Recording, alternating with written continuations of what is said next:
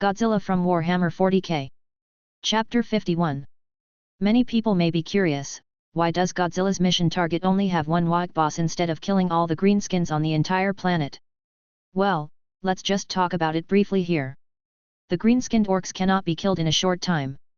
They are biological weapons with characteristics of plants, animals, and fungi.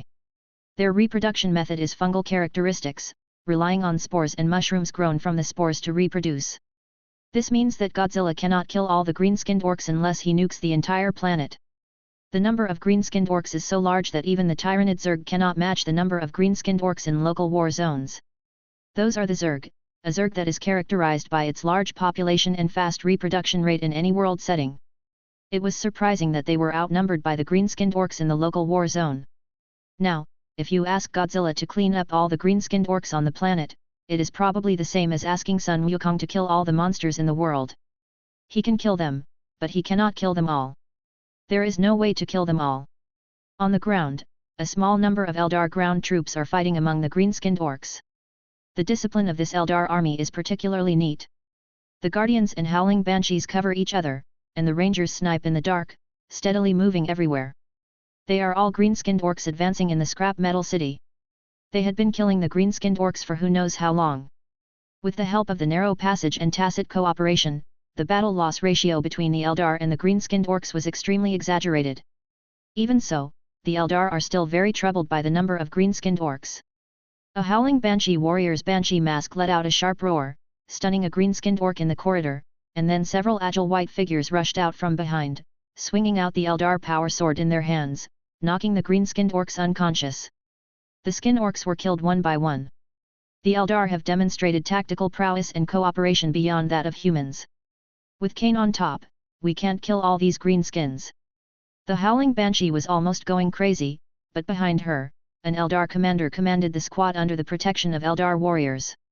The commander used words to calm the howling Banshee's emotions. "Calm down, soldier, our mission is not to destroy all the green-skinned orcs. Our destination is already ahead." The Ada Eldar could feel that in the orc warehouse ahead there was their target, the Ada Eldar Soul Stone that had been taken away by the green-skinned orcs. The Soul Stone is a very important thing for the white bean sprouts, whether it is to protect them from being robbed of their souls by Slaanesh, or as a power source for the heavy vehicles of the Eldar. The body can die in battle, but the Soul Stone must be taken away, which represents the soul of an Eldar. As the Eldar warriors opened the door of the warehouse with a few swords, there were probably hundreds of soul stones lying in the warehouse, placed together with all kinds of junk. The Eldar warriors were furious. These hateful green-skinned orcs actually put their people's precious soul stones together with these rags. This would make the existence of any race furious. But the commander just gave the order calmly. "Quickly collect all the soul stones that can sense the souls of the people. We don't have much time." This wasn't the first warehouse they found, nor was it the last. They also have several ground troops, but they are not the main force. In order to prevent the green-skinned army from discovering them, the Ildari also had a large force defending an extinct volcano crater that was easy to defend but difficult to attack. The Ildari army was very large, even among humans and green-skinned people. The race also has a battle group level combat power. There are even 2 Eldar Titans providing firepower and general support. Green-skinned orcs are rushing towards the crater like a tide. For the Eldar, this battle is very difficult. They are geniuses who can fight in close combat, but they are not a race that can be consumed over a long period of time. An Eldar prophet sits at the center of the battlefield, responsible for command and control. Only. "Alana, answer me, why did the orbital strike stop? There are too many green-skinned orcs, and without orbital strikes in the air, it is difficult for the current Eldar to escape the encirclement of the green-skinned orcs. I'm sorry, Teresa. There are other forces intervening in our battle with these orcs. You should have seen the planet in outer space." "I saw it. Which force are they?" The prophet Teresa used his prophetic ability, but he could not see the future. He could only see endless flames and raging storms. In the storm of flames, he could vaguely see the shadow of a giant beast. The giant beast was different from any giant beast Teresa had seen before. The shadow was too huge, but he could still see that the giant beast in the shadow had a long tail and ferocious claws. But the name of the giant beast appeared in his mind. Godzilla. "I can only see endless flames and storms. That planet is both an opportunity for us and a natural disaster that we cannot avoid. Godzilla, what is the meaning of this name? Kind of like God in human language. Alana was also extremely afraid of the being named Godzilla.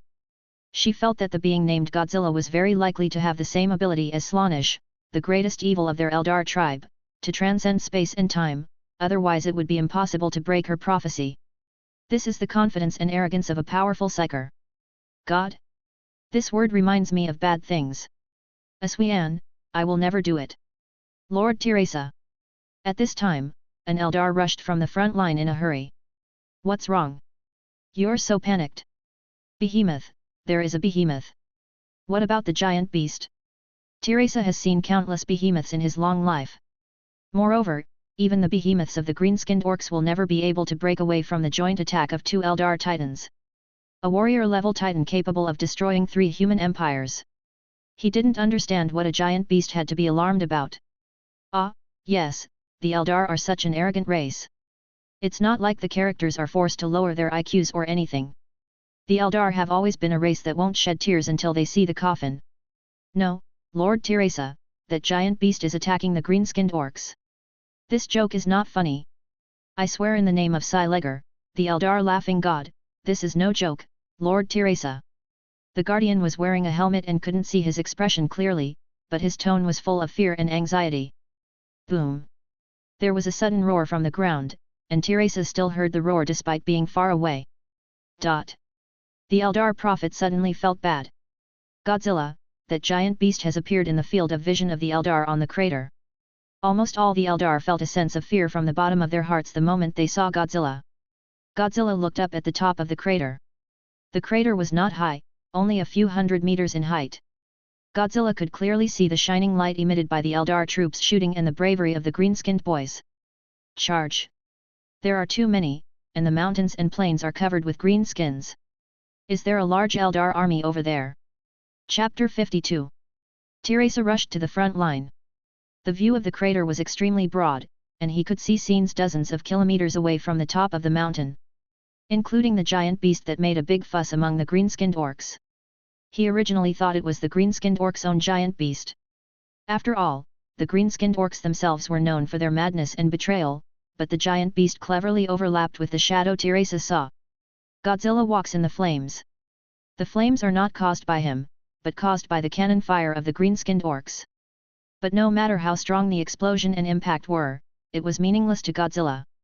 My physical resistance is almost full, what's the use of this attack?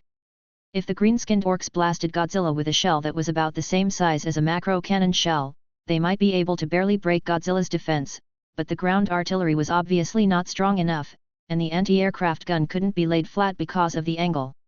In urban combat, there is no stopping Godzilla. However, when they arrived near the crater, even Godzilla felt that the green-skinned orcs' firepower was much stronger.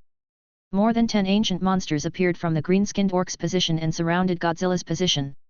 Gujuji has been modified to Gujuji. This was originally intended to besiege the Eldar Titan units, but now it was used to besiege Godzilla. There is often a very large cannon on the chest or head of the ancient giant. This is currently the weapon of the green-skinned orc white ground force that can cause the most damage to Godzilla. With the ancient giant, it opens fire in full force. Countless cannonballs bombarded Godzilla, and missiles flew all over the sky.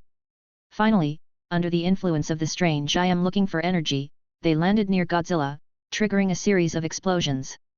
But as I said before, Godzilla's physical resistance points are full. It's a bit itchy, almost like hitting your back with a tickle hammer. Now, it's Godzilla's turn. Godzilla stood still, and while looking around at the green-skinned giant garbage that surrounded him, he was also accumulating heat rays in his mouth. This is Godzilla's most commonly used and iconic skill that runs almost throughout the entire Godzilla series, and will become one of the nightmares for all races in Warhammer. After the energy accumulation was completed, with a buzzing sound of energy lasing, Godzilla sprayed out a dazzling blue light and began to sweep across the surrounding battlefield. The moment the first ancient giant was touched, a device similar to a void shield should have been activated, but it was of little use. Godzilla has said that he is only afraid of battleship level and city level void shields. Void shields below this level are almost like paper in front of him. Sure enough, Gujujun's unstable void shield was instantly broken, and the radiation rays swept through Gujujun's body, splitting it in two from the middle. Godzilla continues to bombard everything around him. Ancient giants, green-skinned positions, and even a squig beast that was just about to join the battlefield were all affected and cut in half. When Godzilla stopped outputting radioactive rays, everything around him exploded. An explosion, a damn explosion. The fire rose and the explosion stirred up wind and waves, but it could not cover Godzilla's majestic figure. The corners of Teresa's mouth twitched. His prediction was not wrong, on the contrary, it was too accurate. Kane, this is a monster. To be able to make a prophet who believes in Asurian say Kane is above shows how violent he thinks Godzilla is. It's not like the Eldar have never seen behemoth units, but one like Godzilla can fight 10-1 that is almost lossless. It is simply the original body among giant beasts. Two phantom titans stood on both sides of Teresa. These two behemoths were full of streamlined beauty like the elegant creations of the Eldar. One in the left hand was a wraithbone power sword, which was enough to easily kill other titan units, and the other in the right hand was full of streamlined beauty. The space distortion cannon can destroy the orcs, ancient giants and squig beasts in one blow, even from a long distance away. In addition, there are numerous secondary weapons as auxiliary fire strikes. Relying on these two phantom titans, Teresa's position was not broken by the large green-skinned orc units, and he was able to fight positional battles with the green-skinned orcs. Otherwise, he would have been destroyed by the ancient giant garbage. But now Teresa has a premonition. If we don't retreat, we will all die here. An Eldar warrior next to him said this first.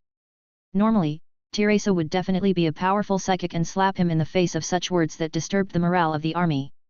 But now, Teresa deeply agrees, but their mission has not been completed yet, and the many soul stones of the same race scattered on this planet have not yet been collected. Teresa immediately used psychic energy to urge the various troops. At this time, an unexpected figure appeared in the battlefield. It was an Eldar woman dressed very much like a clown. She wore a mask with a pale smile and appeared behind Teresa unknowingly. "Dear Tyrann, the prophet Teresa of the craft world, hello." Teresa didn't notice her arrival at all. He turned around and pointed his sword at the other party. After seeing the other party's attire, he put down his sword. Because the other party is a believer of the surviving true god of the Eldar tribe and a member of the Harlequin force of the laughing god Zylogo. Although the Eldar have different beliefs, such as those who believe in Cain, some who believe in Asurian, and some who believe in Aisha, no matter which god they believe in, they still have great respect for the other gods of the Eldar. Teresa was about to speak, but was interrupted by the clown raising his hand. "I'm sorry, please don't introduce yourself and greet me. I'm here with a warning from my god, Lego." "What are your orders, Master Xi Legio?" The clown took a deep breath, and then shouted in a funny but serious tone, "Run, silly children, run quickly, you don't know what you are facing at all, run away without stopping." That's what Master Lego said. It's funny, yes, otherwise why would he be called the laughing god? But it's funny but also has a hint of reality. Because the laughing god of the Eldar is now watching Godzilla's subspace projection burn and kill in one of Slaaneash's territories, the Castle of Joy. The scene was once very cruel, with countless demons and twisted demon creations. The beast's warp projection turned to ash under the wrath of the beast, and neither the souls of the nymphs nor the Eldar were spared. The movement was so loud that even several Slaaneash territories next door could detect it. Just like what Godzilla does in the real universe. I am willing to listen to God's warning, but we still have many companion soul stones that have not yet been collected. Necessary choices are wise, Prophet Teresa. Godzilla is not the only dangerous thing. As soon as Harlequin finished speaking, Teresa received a psychic signal from the Prophet Alana, who was located in the space fleet. This was her last psychic signal. "Teresa, haven't you completed your mission yet? Those damn Zerg are here again." The word again fully reflects Alana's helplessness. Teresa made a decision immediately. He used psychic signals to inform the Eldar on all planets. "All troops, withdraw to the nearest webway gate immediately. Members who cannot go to the Ark world should go to any webway city immediately, even Komarak. It's time for us to leave this planet." The Tyrande craft world had encountered the Tyranid Zerg fleet before. The combat power of the two sides was not at the same level. Even if Tyrande craft world fought desperately, it could not escape the fate of being exterminated. I just don't know why, but in the middle of the fight, the Zerg suddenly self-destructed one by one, which gave Tyranden craft world a chance to breathe. Now there is not only the green-skinned Waik, but also the arrival of the insect fleet. There is also a giant beast named Godzilla, killing everyone in an invincible manner on the surface of the planet. Teresa continues to fight because he is mentally ill. Quick, retreat! The two Phantom Titans began to cover the retreat of the ground troops, leaving only the automatic turrets that were not afraid of being lost and still pouring firepower. This position was destroyed by the green-skinned orcs in less than 10 minutes, but the Eldar had already withdrawn them. The Craft World. Leave the ground to Godzilla and the green-skinned orcs. Chapter 53. It will take some time for Godzilla to reach the green boss. Here, let's take a look at what's happening in Slaanesh's realm. The four gods of chaos have their own territories, including but not limited to the Garden of Nurgle, the Impossible Castle, the Brass Fortress, the Six-Ring Demon Realm, etc. These territories are where massive subspace demons pursue the truth of the gods and fight. And in a huge plain complex in Slaanesh called the Castle of Joy, a Godzilla was slaughtering every demon he could see. This is Godzilla's projection in subspace. After Godzilla's high priest was plotted by Slaanesh, this subspace projection appeared in Slaanesh's territory. This castle, like the rest of Slaanesh's realm, has towers covered with spikes that cause extreme pain to any creature that passes through. But not Godzilla. Godzilla's subspace projection, hereafter referred to as Godzilla, just moved forward and easily collapsed the towers full of spikes. Slaanesh's lust demons fled in all directions, but they were still beaten by Godzilla. Trampled several to death. He has been causing trouble here for a while, and the buildings behind him have long been trampled into a road filled with gunpowder smoke. There are corpses of demons along the way, and the spikes on the walls are covered with the souls of demons and Eldar. You can't go any further, Godzilla. The Great Keeper of Secrets and the twisted Slaanesh creations surrounding him began to surround him. Get out of Prince Pleasure's territory. But this Godzilla just glanced at the demons coldly and continued to move forward. Godzilla's body was squirming, as if his cells were beating strangely. This image was obviously not an ordinary Godzilla form. Closer to Hell Godzilla in American comics. However, this is definitely not Hell Godzilla. If it is really Hell Godzilla, then all the four gods of chaos will die today. Just think of him as Godzilla from Hell with a very small amount of power. Otherwise, Godzilla's plug-in will be a bit too big, and it will be difficult to complete the plot later. Damn, can't you hear me? The Keeper of Secrets roared, losing the usual elegance of the great demons of Slaanesh. The silk on his body danced wildly under the blow of anger, and the various iron rings on his body that brought excitement jingled, and the Keeper of Secrets began to swell. His size changed from the original height of about 10 meters to a height of 60 meters, which is comparable to Godzilla. The Keeper of Secrets still wants to continue to grow bigger. With his ability, he can do this in the subspace. A certain red one-eyed ogre next door can even make his body as tall as a mountain. But, he can't get any bigger. My changes have stopped. The Keeper's tendency to grow in size suddenly stopped, surprising even himself. Soon, he understood why. He looked at Godzilla, pointed at Godzilla with his pliers arm and cursed angrily, "You have actually twisted the laws of Happiness Castle, this is blasphemy to the Prince of Joy, you son of a bitch. There are no laws in the subspace, but the evil god has his own rules." Godzilla's subspace projection distorts the laws of Slaanesh, making it impossible for the Keeper to continue to increase in size and can only be the same size as Godzilla. The Secret Keeper stamped his feet angrily, but Godzilla was already moving forward again. Just like a big battle between monsters, the giant beast fighting cricket is about to begin. Damn it! The Keeper of Secrets backed away, he didn't want to fight Godzilla in hand-to-hand combat. The archdemons of Slaanesh are as adept at melee combat as the archdemons of Khurn, and their bodies are more graceful and agile than the warriors of the Eldar, capable of dancing and killing in a sea of tyrannid swarms and greenskin orcs. But, do you think this Keeper of Secrets monster is the first Keeper of Secrets that Godzilla encounters? I don't care. For Prince Joy, I will give you the most beautiful dance and the most beautiful scream. The Keeper's forearms spread out, two humanoid arms holding scimitars similar to those of the Eldar, and the other two arms were huge pliers. He took long strides and rushed towards Godzilla, like a prelude to a dance. Dance. Sprint, jump, duck, spin, swing. Everything was natural, not like fighting at all, like dancing.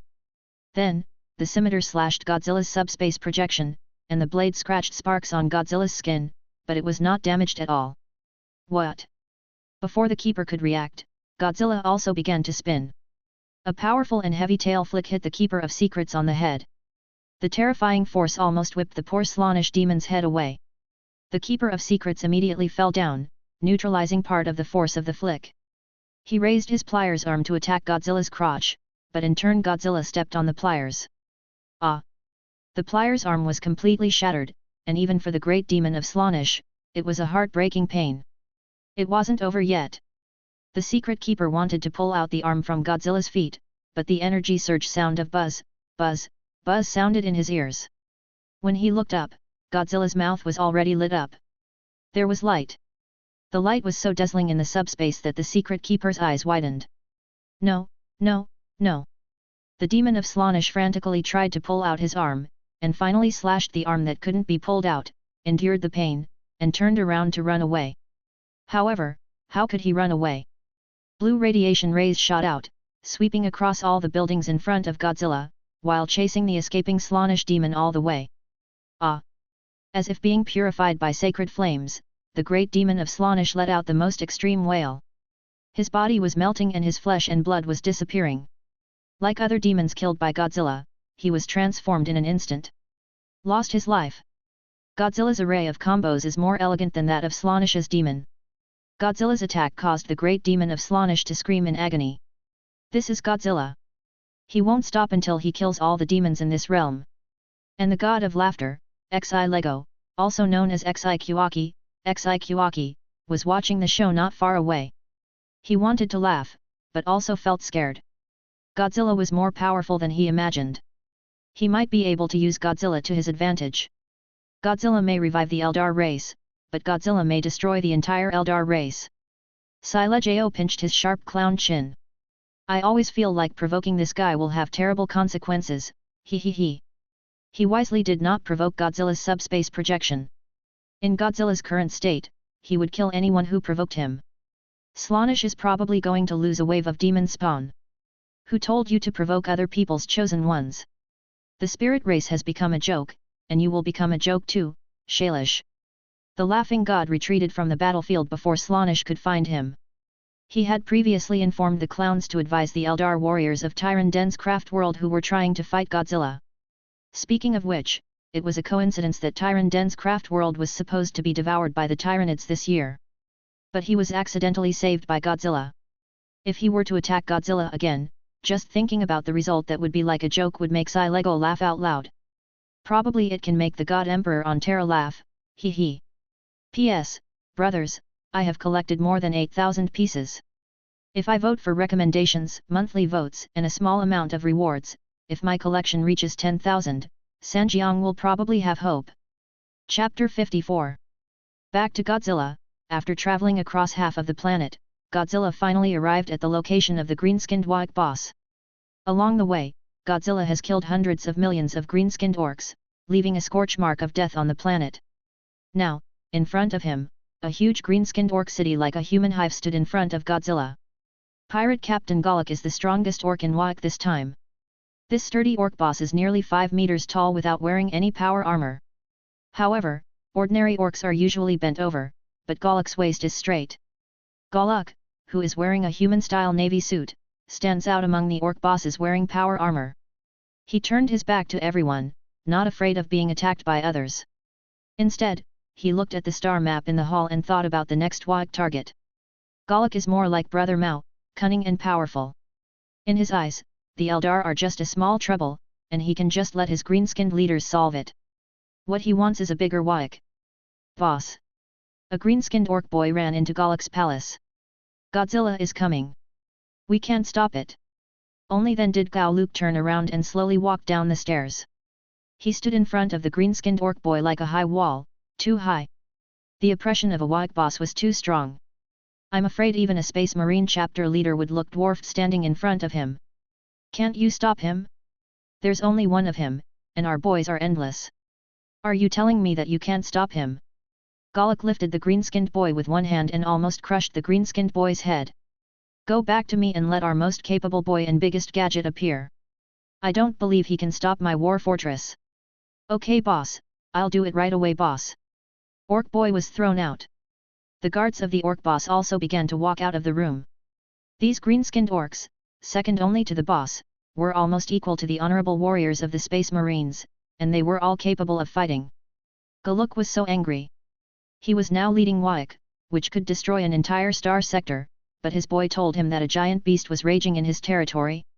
And those bean sprouts had been making noise outside his city for so long, and more than a dozen of his ancient giants were smashed into pieces. Did those boys eat too much mushrooms and their brains were damaged? How can we achieve greater work like this? I'm really pissed off. After Gao Luke roared, he didn't forget to shout in the communication channel. Drive out my biggest armored thing and crush that guy. To crush Godzilla, most other races would not have that ability.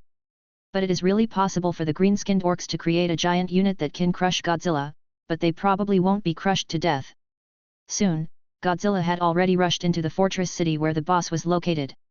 Unlike the last time, Godzilla didn't even need to make a fuss this time. He just broke into the city, and the orcs' ammunition depot was destroyed by itself. A series of explosions begins. These green-skinned orcs are too lax in their management of ammunition.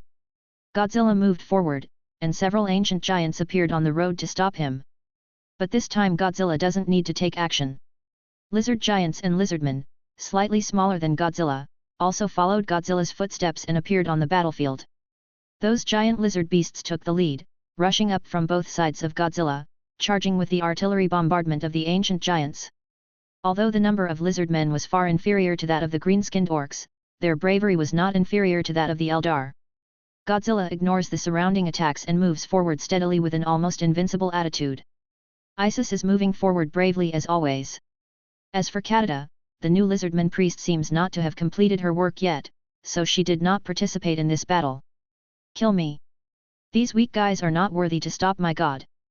Hold them off, the flatteners are coming soon. The green-skinned orcs seemed to be waiting for the arrival of something, and soon, the answer to this question appeared in Godzilla's field of vision. Even Godzilla stopped this time. Damn, this thing is a bit too big. What appeared in front of Godzilla was an oversized vehicle supported by 5 giant crawler chassis. This thing was probably bigger than the Emperor-class Titan. Even the big Godzilla had to look up at it. What the hell is this? I haven't seen this unit in military books. Tractors of the Golden Age. Golden Age tractors. Well, Golden Age tractors were really that big, maybe bigger than this. The Golden Age refers to the era before the AI rebellion in the human empire. Calculated in terms of time, it is about 20K. The level of human science and technology during that period was really high, and even the Eldar could not compare with it. Let's put it this way, several models of the Empire's Titans were just wood-cutting machines in the Golden Age. This is no joke, the technology of the Golden Age was so terrifying. The space dwarves have some of the Golden Age technology, and are currently a small but very capable force in the 10th edition background. However, even if they are not tractors from the Golden Era, tractors from the 40K period are not small. Anyway, Godzilla remembers that in the official setting, all the tractors in the agricultural world are bigger than Titan. It's outrageous enough to begin with, but it was also modified by a green-skinned orc. Damn, I feel like I can't even push this thing. This big thing is basically a smaller land battleship, a bit like the Rhode Island next door. The difference is that it is covered with various green-skinned orcs modified turrets. The largest turret seems to be the battleship's macro cannon. Modification. This big thing, which the green-skinned orcs called the Crusher, rumbled over the green-skinned orcs' own buildings. Wherever the tracks ran over, only a mess of ruins could be seen. And this big guy is only a few kilometers away from Godzilla. Come on, Crusher, show that little guy some color. Our boss is still bigger. The morale of the green-skinned orcs has been greatly improved, and even their offensive has been strengthened with the increase in Wag energy. Isis was unfazed. She laughed at the orcs' ignorance. Sad race, you don't even know who you are facing?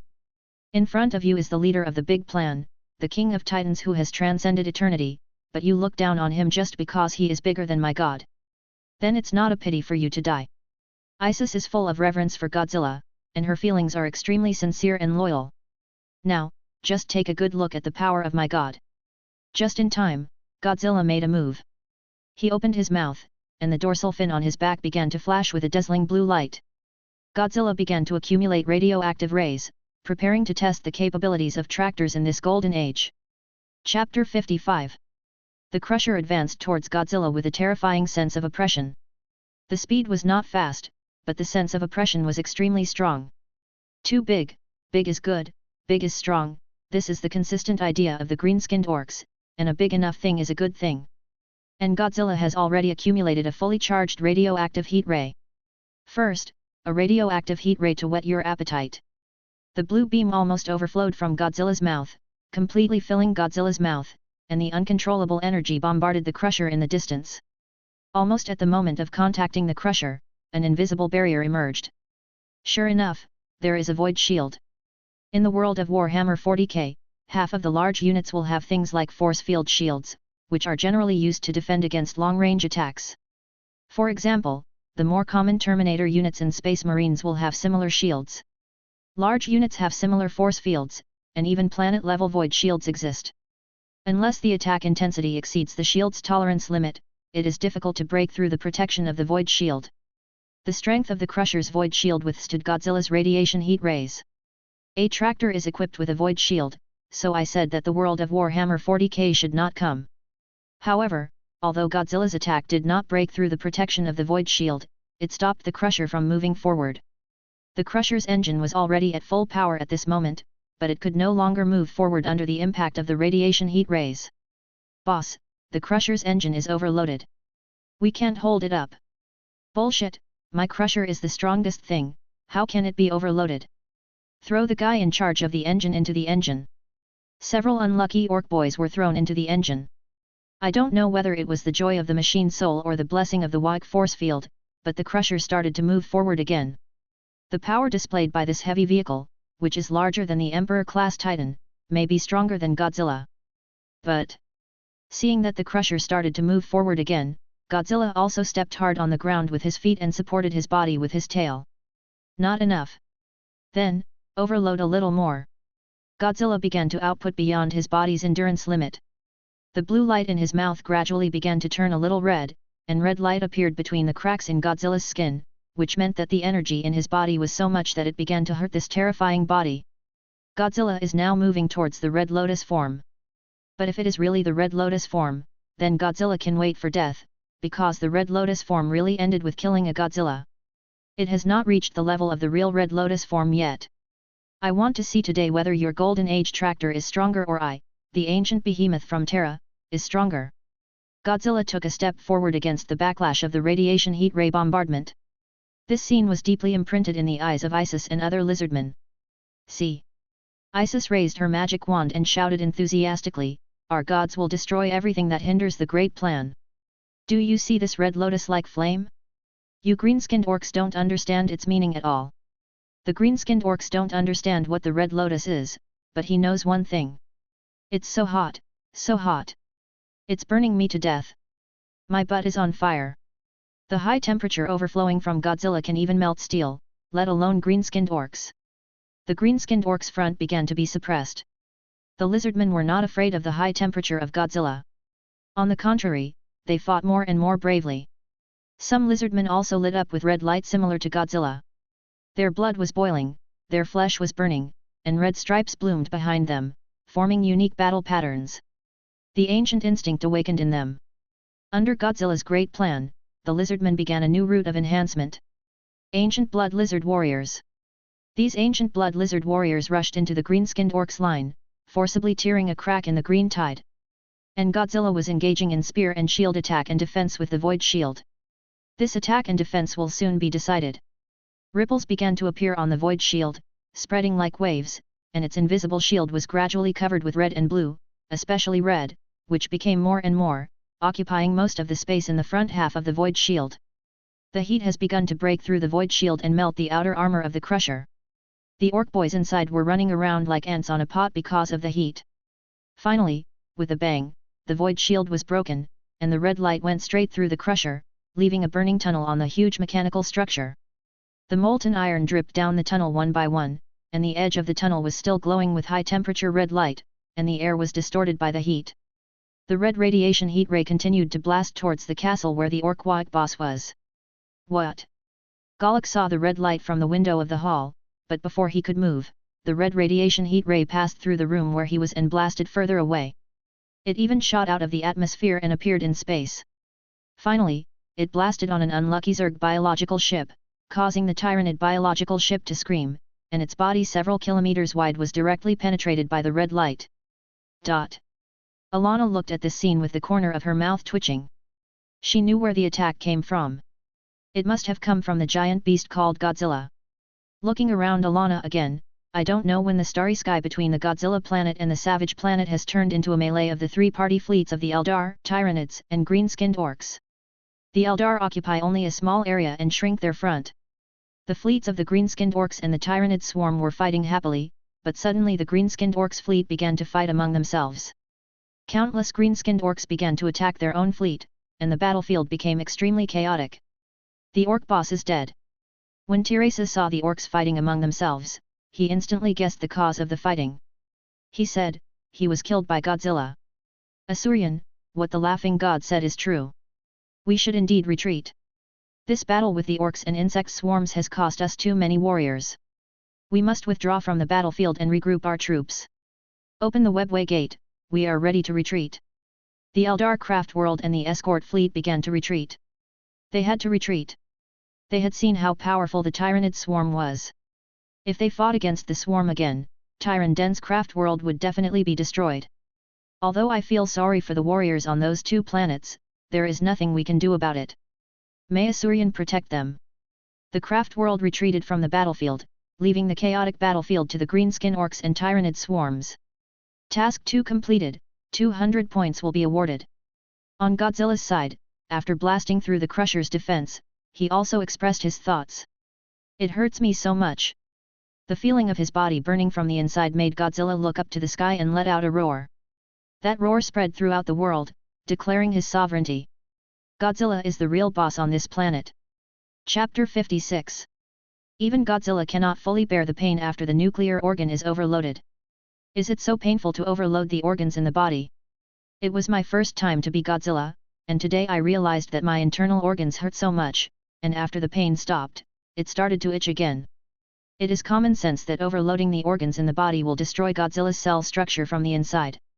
However, after the damage is done, it will be repaired again under the action of Godzilla cells, so it will itch after the pain, but it will be fine after the itch. After a few minutes, the itch on Godzilla's body began to fade away. It's much more comfortable now. Godzilla shook his head. His body and the surrounding earth were still radiating heat.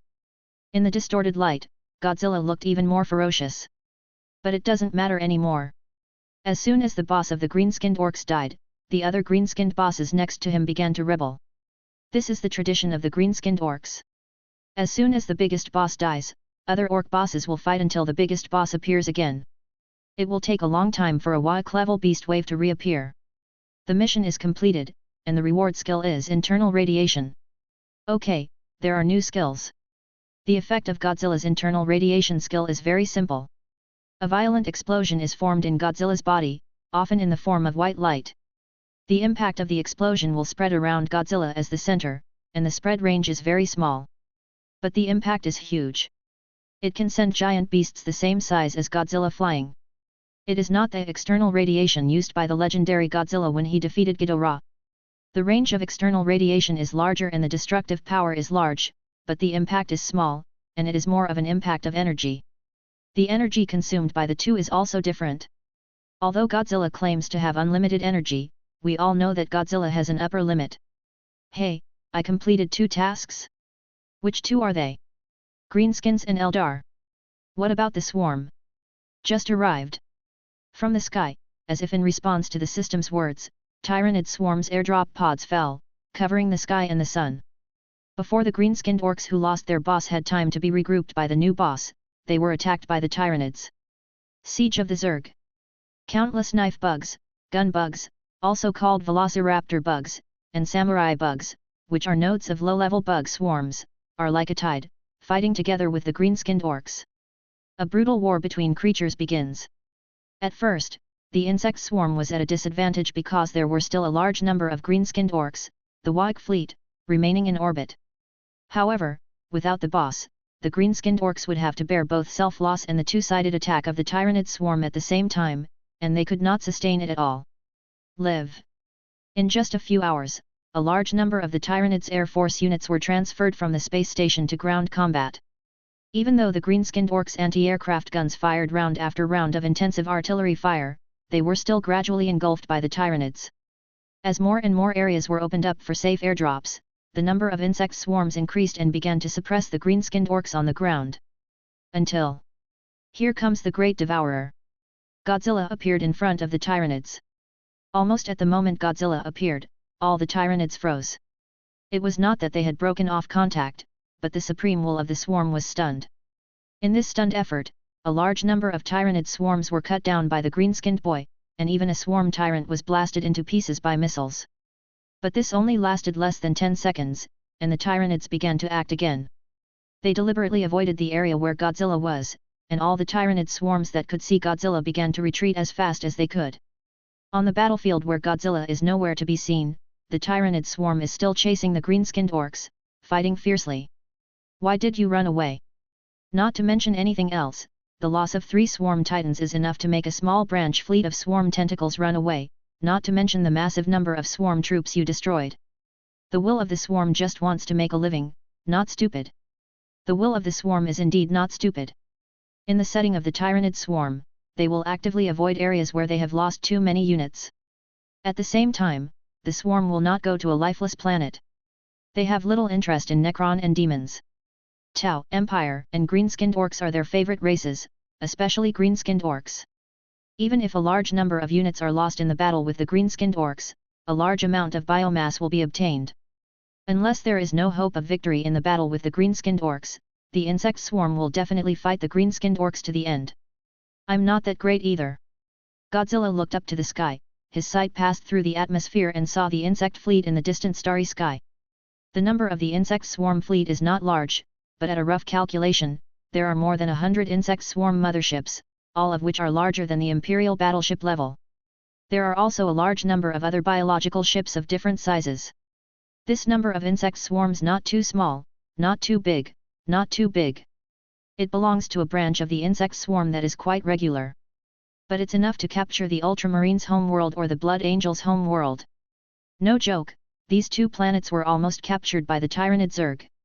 If the loyal Chaos had not participated in this chaos every time and shared the pressure from some of the Zerg groups, the extreme starfield would have really been conquered. The swarm eats it clean. The Eldar run so fast. I just saw the 2 Phantom Titans, and they disappeared before I could dismantle them. Why don't you run away? The value of those 2 Phantom Titans is much higher than the average Imperial Titan. It is difficult or even impossible for the Eldar to make Titan units now. The Titans currently used are all stock before the birth of Slaanesh. Remove one and save one. How can I chase the bugs running like this? Speaking of which, does the system have anything like a psychic trap? This is Warhammer 40K, not StarCraft. But the insects don't dare to come over. Godzilla strides forward, but every time he takes a step forward, the insect swarm quickly retreats, and at the same time, the insect swarms in other areas fill Godzilla's position. Look, what are you afraid of? Don't be afraid. I can't destroy the Great Devourer now. This is not possible, Godzilla will not be able to complete his mission. Godzilla's complaints seemed to be sensed by Isis. This Godzilla spokesperson followed Godzilla's pace very attentively and looked at the Tyranids that were retreating in the distance. Pathetic bugs, have your great devourers begun to fear the light of my god? But this is not possible. This will only affect my god's grand plan. Since you are escaping from the war, then I will make it impossible for you to escape. War. Isis raised her wand, and from the planet Godzilla, many sleeping lizard priests once again contributed their spiritual power. Among them, the light of the first generation of lizardmen priests is the most dazzling. There is no doubt that that light may be the spiritual power second only to the Emperor in the galaxy. Even the great demons of Tsianch, Carlos Fateweaver and Magnus, could not match the brilliance of the first generation priests of the lizardmen. The light of psychic energy is so dazzling in the real universe that it can even guide the lost Imperial fleet in the subspace, and also attracts the attention of the Tyranid swarm. Countless insect swarms, like light-seeking moths, began to move towards the Godzilla planet and prepared for airborne operations. Then, the swarm will discover something. They started fighting with the tree. Chapter 57. This is no joke, the Tyranids are really fighting against the trees this time. As Tyranids, their principle is to devour all biomass, and trees, as plants, are naturally among them. However, as soon as the airdrop pods landed, large numbers of airdrop pods were directly punctured by those rock-solid tree trunks. It's really punctured, not just damaged. Even the spiked towers of Slaanesh may not be able to wreak such havoc. But this small setback is nothing to the Tyranids. They won't stop attacking because of this. What happened next really gave the swarm a headache. A few knife bugs that had just crawled out of the airdrop pods made sharp screams. Their mission was to eliminate all moving things in front of them, and then throw all the creatures into the digestion tank. Then they plunged into the woods. Just 10 seconds later, these knife bugs were all stuck in the nearby tree trunks. Their chitin carapace was covered with scratches, and green blood dripped to the ground along the leaves and branches. The possibly corrosive body fluids cannot cause any harm to these tree trunks, but instead make them shine brighter. Larger Tyranid units are more troublesome in the woods. Although the warrior bug is not the largest in size, it was scratched all over by the dense branches as soon as it entered the woods. The originally smooth chitin carapace was now scarred, as if it had experienced countless baptisms of war. Large ground units such as the Swarm Tyrant and Tyrant Guard are even more difficult to navigate in the woods. Every step they took was like walking through a mountain of knives. The furious Swarm Tyrant swung his sharp limbs and slashed at the nearest tree. The power of this sword was enough to kill the Terminator unit of the Space Marines. However, the result was that the blade made a gap. Looking at the gaps in his sharp limbs, the Swarm Tyrant's expression seemed to say, "What the hell is this? Why is it so hard?" That's right, these plants are all Godzilla cells. You can think of them as Biollante without energy. With enough energy, the trees could even move like Godzilla. And this is just the beginning. The trees are just the appetizer, the various lizards and fire breathers that burst out of the woods are the real main course. These seemingly primitive lizardmen rushed into the Tyranid swarm's position armed with various weapons. Although they were primitive, they were extremely efficient. For a time, the Tyranid swarm could not find a few safe places to land and conduct large-scale airborne landings. Things are even worse in the ocean. The marine war beasts of the Tyranid swarm focused on the ocean and airborne. However, as soon as they fell into the sea, they were torn into pieces by a group of war beasts. In desperation, the swarm sent out huge Tyranids from the sea. This giant beast was larger than Godzilla, and relied on its huge size and the protection of small Tyranid swarm units to wreak havoc in the ocean for some time. However, the good times didn't last long. A huge mouth from the deep sea suddenly appeared, biting its hind legs and tail, and dragging it to the deeper seabed. The mysterious mouth can be vaguely similar to Godzilla, but it is too big. The size of its mouth alone is dozens of meters, and it can swallow most of Godzilla's body in one bite. It doesn't look small even if it wants to bite a frigate. The Norn Queen, as the highest command unit of the Tyranid swarm fleet, this huge Tyranid swarm unit looks very similar to the alien Queen. At this moment, her mind was filled with two conflicting messages. One was the instinct to be attracted by the spiritual light and want to pray, which was the will of the Great Devourer. The other was stay away from that planet, the loss is too great. The sound, this is the judgment of the Norn Queen. Torn between the two, she couldn't make the right choice. Although the swarm fleet firmly upholds the idea of the will of the swarm, it will avoid dangerous areas when there is no chance of victory. This is also the consistent style of the will of the swarm. Baal's time was an exception. Baal's time was dominated by the will of the swarm. According to the best judgment, it is natural to stay away from the planet Godzilla. Just like the Tyranids on the planet next to it, they eat green-skinned orcs to collect biomass, stay away from Godzilla, and make a fortune in silence. But now the dazzling spiritual light is too dazzling, and the insect swarm will not change its mind without losing some of its will. And now even Titan units are starting to airdrop. Godzilla stared at something strange in the sky. Due to the close distance between Godzilla and this wild planet, he could clearly see the insect swarm's airdrop pods raining down on the surface of Godzilla. This swarm of insects is so cunning, they actually attacked my hometown. But they can't run away. The insect swarm is no longer able to escape the trap of the Godzilla planet. The insect swarm fleet will have to lose at least half of its ground units before it will think of leaving. At the same time, not only the insect swarm was attracted, but near the planet Godzilla, a subspace gate opened, and an Imperial ship sailed out of the subspace channel. This was a very, very old Imperial battleship. It is about 10 kilometers in length and has the emblem of the Ultramarines on it. The navigator's slightly happy message sounded from the sound array communication channel. "Captain Wade, praise the Emperor, we finally see the light of the Star Torch, sailing out of that damn warp storm." Sitting in the captain's seat is a tall naval captain, whose tough guy body is probably not much worse than that of a space marine recruit. He was not immediately overjoyed to have sailed out of the subspace. Instead, he asked, "Adjutant, immediately check the star map position and determine our coordinates. We need to know where we are." After a brief silence, the adjutant's reply sounded in the sound array channel. "Reporting to Captain, according to star map comparison, our position is still in the extreme star field." Hearing this, the captain took a long breath. Although the ultimate star territory is not the star territory of the Ultramarines, it is very close to the star territory of the Ultramarines. At the same time, this is also the star field where they got lost in the subspace channel. Unlike other ships, which may have entered the star field in the east of the Milky Way, they ended up in the west of the Milky Way. Or simply can't get out. Inform Captain Heidel that we have returned to the Ultramarine star territory. This time it is really the Emperor's blessing. No need to inform, I'm already here. The door to the captain's room opened, and a group of tall Ultramarines walked out of the corridor. But strangely, what they wore was not the Mk7 power armor from the 40K period, but the Mk2 power armor from the early Astartes. There are even 2 members of the honor guard of the Ultramarines. These Ultramarines, who cover their faces with golden eagles and carry golden eagles on their shoulders, are the most heroic, bravest, and most unyielding warriors among the Ultramarines. Their bodies were covered in blood, both from teammates and from enemies. But that's not the point. The key point is Captain Hayter, who is wearing Terminator power armor at the front, and his first words when he came to the captain's room.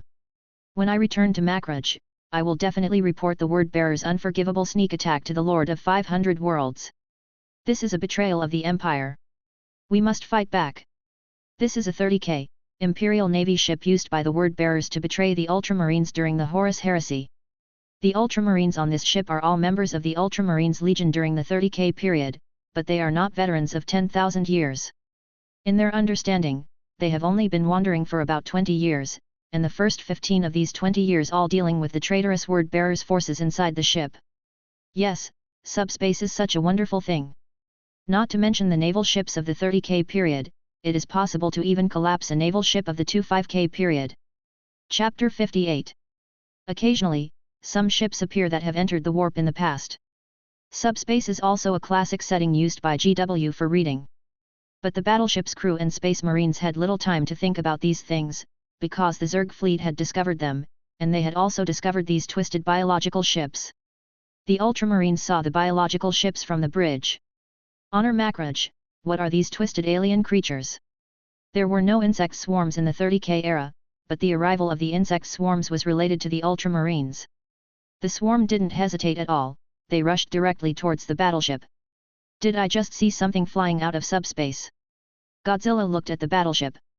It was too far away and there was no reference object. Godzilla could not judge the size of the ship. The overall difference between the Empire's ships was not much, but from the toilet seat emblem on it, he could tell it turned out to be the ship of the Ultramarines. Wait a minute. Is the proportion of this ship a little wrong? Only when a Tyranid biological ship opened its mouth to attack the ship did Godzilla see the size of the ship. Holy shit, is this a battleship or a heavy cruiser? The average frigate is only about 1 kilometer in length, while the Tyranid biological ship is dozens of kilometers long, which is enough to swallow a frigate, but this ship is about half the size of the Tyranid biological ship. This ship is too big. It's definitely not the rogue trader's ship. Damn it, what idiot would drive a heavy cruiser-level ship alone to face the insect fleet? Isn't this giving away meat? Godzilla wants to protect the ship, not the humans on the ship. He only wants the boat. Humans can use it to feed insects, but the boat wants to stay. He looked down on ordinary frigates, but this ship was good enough to accommodate some of the lizardmen from planet Godzilla. And the intensity is definitely online. The strength is indeed online. After all, this is a battleship with only more than 1,000 ships in the Great Expedition. It is enough to serve as the flagship of a fleet. The most important thing is that Godzilla also wants a void shield. Godzilla's shield skills have to wait for planet Godzilla to have them. It's very expensive to exchange individually. While thinking, the insect swarm's biological ship had already started fighting with the battleship, and countless small Tyranid units flew out from the insect swarm's biological ship. They surrounded the battleship like a swarm of mosquitoes. Activate the Void Shield. The tech priests at the Void Shield engine chanted ancient binary hymns, and the machine spirits rejoiced. A faint blue enveloped the entire battleship. "Captain Wade, these unknown alien creatures are attacking the Genesis, and more alien creatures are surrounding them. Enemies of the Empire are everywhere in the galaxy. Our expedition is not over yet. Inform the artillery deck below to load the macro cannon. Wait for my signal. On the lower deck of the battleship, servitors and workers loaded huge cannonballs into the muzzles on both sides of the ship. At the same time, the automatic cannons throughout the battleship began to fire intensively under the dual control of machine spirits and technicians. At the same time, the battleship faced the charging giant biological ship and rushed forward without fear of death. For the Emperor. Charge! As the battleship and the insect swarm biological ship collided with each other, the battleship's collision angle broke through the body of the insect swarm biological ship. Enter from the head and exit from the tail. The interior of the ship shook violently, but the captain sat firmly in his seat. At this moment, he became one with the ship. The second biological ship passed by the battleship, and the captain suddenly shouted. Right macro cannon, fire! The dense macro cannon array bombarded the insect swarm biological ship, bursting out sparks one after another. Suddenly you can understand why this battleship can survive in subspace for so long. This captain's martial virtue and loyalty far exceed those of the current Imperial Navy. Godzilla looked in admiration. Okay, kill one mothership and cripple another. I will decide on this combat power. Although one insect swarm biological ship was killed, more insect swarm biological ships were surrounded. In the distance, a special biological ship with a huge ion cannon tube has been aimed at the battleship. A huge plasma beam shot out and bombarded the battleship's void shield. To be honest, the bombardment intensity of this plasma beam has exceeded Godzilla's attack intensity. This was an attack from a Tyranid biological ship with a length of more than 15 kilometers, and its gun barrel was so thick that it could hold down a Godzilla. There was a violent shaking inside the battleship. This time, even the captain could not sit still and was almost thrown off. Damn it, what are the origins of these aliens? There are many of them, and they are not weak in strength. No matter who he is, enemies of the Empire should be killed. This 30K era Ultramarines captain is preparing for a loyal gang-hopping war. But a voice appeared in his head. Don't go gangbusters. It's a Tyranid biological ship. It has biological structures inside and no crew. The voice came from the Genesis navigator. But Tone is not the navigator. Who are you? My name is Isis, the spokesperson of Lord Godzilla. Godzilla. Whether it's 40K or 30K, the name Godzilla is very unfamiliar to them. You used psychic energy to invade our navigator's consciousness. Oh, I'm not interested in him. I just use him to send messages. If you don't want to sink the ship, land on the nearby planet immediately. Why should I believe you? You have blasphemed the navigators. They are loyal servants of the Emperor. Hader was furious. The Terminator armored Ultramarines veteran was as muscular as a gorilla. But Isis just smiled. Believe it or not, I only set my sights on your ship. Even if you die, I can still get that ship. At this time, the navigator spoke. I heard, a warning from Holy Terra. Navigators are specially adapted psychers, some with 3 eyes and unique appearances that make them almost alien. But they are indeed the Emperor's most loyal servants, or tools. Don't mess with Godzilla. This is a warning from the Emperor, Captain Heidel, and we must obey it. Don't mess with Godzilla? I don't even know what Godzilla is. Hader spread his hands helplessly, he still didn't understand the situation yet. But the navigator's advice is worth heeding. There are too many alien ships. If we continue, we may be wiped out. Loyal sacrifice for the Emperor is an honor for us, but we must return to Macridge to inform the Lord of the Ultramarines, the word-bearers, of his shameful treachery. Hader's words were probably similar to the words from Halo Next Door, how is the battle on Reach? Isis's voice sounded again. In return for your cooperation with the big plan, I can open a gate to the webway for you that leads directly to the home planet of the Ultramarines. What's the price? I want this ship of yours. Before Hader could speak, various members of the mechanic cult were unhappy. This is blasphemy against the God of all machines. We will never allow that to happen. Chapter 59. The opposition from the Adeptus Mechanicus is expected. It would be a problem if they didn't. But Isis has her own story. The situation on the home planet of the Ultramarines is not optimistic, and you have also discovered that it is difficult to open the subspace channel again. As soon as Isis finished speaking, the navigator added, Captain Hader, it is indeed the case. The shadows of those alien creatures have obscured the subspace channels, and our subspace navigation will become very unstable. The subspace shadow of the Tyranid swarm will naturally affect everything related to subspace. If Isis's psychic power hadn't been powerful enough to shine like a star even in the shadows, she might not have been able to communicate with this ship. And the Webway Gate allows you to go directly to the Ultramarines' home planet. You know what to choose. Why do you want to help us? Hayter asked his last question. I said, I want your ship. If you continue to fight, the ship will not be in good condition, and my god may lose interest. A reader's comment put it very well. This is equivalent to driving a Mercedes G and taking the high-speed rail back home. The problem is that you, the Mercedes G, are stuck in traffic on the road and you are in a hurry to get home, so you can only take the high-speed rail back. The loss was definitely a loss, but Captain Hayter had no choice. He was too anxious.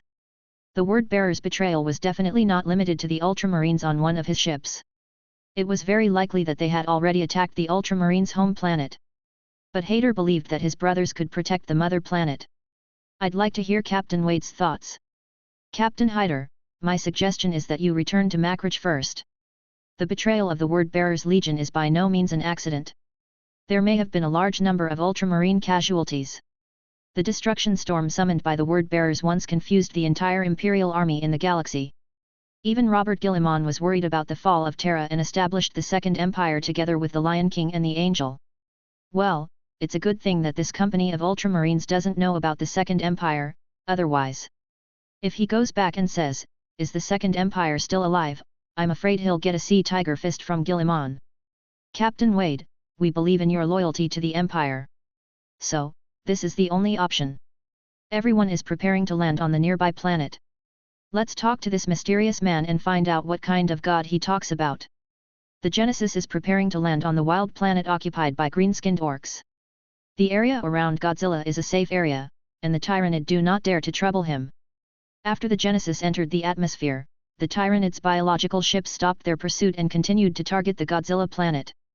Compared to the Imperial ship, the Godzilla planet was more attractive.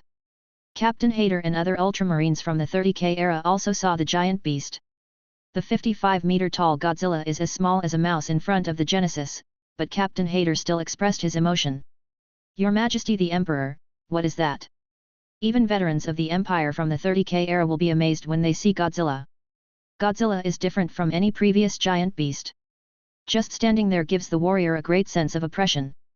Compared with Godzilla, all the alien creatures he has seen in the past are weak and ridiculous. That's Godzilla. The navigator murmured, I can't see his mind. His projection in the subspace is so powerful.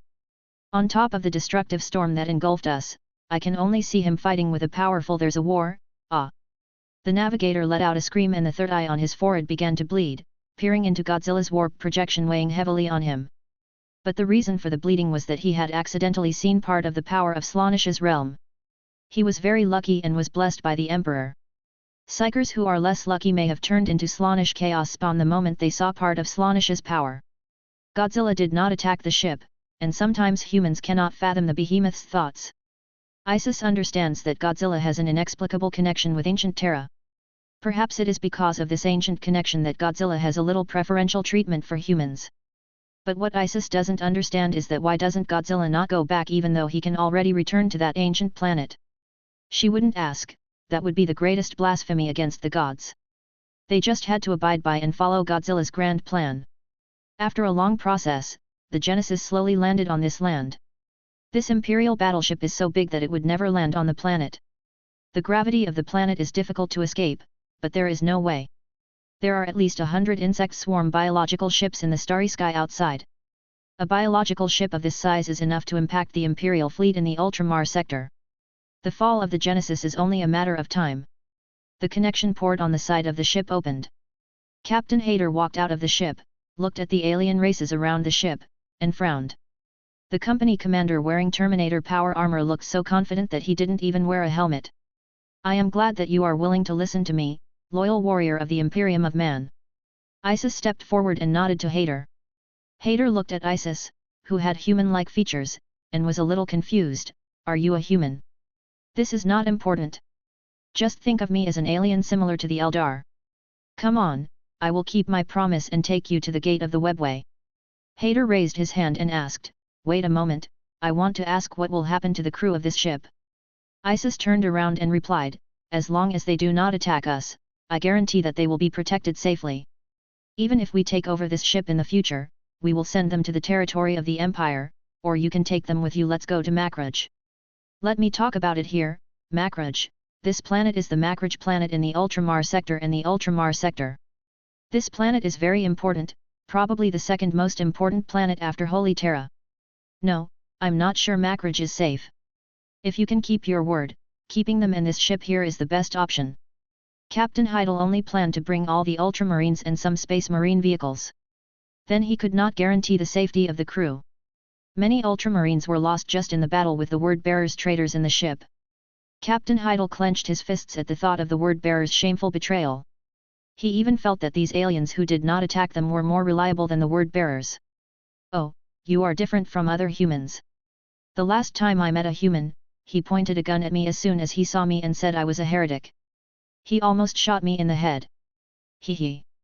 Blow Isis's head off? Hayter didn't think that this weak-looking girl was really weak. He always felt that Isis could twist his head off.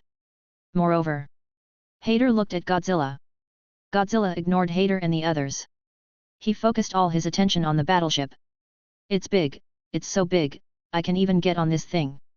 This battleship is so tall that Godzilla has to raise his head to see the top, and Godzilla can even walk up to the hangar as a crew member. I just like big ones, big is good, big is strong. He actually walked up to the hangar. When he first stepped on it, the strong armor began to creak and make a distorted sound. The hangar was very high and very big, and Godzilla's head could barely touch it. Go to the top of the hangar. Hey, even I can fit it in, now I can also perform space jumps. The servitors in the hangar looked up at Godzilla in the hangar, their brains almost shutting down. The workers on the hangar deck also swallowed. He should stop eating people. Godzilla definitely doesn't eat people. As long as Godzilla is not messed with, he is not as dangerous as the canned antbull in the Empire's military rations. Chapter 60. This ship effectively reduces Godzilla's shortcomings in space warfare. You can already picture Godzilla jumping to help other races' ships, even Tyranid swarm biological ships without crews. Also beware of Godzilla jumping to help decapitate the Norn Queen. The Norn Queen is currently the highest level node unit among the insect swarm units, and is the control node of an insect swarm fleet. I think this ship can still be improved. Coincidentally, Godzilla is not the only one who has this idea. Kadada thought so too. At some point, this lizard priest had arrived on the planet and assembled a primitive-style breast protector and underwear using scrap iron from the green-skinned orcs. She also wore a greenskin-style goggles on her head. Looking at this huge battleship, Kadada was even more excited than his own kind, and his eyes were shining. I think this big thing can be improved. The machine soul of the Genesis felt bad, as if it was being targeted by something terrible. But that was a few weeks later, and now, Isis sent Captain Heidel and his company of Ultramarines to the webway gates, and had her Eldar puppets open the gates. Captain Hayter did not enter immediately, but winked at a company member, who immediately walked in alone. About 10 minutes later, the company members came back. No problem, Captain Hayter, it's Makraj.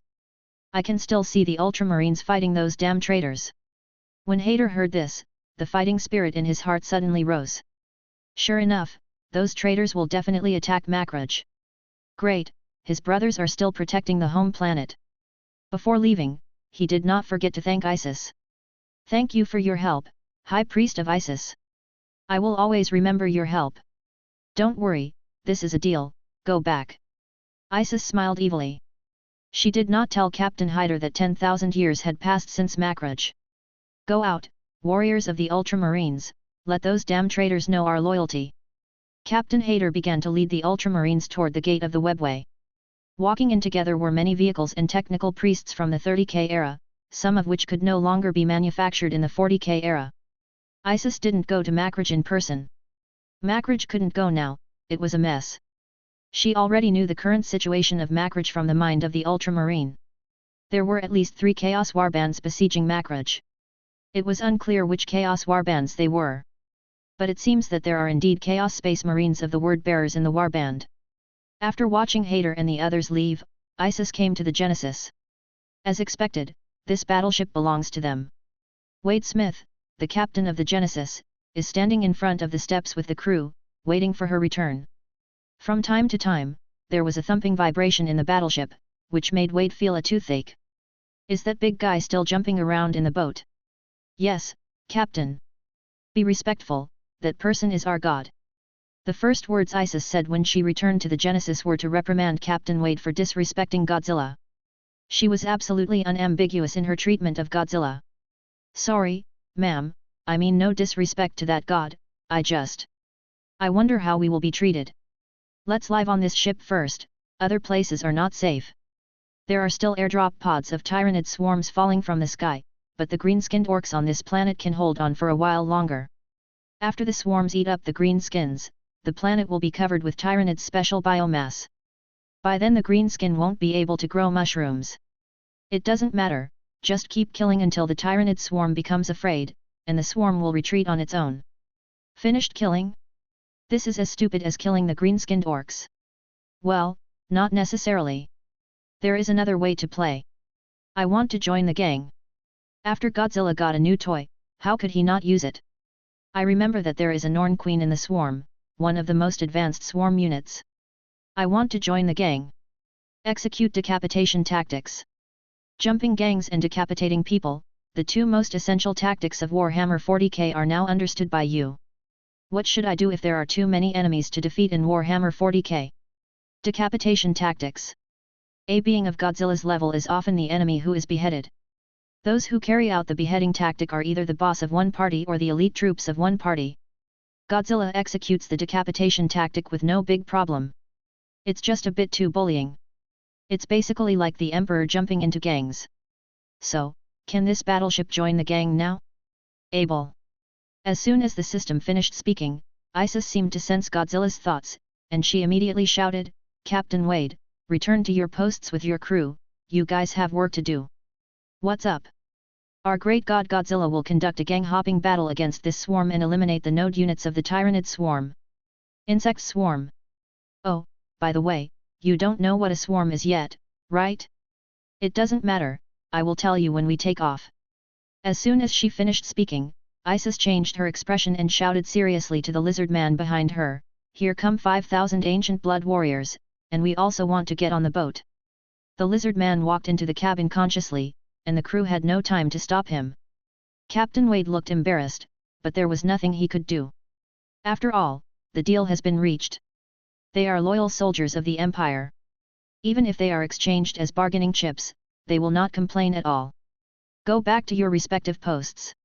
Your Majesty the Emperor, please listen to them for the time being. Oh, by the way, where is your navigator? In the navigator sanctuary. Male or female? Wade didn't understand the meaning of the question, but he still answered truthfully. That's really a pity. Let him come down. If you meet a beautiful female navigator in the future, you can introduce her to her. The navigator is the guide of our ship. Without the navigator, we cannot sail. Did I say there is no one to guide you? Isis has long been prepared. In the lizardman team, 4 lizardmen are carrying a sedan. On the sedan is an ancient stone seat. On the seat sits another lizardman priest, a sleeping lizard. Human priest. This ancient lizard priest is much older than Isis, but he is now in a deep sleep and will rarely wake up. She was leaning lazily on the throne, looking so frail and frail. But if a psyker looks at her, they will be surprised at how powerful she is. Her psychic power is definitely not inferior to that of Psianch, and the Chinook light is enough to blind the eyes of weak psychers. Blind. She will be your new navigator. Captain Wade said hurriedly, but, she is not a servant of the Emperor, and the machine spirit will be angry. It dares. Isis's right foot stamped on the deck of the Genesis, and terrifying psychic power erupted from her body, echoing the psychic power of the sleeping ancient lizardman priest. The psychic power of the 2 lizardman priests was even above the planet. A raging storm formed. If it dares to get angry, I will dismantle it and throw it into the subspace, so that it can feel the feeling of being corroded by the Chaos Evil God. Ah, Vatosh, the latest Chaos Demigod, in charge of some mechanical powers, will definitely be happy. Transform it into a demon battleship. The machine spirit of the Genesis originally wanted to be angry, but now it could only tremble. If the Emperor had a talking device, he would definitely make it obedient. This is because the Adeptus Mechanicus is used to it. Look at the Emperor, he even dares to fight a void dragon, let alone a machine spirit. Now, Captain Wade, set sail, I can't keep my god waiting any longer. Chapter 61. After about an hour of departure, the Genesis broke through the constraints of the planet's gravity with great stability and headed towards space. The swarm fleet outside had just returned to the base ship when they saw the Genesis leaving the atmosphere and entering the starry sky. Seeing this, the Norn Queen was a little annoyed. This time she directly sent 20 biological ships of the insect swarm to surround the Genesis. As long as it dared to take off, it would completely dismantle the ship this time. Although the Genesis was an Imperial battleship, it was still a bit overwhelmed when facing a swarm fleet that was several times larger than its own. At this time, adopting gang hopping or beheading tactics are often common methods used by the Empire. The void shield is activated, the engines are at full speed, and the entire ship rushes towards the largest insect swarm ship at top speed. The lizardmen priests guide the way forward for the ship, but before they can rush to the insect swarm mothership, they have to pass through the obstruction of at least a dozen insect swarm biological ships. Just bumping into each other all the way. Yes, just hit it all the way. Isis's answer was straightforward. The highest node unit of the swarm is in that ship. Understood. Captain Wade didn't say much anymore. He was sitting in the captain's seat. The various implants behind him had already been connected to the machine soul of the Genesis. He could clearly see everything around the ship. Well, there's only one thing to do now. With the engine running at full speed, it crashed all the way through the corner. Leave the rest to the Emperor's blessing. At least they had completed their mission of escorting the Ultramarines company back to Makraj. Everyone is prepared to resist the impact.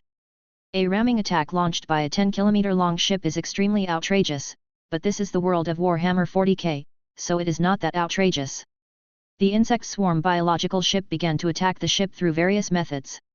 Only one narwhal insect swarm biological ship collided with the Genesis. The angles of the two sides collided together, causing a tragic collision. Even in the hangar, Godzilla could see the Genesis tearing the bioship in half. On the void shield outside the hangar, the flesh and blood of countless insect swarms were torn apart. The scene was so shocking that even Godzilla was moved. When can I tear apart the insect swarm biological ship with my bare hands? In its current form, this is nearly impossible. But it is still possible to tear apart the swarm titans in the biological ship. The first round of impact ended quickly. The collision angle of the Genesis was stained with a large amount of the flesh and blood of the Tyranid swarm, and it rushed towards the hinterland of the Tyranid swarm's fleet. At this time, the ship had withstood the bombardment of at least 13 swarm ships, and the void shield showed signs of being unable to hold up. Moreover, the insect swarm biological ships are very cunning. They did not enter the range of the macro cannon this time, so the Genesis was unable to attack them. But from one side of the Genesis, a blue beam of light ejected from the hangar, bombarding a swarm biological ship in the distance. The blue beam directly penetrated the flesh and blood of the biological ship, blasting from one side into the other. Oh, right, the swarm has no shields. The biological ships of the Tyranid swarm often rely only on biological armor to withstand attacks. The armor strength of these creatures is high enough, but they are currently unable to protect against Godzilla's radiation bombardment. However, you have to agree in advance, because you can't say for sure in the future. After all, the Tyranid swarm will evolve to respond to Godzilla's abilities. The radioactive rays swept all the way through the body of the biological ship, directly cutting the Tyranid biological ship in half. Even if it was a Tyranid Zerg, it would definitely die if it encountered an attack of this level. Godzilla's attack relieved the pressure on the Genesis and was able to rush into the mothership ship where the Norn Queen was before being destroyed. This brood biological ship is even several times larger than the Genesis. Crash in! Isis ordered. Ah, never mind. Captain Wade didn't care anymore, and after silently reciting the Emperor's blessing in his heart, he directly overloaded the Genesis's engine and crashed into the brood ship. With a bang, flesh and blood flew across the universe. Half of the Genesis's hull was inserted into the brood ship. The Genesis's void shield and engine also stopped operating at this moment. The Genesis tried its best. Just leave the rest to Godzilla. Godzilla's roar came from the empty incubation tank in the brood ship, and the cavities and corridors only amplified Godzilla's roar. The Norn Queen panicked. What the hell is this guy here for her? The Norn Queen cannot die. If she dies, the entire fleet will collapse immediately. Although a new Norn Queen may be born later, it will cause chaos for a short period of time. This is absolutely not possible. The Norn Queen began her final struggle. Although she also had combat capabilities, they were limited to dealing with small units like Space Marines. Large units like Godzilla could easily tear her apart. As a result, the Norn Queen screamed, and this psychic scream caused the Hive ship to immediately start producing swarm titans in an attempt to stop Godzilla. But that makes no sense. Godzilla is already moving in the direction of the Norn Queen.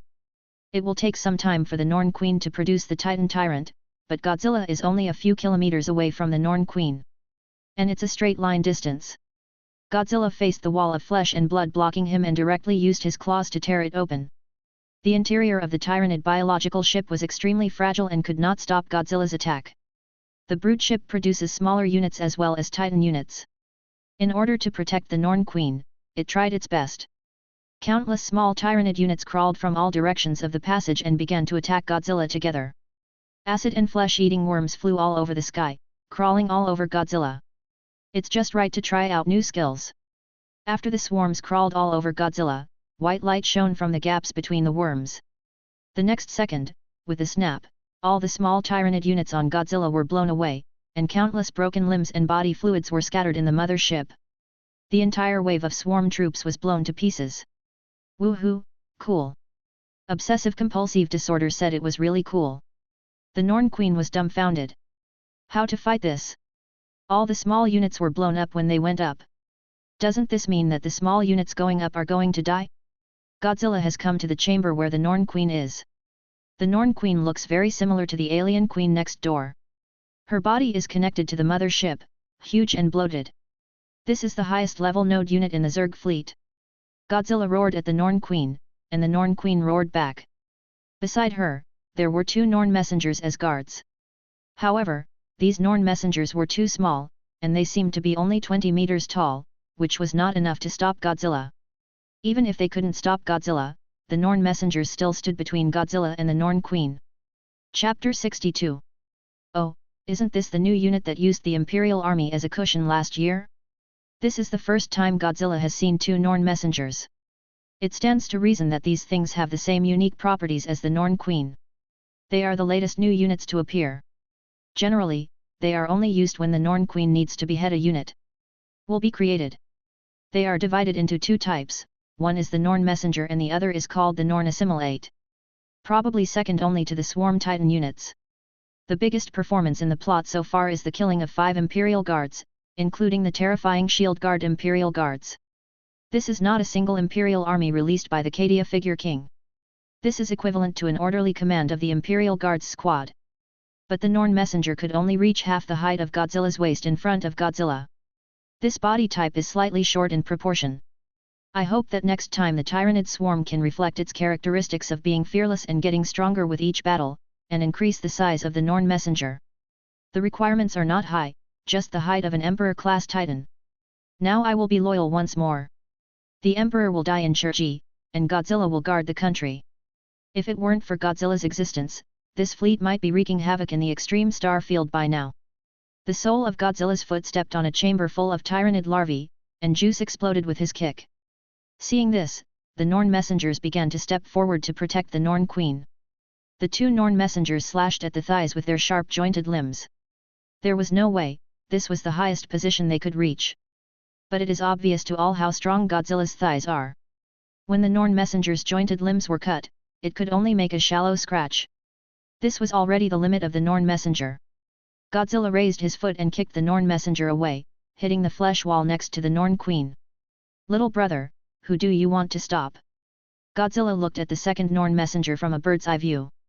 Using the word Demon King to describe Godzilla's momentum at this moment is not an exaggeration. The Norn messenger roared, then jumped hard and swung its sharp forelimbs to stab Godzilla's neck, but Godzilla clapped his claws and caught the Norn messenger. No matter how hard the Norn messenger struggled, he couldn't break free. With a tearing sound, the Norn messenger was torn apart by Godzilla's hands. The Norn messenger who was kicked away recovered his strength and charged towards Godzilla again. Godzilla also started to charge. He picked up the Norn messenger and rushed straight towards the Norn Queen. Hi ha! The Norn Queen screamed and tried to pull her body out of the mothership, but it was too late. Godzilla held the Norn messenger and bumped into the Norn Queen. The Norn Queen's body was visibly distorted and deformed, and then, with a bang, Godzilla knocked down the Norn messenger, Norn Queen, and the thick flesh wall together, and crashed into another chamber. The lizardmen and the mortal army of the Empire were fighting against the Tyranid swarm in the chamber. Godzilla's arrival attracts their attention. The Norn Queen was still alive, her body was crushed, but her head could still move. She wanted to make a final resistance, but Godzilla's big foot stepped on the Norn Queen's head. In an instant, all the insect swarm units suddenly stopped. Even low-level node units like warrior bugs were stunned. A wave of psychic energy swept through the entire insect swarm. All insect swarm units knew that the Norn Queen was dead, and the insect swarm biological ships immediately began to change their targets and attack the insect swarm biological ships around them. This is another weakness of the Tyranids. When the highest level node unit dies, the lower level units will lose themselves.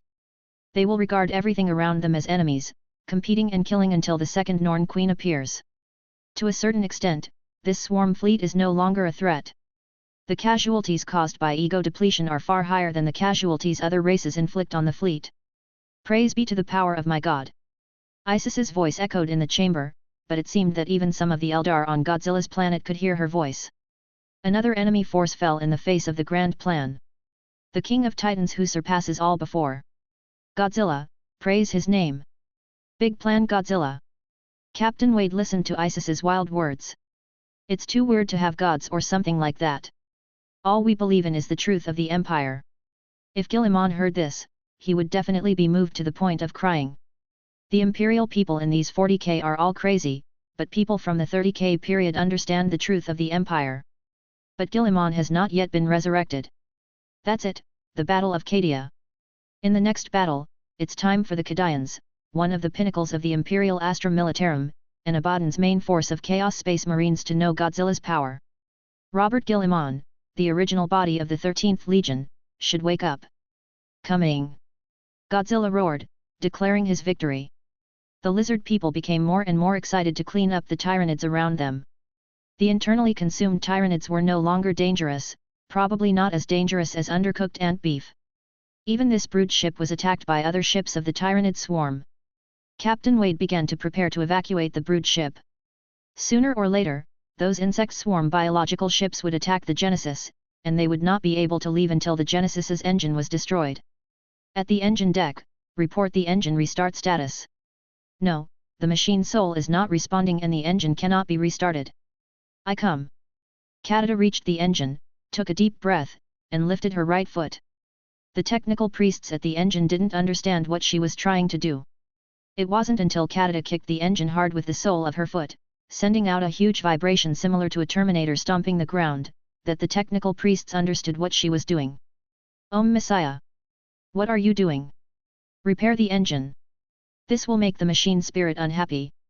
However, after being kicked by Kadada, the engine began to run, and the huge engine began to provide enough power to make the battleship move. The technical priest was stunned for a moment. This is impossible. The engine power is coming back and there are no error codes, it's nothing short of a miracle. Captain Wade, in 5 minutes, the engines will be fully started and we can leave at any time. See, I'm good at fixing engines. Kadada gave a thumbs up and smiled proudly. Well, she was really good at repairing engines, in the physical sense. Captain Wade immediately made a broadcast on the sound array channel. Everyone, let's board the ship. We must leave this biological ship immediately, otherwise this guy will go crazy and don't know where he will take us. Godzilla began heading towards the Genesis and re-entered the hangar. There are still some sporadic Tyranids units in the hangar, but the current Tyranids units cannot even defeat the servitors. After more than 10 minutes, the Genesis completed the restarting of the engine and void shield, and reversed away from the mothership. Outside the starry sky, the insect swarm biological ships can be seen attacking each other. In a short period of time, dozens of insect swarm biological ships have been destroyed by our own people. It's so fun to join a gang. No wonder the forces in Warhammer 40K love joining gangs so much. Chapter 63. The next battle is just some boring and tedious finishing work. When the new Norn Queen was born in this swarm fleet, the overall scale was reduced to only a dozen biological ships, but a large number of airdrop units died, and the biomass was almost completely consumed. This scale is too small to form another airdrop operation on the Godzilla planet. On the green-skinned orc planet next to it, the orcs have almost run out of food. If this swarm fleet does not find a way to solve the biomass problem on its own, it will probably starve to death. The Godzilla planet must not be able to continue attacking, and the new Nornworms decisively chose to retreat and go to other star fields. Task completed, 200 points will be awarded. Current points, 800 points. Not even close. Godzilla looked at them all and saw that there were only 200 points left to get 1000 points, which could be directly redeemed for a powerful 100-meter level form. It's so cool to have the 100-meter level Godzilla form. At 100-meter level, I can beat the Emperor-level Titan like a child. The Emperor-class Titan shouldn't be 100 meters tall, probably. Godzilla is not sure whether the Emperor-class Titan is 100 meters tall. It should not be possible. This thing should not be built in the 40K era. It should not be built. GW doesn't feel confident eating anything the books have given me. Gilliman is resurrected, the Lion King is back, and it is possible that GW will resurrect the Angel someday. When the time comes for the Second Empire, the three most important primarchs of the human empire will return to People's Sight and lead the empire to start the expedition again. But now I have confidence, I have my own ship, I dare to fight Cadia now. Then let's go near Cardia. Ah! Really go for it. If you really go, there is no need to pretend. That's not impossible. The biggest problem with Cadia is that Abaddon is determined to destroy Cadia. For this reason, he does not hesitate to use the Blackstone Fortress to smash Cadia. As long as Godzilla escapes before the Blackstone Fortress falls, the road will be fine. It sounds very bad, but if that thing falls, it can smash even the planet. Even Godzilla can't move. Before the Blackstone Fortress falls, there are actually a few battles left. Once the battle is over, we can withdraw. Cadia really cannot hold it. Then target Abaddon's Chaos Titan Corps and the Demon Alliance. If humans attack you and the humans will be targeted. Well, okay, I have no objection. Again, 40k humans and 30k humans can't stand it, let alone Godzilla's existence in the 2k era. Oh, by the way, Godzilla is indeed a creature from the 2K period. His earliest history is the first-generation Godzilla in 1954, let alone the 3K period. How long does it take for Cardia to fight? There are still a few months, so don't rush. There are no satellites near Cadia. Yes, what the hell am I talking about? Cadia has no satellites or adjacent planets. It is a lone star stuck in the Great Rift, providing a safe corridor with dangerous subspace storms on both sides. The first battle is the decisive battle. One more thing, a one-way portal from the demon realm of Slaanesh will open soon, please pay attention. Ah! Why is there a one-way portal to the demon realm of Slaanesh open? Godzilla doesn't understand. It seems he hasn't fought against Slaanesh yet, and it's a one-way portal. What do you mean, only Slaanesh is allowed to send people here? Not allowed to fight him to Slaanesh? But Godzilla still followed the guidance of the system and came to a corner of the Godzilla planet. Isis arrived here 10 minutes later, accompanied by a few brainwashed Eldar and a small number of temple guards. She didn't seem to be here to fight, but waiting for something. Soon, a small demon portal cracked open on the planet Godzilla. This demon portal is very unstable and can only stay open for more than 10 minutes. It cannot transport powerful demons and is a very loss-making enterprise. A way to open the door. The devil would rather not teleport than use this method to open the door. But as soon as the door opened, a group of lust demons and Slaanesh mates were seen running out of the door, but they didn't look like they were coming to attack, but more like they were running away. They had just run away, and Godzilla didn't even have time to step forward. A big claw suddenly stretched out from the door and grabbed the Slaanesh Desire Demon closest to the door. The Slaanesh Desire Demon screamed, its snake-like tongue stretched out, and it beat the big claw with both arms in fear. But with a strong squeeze of his big paw, the Slaanesh Desire Demon was crushed into Slaanesh Desire Demon sauce. Then, the thing inside the gate slowly withdrew its hand and let out Godzilla's unique roar. That's Godzilla's claw. Only then did Godzilla see what the situation was. Damn it, there's no Godzilla projection over there in Slaanesh that kills the demon to the point where he has to run away even if he opens a temporary portal at a loss. Bingo. Got it, curse Godzilla. Godzilla didn't know that Slaanesh was bullying his chosen one, but he didn't need to worry about this kind of thing. The Godzilla in the demonic realm of Slaanesh was more like a god than he was. But we all know that Godzilla is not a god. Like the Emperor, he is a deified existence. On the contrary, Godzilla may be the kind of existence that most obeys the laws of physics. It is not an exaggeration to give Godzilla the title of Star God. That guy was really cool to kill, I'll do it next time. The Slaanesh portal opened briefly, then closed again. Before the Slaanesh demons and Slaanesh mates who ran out could take a breath, they found themselves surrounded by unknown enemies. I've been waiting for you for a long time. Isis stepped forward with a step even more enchanting than those of Slaanesh's mates, with a cruel smile on her lips. She is never kind to her enemies. The Eldar behind Isis drew his Eldar scimitar. Even if they were not brainwashed, the Eldar and Slaanesh had an undying relationship, and there was almost no possibility of reconciliation. The Slaanesh demons huddled together, their eyes full of uneasiness and fear. That was right. This is what Isis wants. Isis moved her fingers, pointed at the demons of Slaanesh and said, "Don't kill them all. I want to live, but I can cut off my arms and legs." This is probably what happens when white bean sprouts are used as black bean sprouts. The Eldar and the temple guards stepped forward to control this small group of Slaanesh demons. When they cut off the hands and feet of the Slaanesh demons, they seemed to be able to see the joy in the hearts of these Eldar, the joyful color of their souls. The more you look at it, the more purple it becomes, which is Slaanesh's favorite food. But the current situation is simply a slap in the face to Slaanesh. Because of the existence of the Soul Stone, Slaanesh could only look at these delicious Eldar souls, but could not take a bite. Nothing was more painful for Slaanesh than this. After a few minutes, the demons of Slaanesh were captured one by one, and those who could not be caught had their hands and feet cut off, making it impossible to escape. Isis had her revenge. Chapter 64. What Isis will do next is actually very consistent with the style of Warhammer 40K. Something that both the Empire and the Eldar would do. Imprisoning demons, torturing demons, and using them as their own trophies. Even demons may find Isis cruel, but this is the norm in Warhammer 40K. Even in the Empire, there are incidents of torture and demon-related things. I won't let you die too early. Isis looked at the demons in the cage and said, "I will make you experience unimaginable pain in the real universe before you die." Isis couldn't believe what she said, because next to her there was a Slaanesh demon whose neck was broken. Even Kern would praise that skillful way of breaking the neck. Isis has plenty of time to exact revenge on Slaanesh for bewitching her before Godzilla's next crusade. I won't go into details about the methods of torture, as I believe most readers are not interested in torturing others. Back to Godzilla. Godzilla still has a few preparatory steps to take before heading to Cadia. First, the Genesis is not strong enough and needs to be modified. I guess this thing isn't Godzilla enough.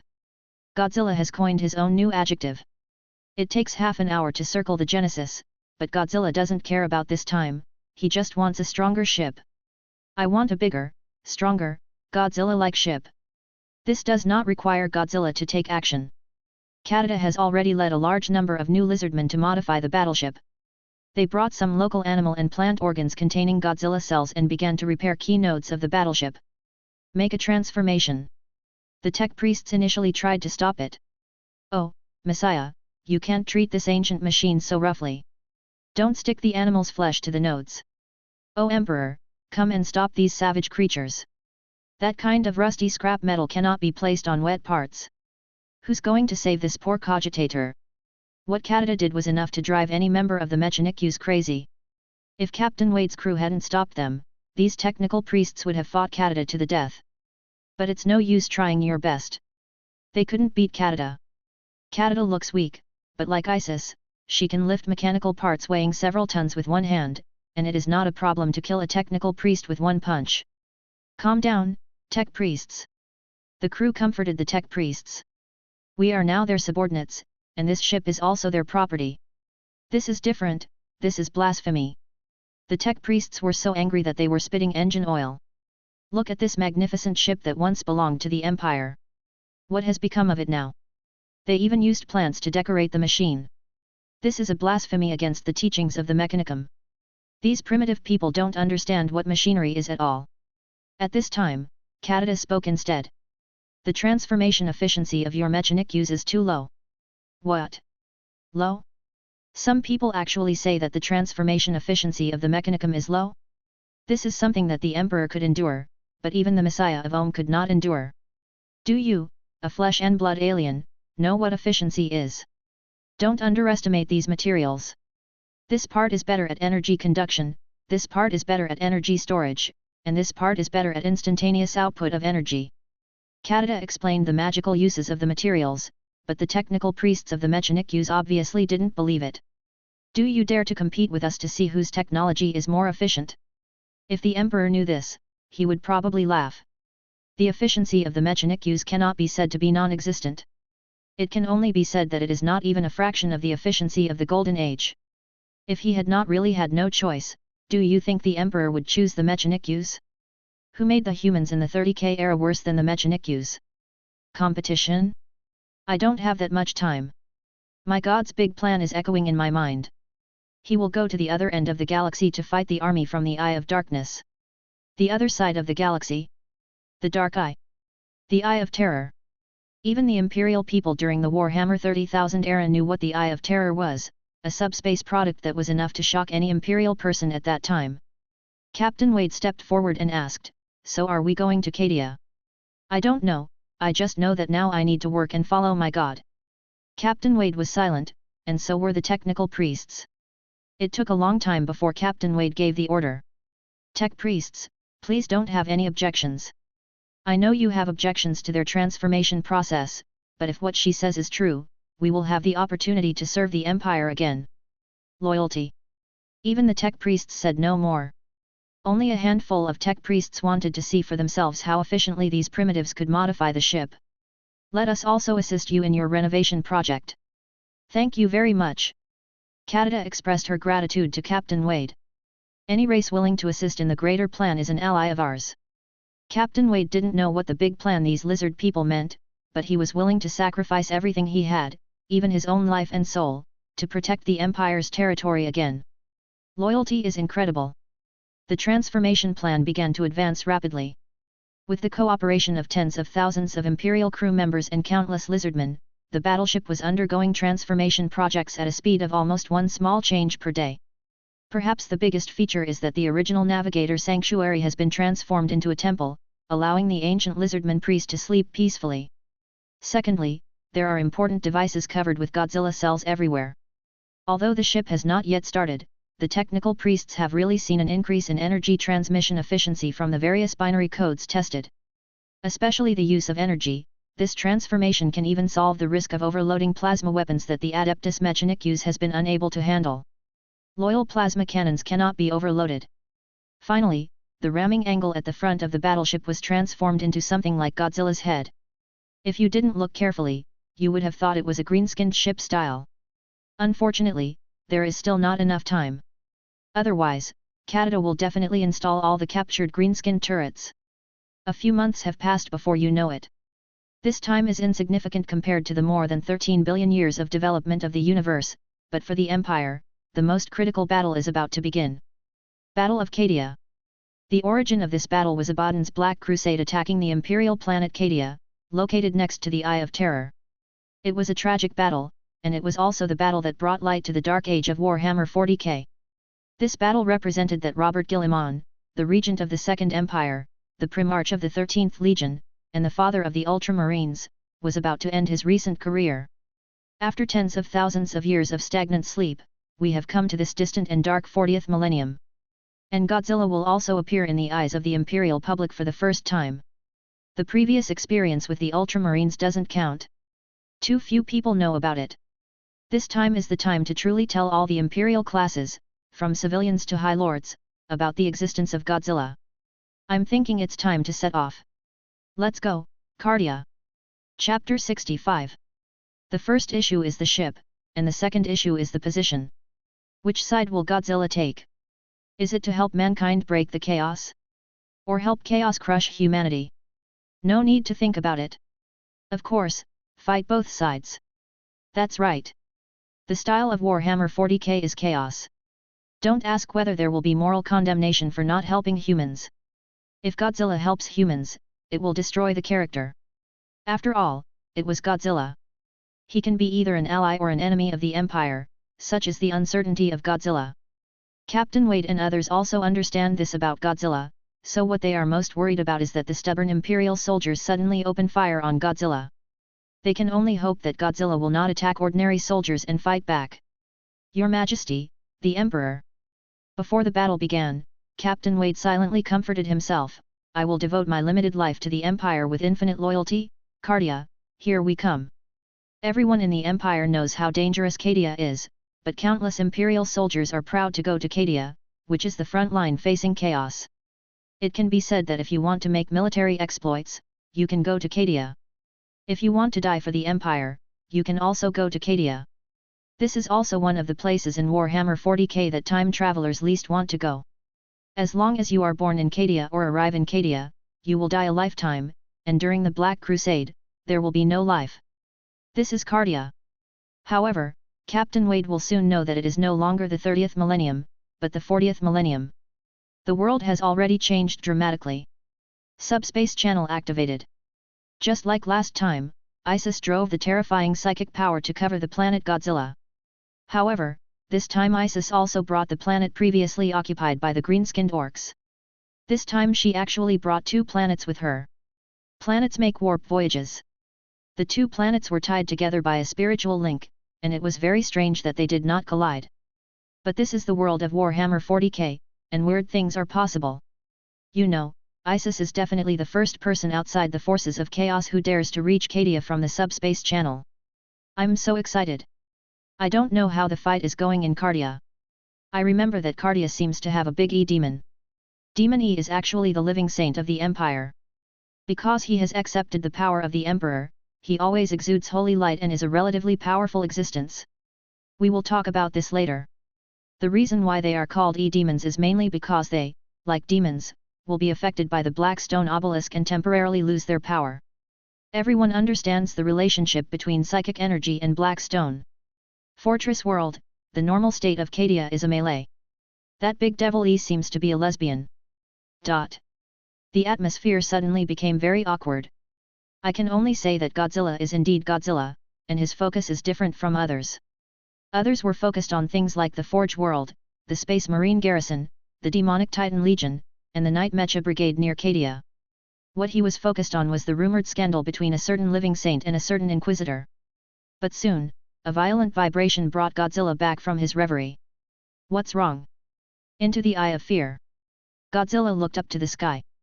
Before he reached Cadia, he was warmly welcomed by the Chaos side. This time he was welcomed by Tsianch.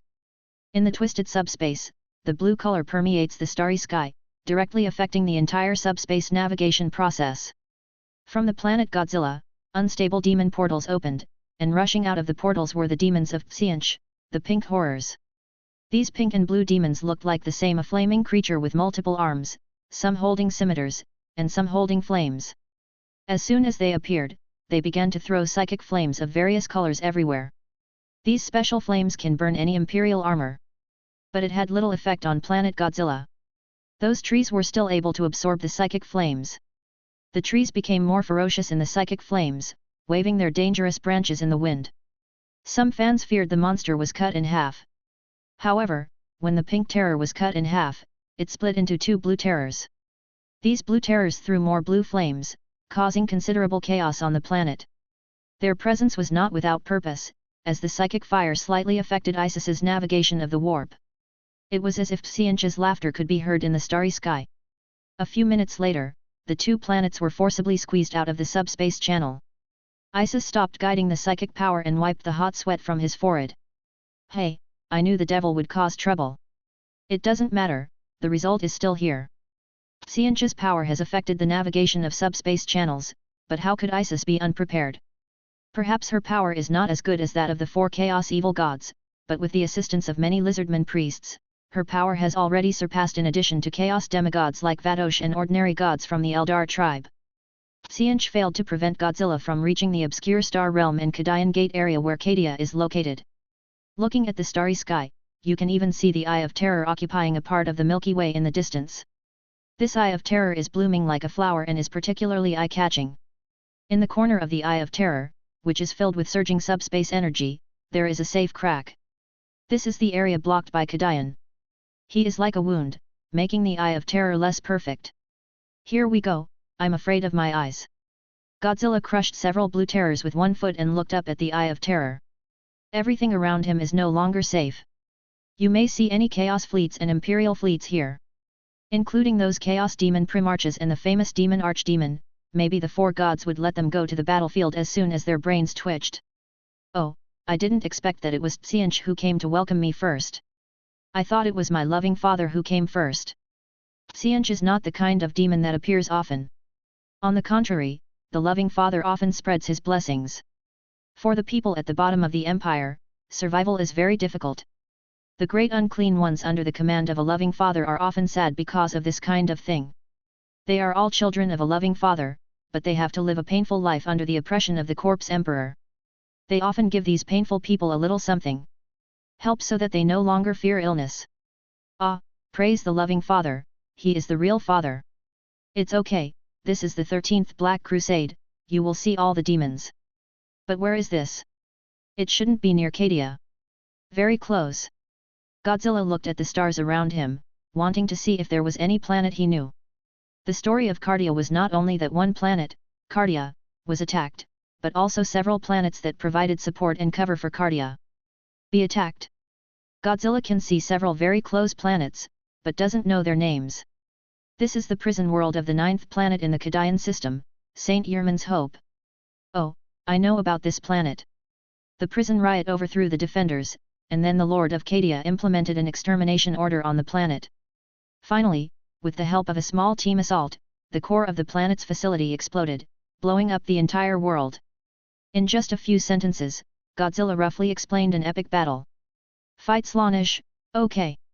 I wanted to fight Slaanesh before, but I didn't get a chance. Let me see which Chaos Warband of Slaanesh I encountered. It is Lucius the Immortal and the Chaos Warband fleet of the Emperor's children. Lucius the Immortal will be unlucky this time. Ah, that long-tongued champion of Slaanesh. It's a pity that Fulgrim didn't come. He is busy with the Silver Party and has no time to come to the Black Expedition. Okay, as long as it's not the demon world that was shattered by Planet Killer, I'm not ready to deal with Planet Killer's attack just yet. Chapter 66. The Chaos Fleet has already seen the two planets that suddenly appeared. This Chaos Fleet is not small in size, but it is mainly cruisers. Only one flagship cruiser is larger than the Genesis, and the others are smaller. What is that thing? A noise warrior of the Emperor's Children chapter looked at the distant planet Godzilla, looking confused. The subspace channel seems to have been reopened just now. Wait, did something fly out? The Genesis broke out of the atmosphere and rushed towards the fleet of Slaanesh Space Marines. Some of these Chaos Space Marines of the Emperor's Children were also veterans of the 30K era. They looked at the ship and couldn't understand it. It looks like the Corpse Emperor's battleship, but why does it have so many strange decorations and strange temples? The temple on the Genesis is not a church of the Empire. The Chaos side can't tell whether it is a ship of the Empire or the Chaos side. Send him a signal to ask for their identities. The fleet turned to face the other side. The landing fleet plan remains unchanged. Continue to implement the plan. The Emperor's Children chapter is more organized than the World Eaters, but that's only for now.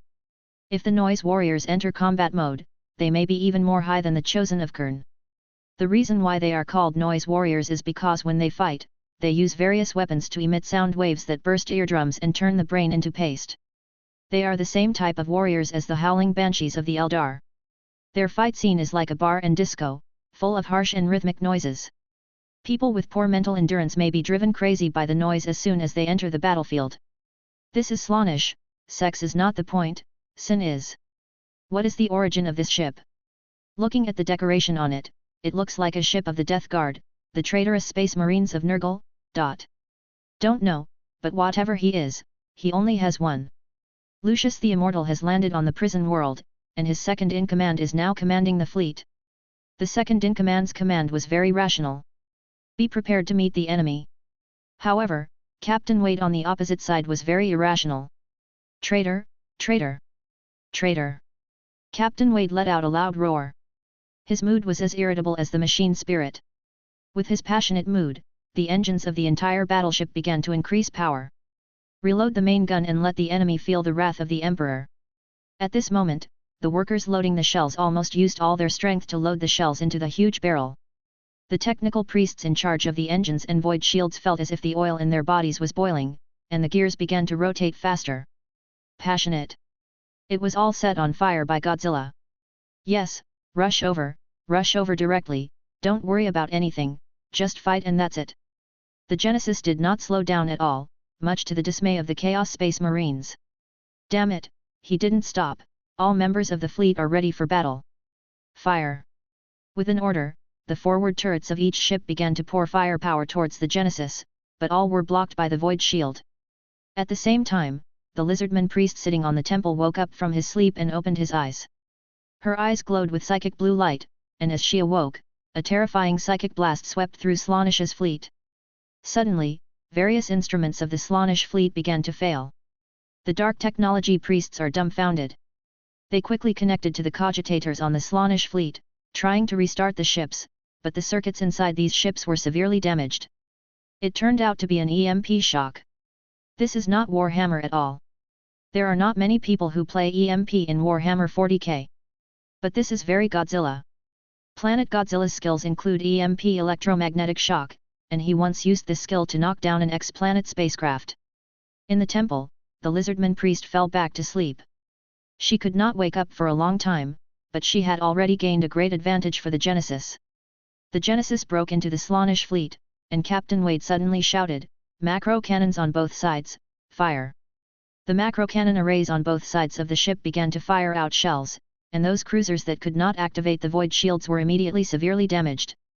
Godzilla also began to spit out radioactive rays from the special hangar on the top of the Genesis, and blue beams began to sweep across the surrounding area. Starry sky. At least 3 frigates and cruisers were cut off entirely. Damn it, not a Death Guard ship. The fleet commander let out an angry roar, the noise almost piercing the eardrums. If it's a Death Guard ship, even if it's Mortarian sitting inside, I'm going to give him a punch. Even the Emperor's Children chapter felt distressed by the losses caused by this. Fortunately, the paralysis of the fleet only lasted for less than 3 minutes. 3 minutes later, the ship systems of the Slaanish fleet began to come back online, and the void shield was activated, preventing further losses.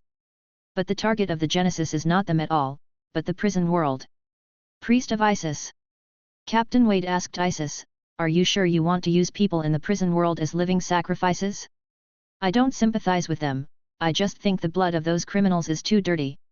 If you can take my life as a sacrifice.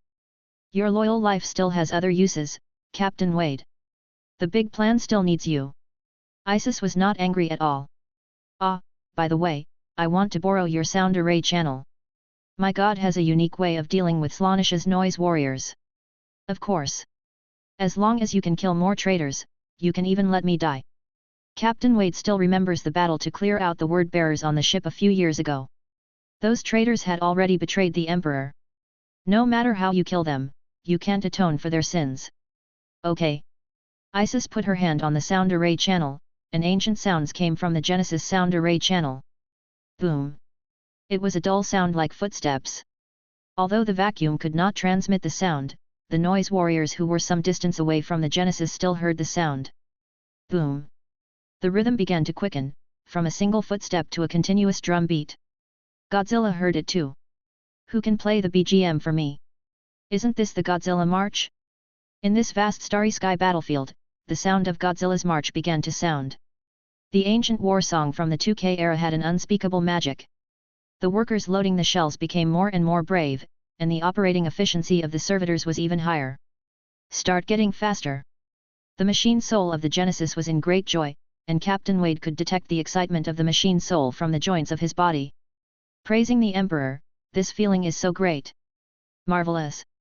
Godzilla could feel the power in his body rising inexplicably. He sprayed out radioactive rays from his mouth again, and the blue beam bombarded a sword-class frigate. This small frigate was only 1 kilometer long. Generally speaking, Godzilla was not enough to break the frigate's void shield. But this time, after a few seconds of confrontation with the void shield, the sword-class frigate's void shield was broken through by Godzilla and cut in half by the radiation ray. "Can my little brother still add buff to me?" Subspace blessing can be understood as that under the influence of BGM, part of your power can return. That's so cool. When the Genesis approached a Slaanish cruiser, Godzilla jumped out of the gunfire-filled docking area and climbed onto the outer wall of the Slaanesh cruiser. Did you see it? Ah, I saw it. The two second-in-commands of the Slaanesh fleet were stunned. They were as surprised as when they saw the Warlord-class Titan engaging in a space-hopping gang battle. That big guy must be Godzilla. Hearing this, the second-in-command was no longer calm. The Godzilla who killed 6 secret keepers in the demonic domain of Jiwan Castle. Chapter 67. Killing 6 great demons of Slaanesh was nothing, and there were many great demons of Slaanesh. The problem is that what happened in the Castle of Joy will make any demon or Chaos Space Marine on the Slaanesh side feel frightened. The giant beast penetrated the magic domain of Castle of Joy. If he wanted to, he could even fight his way to Prince Joy's castle. But he only penetrated one demon realm and killed all the big demons in that demon realm. This is a warning. A warning against Slaanesh. Damn it, is that monster on the outer wall of the cruiser Godzilla. That ship is doomed.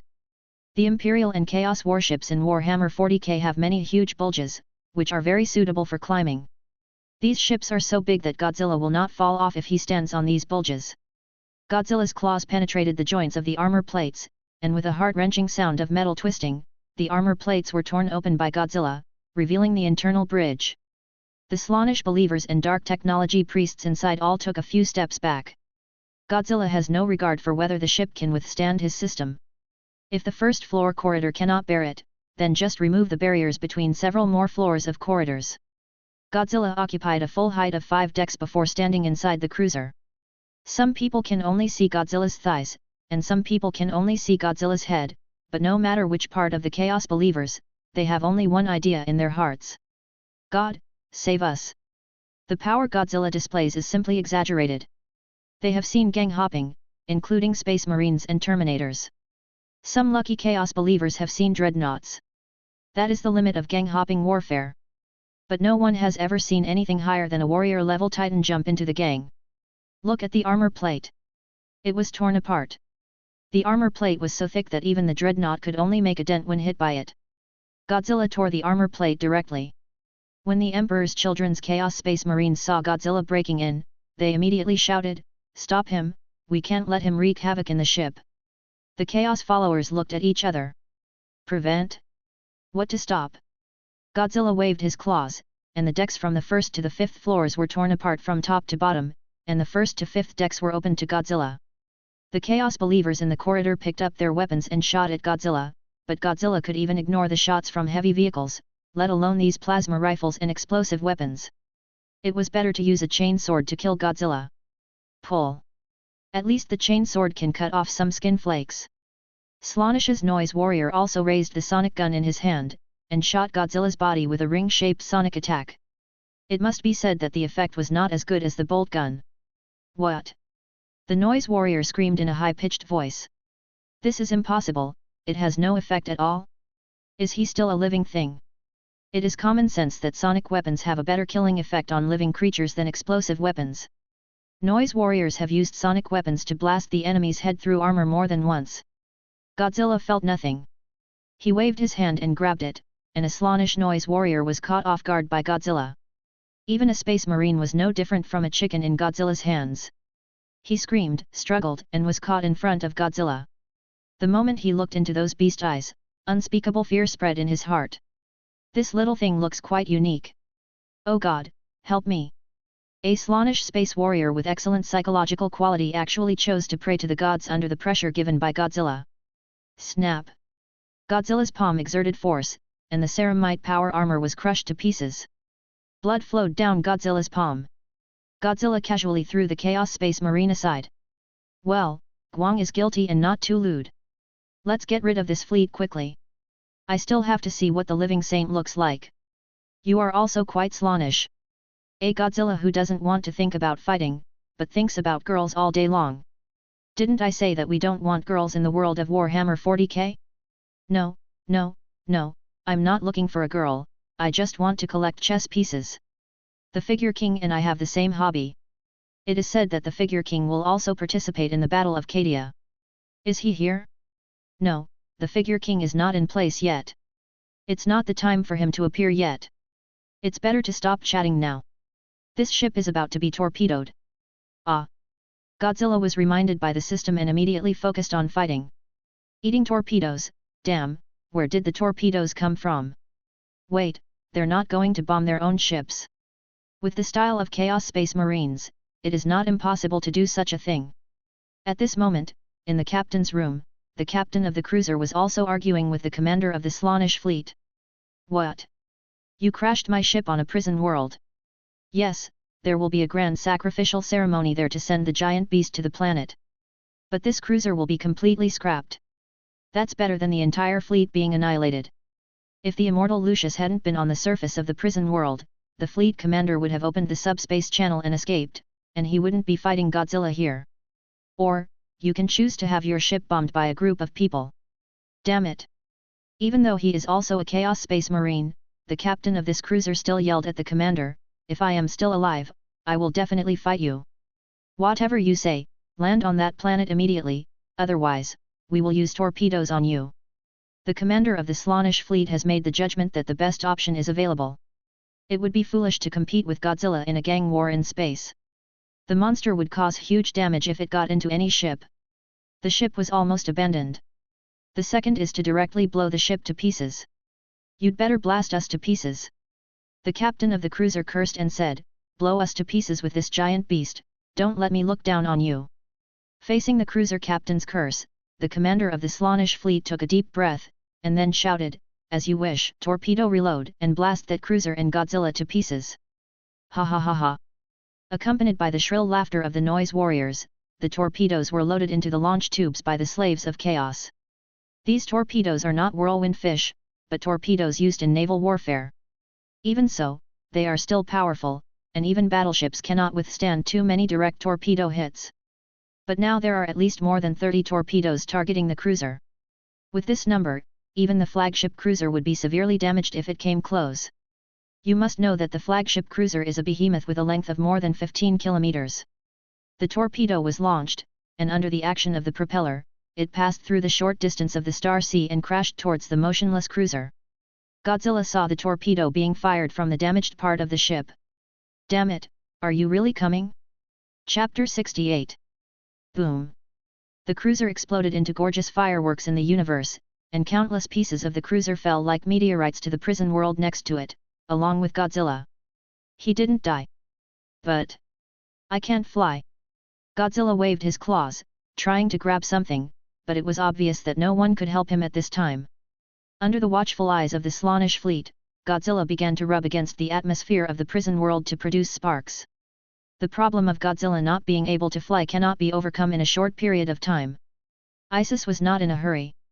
Because they were also going to land in this world. At this moment, Lucius the Immortal was leading the Slaanesh Noise Warriors and the Slaanesh Devil to torture the prisoners in the prison world.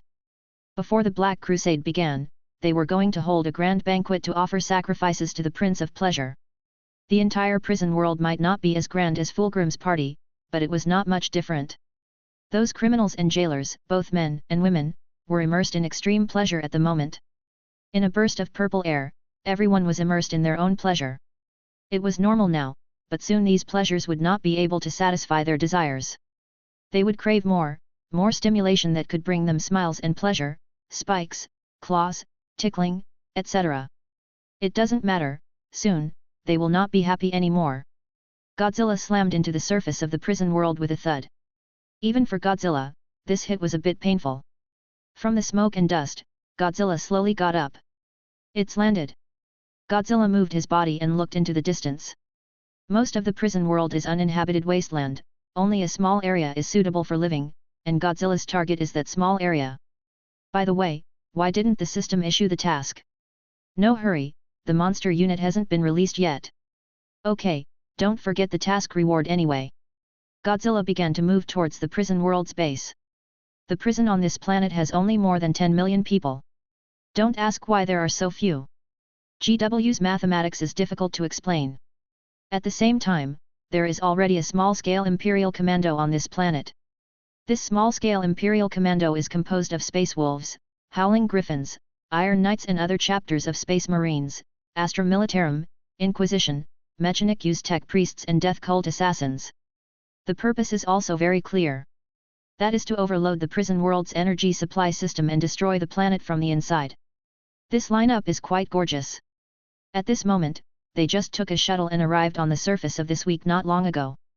The tech priests are opening the door to the prison world. Oh, I forgot to say here that the surface of the prison world is not suitable for survival. Their buildings are underground, which is a huge complex of buildings. Similar to the bottom nest of the Hive City. How long will it take? Asked the Space Wolves Space Marines. It is expected that the gate to the underground can be opened in 3 minutes and 26 seconds. As the tech priest operated, binary codes flashed on the thinker, and the gate in front of the Imperial Commando was slowly starting. Just as everyone was waiting for the gate to open, the Genesis and the shattered cruiser fragments broke into the atmosphere, startling the members of the Commando. Emperor, have those traitors noticed us? No.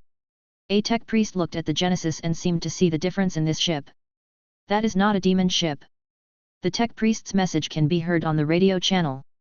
I'll go and see.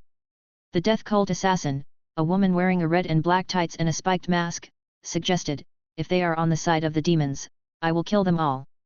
The death cult, this religion may not be known to many people in Warhammer 40K. You can understand that they are assassins infected by chaos, and most of these assassins will be executed in secret. But a few still retain their loyalty to the Emperor, and dedicate their killing skills to the Emperor's victory, so that all those who owe blood debts to the Emperor will get retribution. They are excellent infiltrators and executioners. The Genesis stopped not far from the gate. It is difficult for this huge ship to land and take off multiple times in a short period of time.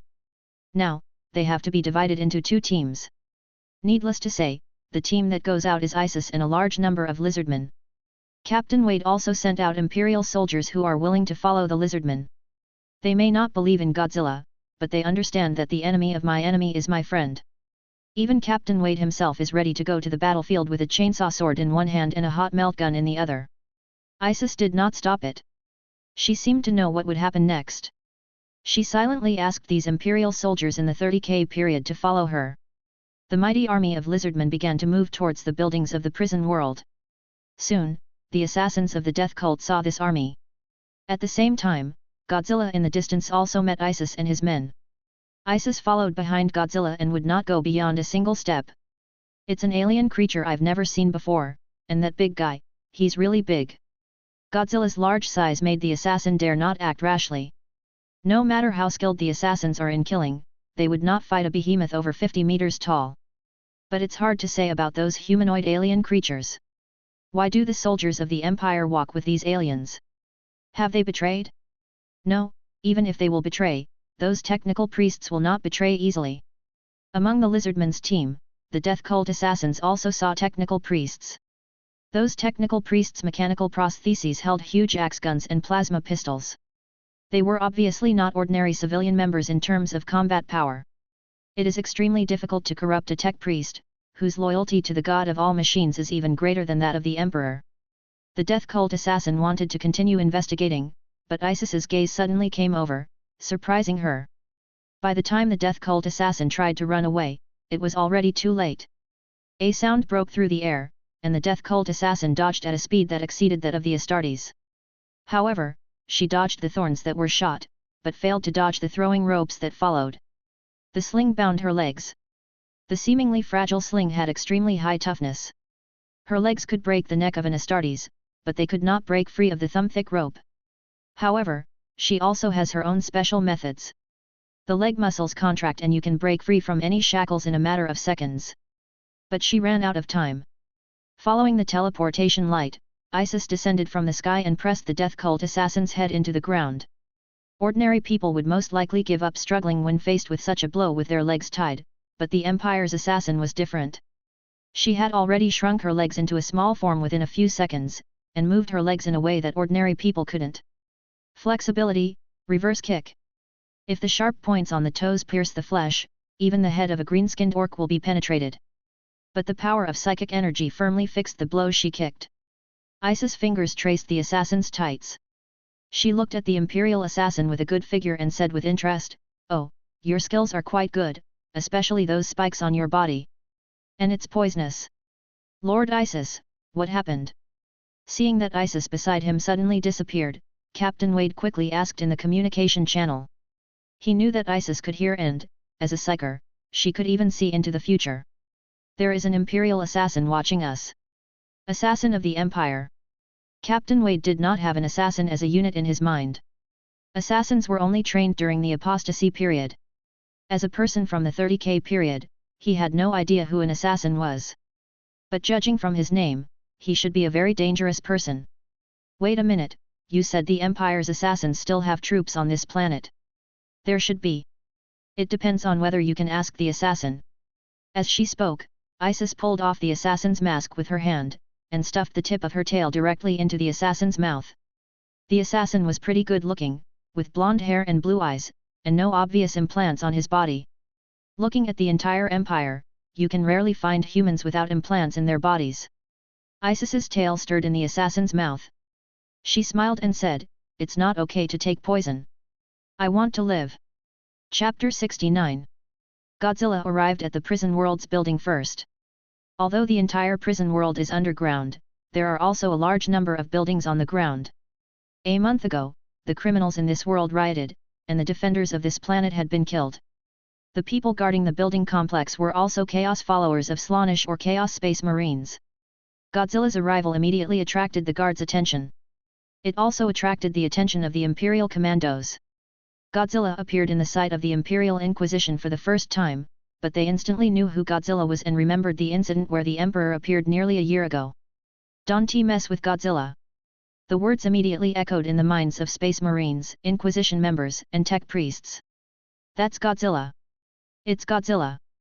I just saw him and this name came to my mind. Your Majesty, the God Emperor, don't provoke Godzilla. This is the God Emperor's warning to us." Although everyone present had the experience of seeing giant beasts, when they actually saw Godzilla, everyone's heart skipped a beat. After all, who could see a big thing taller than a warrior-level titan coming over? Everyone will feel a little bit in their heart. The door has been opened. Have the assassins from the death cult returned yet? The judge of the trial court immediately shook his head and said, "Don't worry about her, she has the right to act independently. To worry about an assassin? This is unnecessary worry." But just as everyone was preparing to enter the prison world, another dull footsteps came from the prison world's superstructure. The eyes of the technical priests changed slightly. Their hands clenched into fists, and their anger caused red waistcoats to flash in their mechanical prosthetic eyes. "Oh my Messiah, this is blasphemy. Godzilla has seen the owner of the footsteps. It was a god's machine, the Titan of the Empire, but that was 10,000 years ago. Now, it is the Lord Titan of Chaos." The Chaos Titan stepped over the building's high walls, and Imperial commandos looked down upon the god's machine. Anger and humiliation drive them crazy. But there is nothing you can do. They are not qualified to fight a Chaos Titan. Even among the Primarchs, there was only one record of the Primarch blowing the head of a Titan, and that was in the distant 30th millennium. Big, really big. It is worthy of being one of the few existing Lord Titans on the Chaos side. It is half a head taller than Godzilla. You must know that this is not the largest Emperor Titan. The pilots of these Chaos Titans were possessed by demons and were forever bound to their machine souls, pouring out their rage in endless agony and wails. But Godzilla is not afraid of him. Finally, I have waited for this day. Godzilla has just waited until the day to dismantle a Titan. After dismantling this Titan, we will have enough parts for Canada's Mechagodzilla. Yes. Okay, let me unwrap a toy for my good daughter and take it home. Godzilla and Chaos Titan were facing each other on the plane. Before Godzilla roared, distorted noise came from the Chaos Titan's loudspeaker. The Titan machine soul, which had long been distorted by Chaos, was furious. His chain sword scraped, his assault cannon whirled. He longed to kill the giant beast named Godzilla and offer sacrifice to their gods. "What the hell are you yelling at me for?"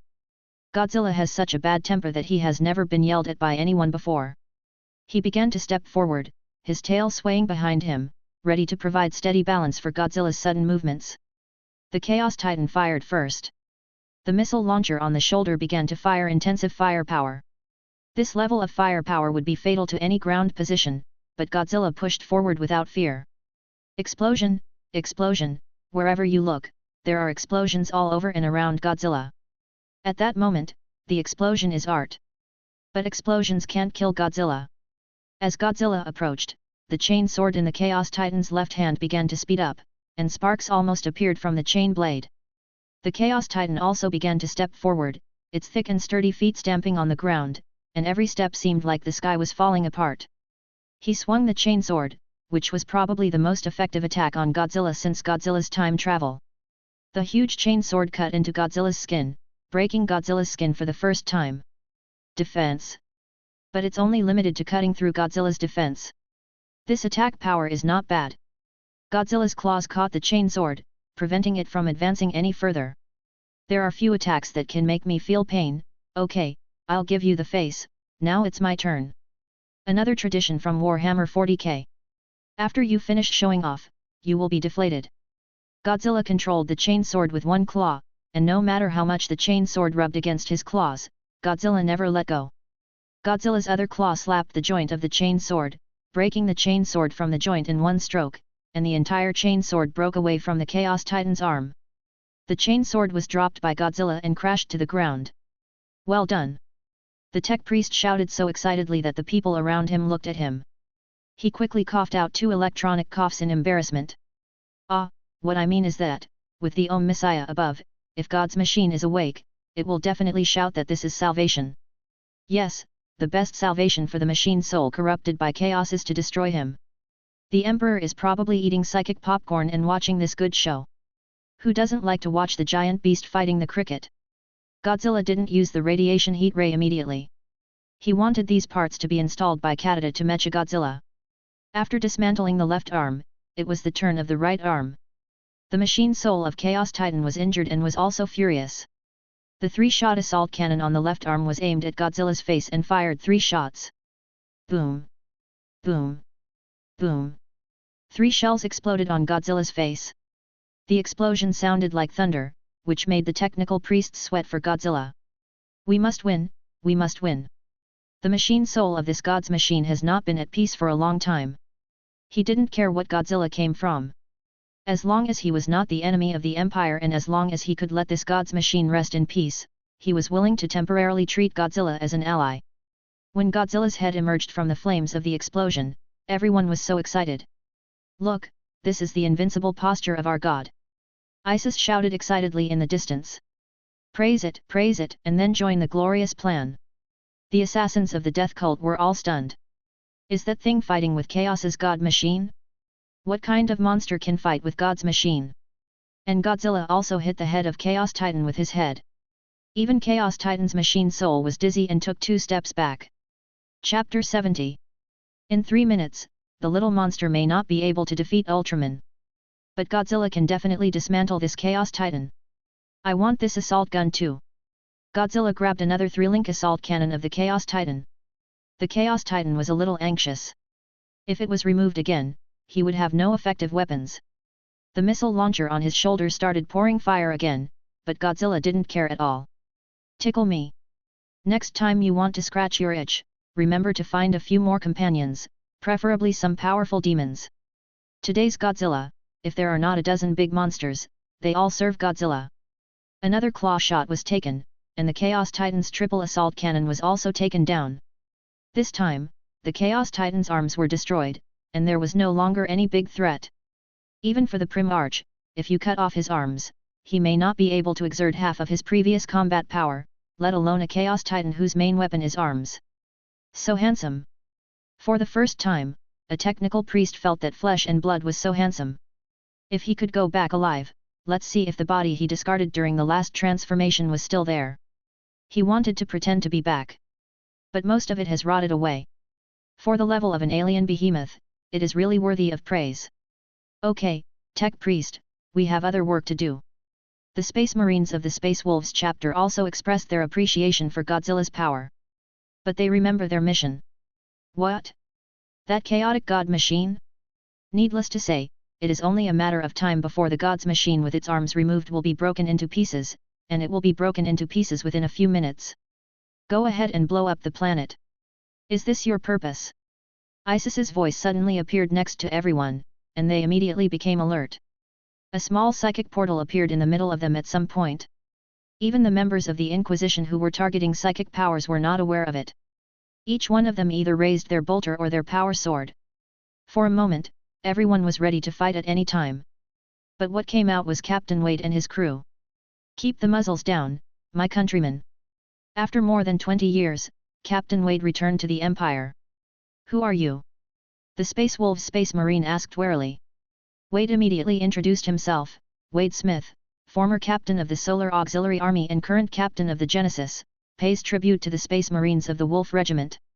The Space Wolves are also a war group that has existed since the 30th millennium. At that time, they were still a legion. Nonsense, Sun Auxiliary Army? That was already 10,000 years ago. 10,000 years ago. Wade was stunned after hearing this. Wait, isn't this the 30th millennium of the imperial calendar? It's the end of the 40th millennium. Me and my crew have been wandering in the warp for 10,000 years. Captain Wade looked unbelievable, but at this time, it was the members of the Inquisition who stepped forward and raised their hands to lower the muzzle of the Space Wolf's gun. You said you are from the 30th millennium? Is there any evidence? Evidence? Prove what?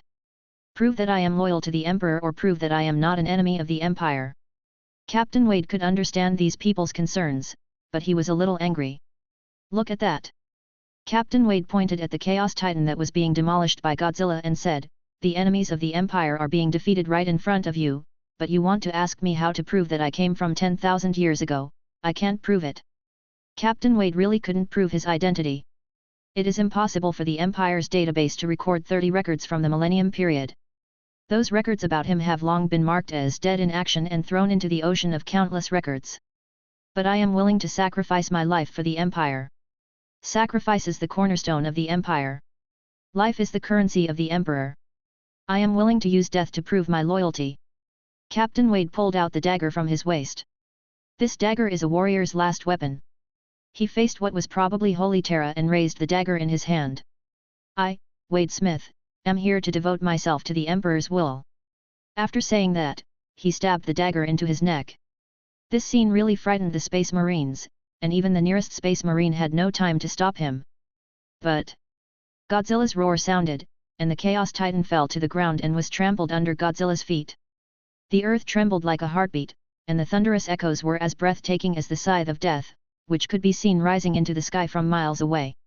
Its terrifying power cannot be described in words. Only when you encounter the Titan can you understand what despair is. This vibration caused Captain Wade's dagger to miss. At the same time, a female judge quickly stepped forward and grabbed his dagger.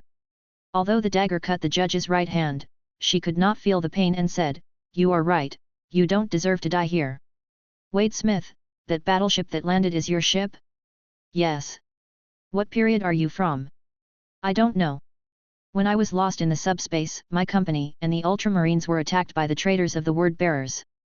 Hearing this, the Space Warriors of the Space Wolves seemed to be moved. Their parent group was also a member of that war. I can sense you are not lying. The female Inquisitor appears to be a psyker. So, who opened the psychic portal? It's me. Only then did Isis slowly walk out of the portal. First meeting, a member of various agencies of the Empire, my name is Isis, and I am the spokesperson of my god Godzilla. Seeing the alien Isis, the Inquisitor was not so nervous. What the hell is Godzilla? Haha, you Imperial people from Holy Terra should understand the origin of my god better than I do. Isis smiled slightly and wiped her tail back and forth on the tights of the death cult assassin who was tied next to her. I don't understand you. Your Emperor understands that he and my god are old acquaintances. As soon as these words came out, everyone was dumbfounded. Godzilla and the God Emperor know each other? The judge took a long breath instead. It seems to explain why those strange orders came from the mouths of the Imperial guards in the palace in the past few months. Ah, are you saying that those orders and the words "don't mess with Godzilla" really came from the mouth of the God Emperor? If the Emperor heard this, he would definitely ask Isis to give this man 2 psychic powers. God Emperor, what a piece of shit. It's all the Inquisitors like you who have messed up the current Empire. If the Emperor and Godzilla knew each other, then everything would make sense. But the Emperor once said that all aliens are enemies of the Empire. That's what I said. Isis smiled even brighter.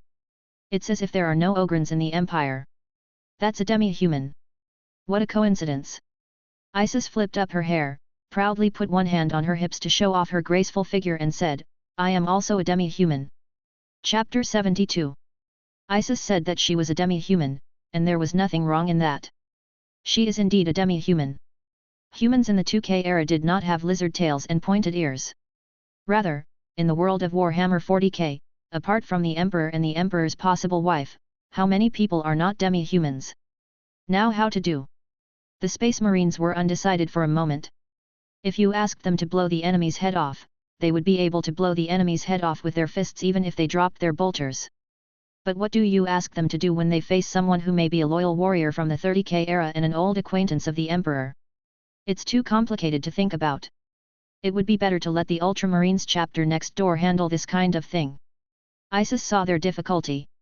Whatever you think, at least my god has not listed the Empire as an enemy. Your mission is to destroy this planet and prevent the planet and its criminals from falling into the hands of chaos, right? Yes. The Inquisitor didn't hide it. In front of a psyker of Isis's level, their minds were as if they had no protection. It just so happens that we have the same goal. I want the criminals of this planet. What do you want those criminals to do? Blood sacrifice.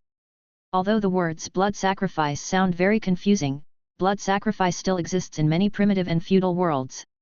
Even the Inquisitors occasionally blood sacrifice their enemies to show their loyalty to the Emperor.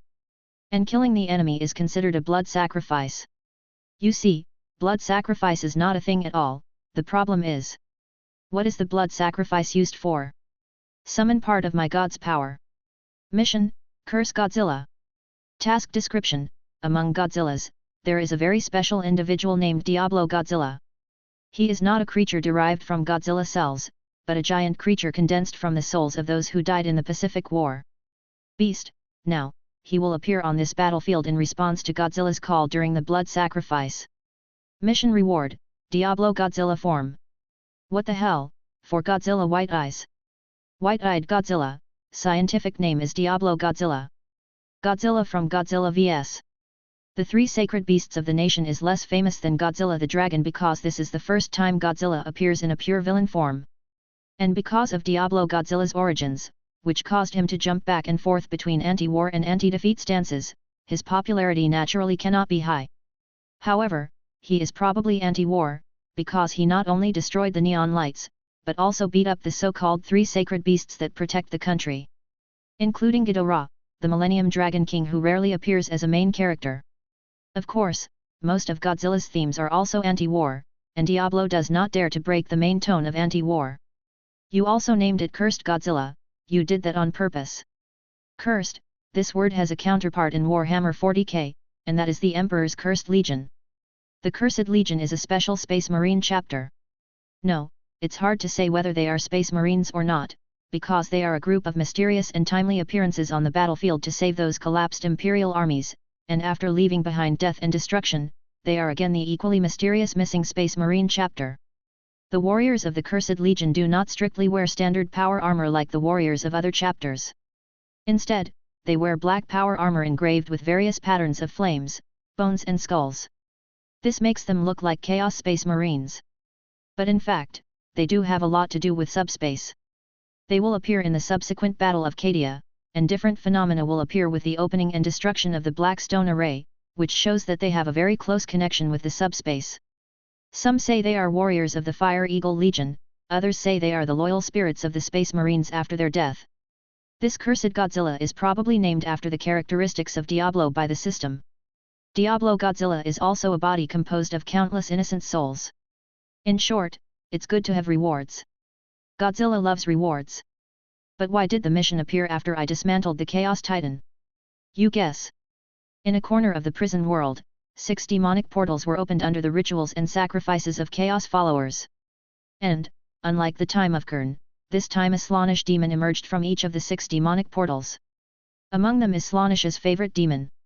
A projection of Sherazi. Demonic disaster. Ah, the taste of reality.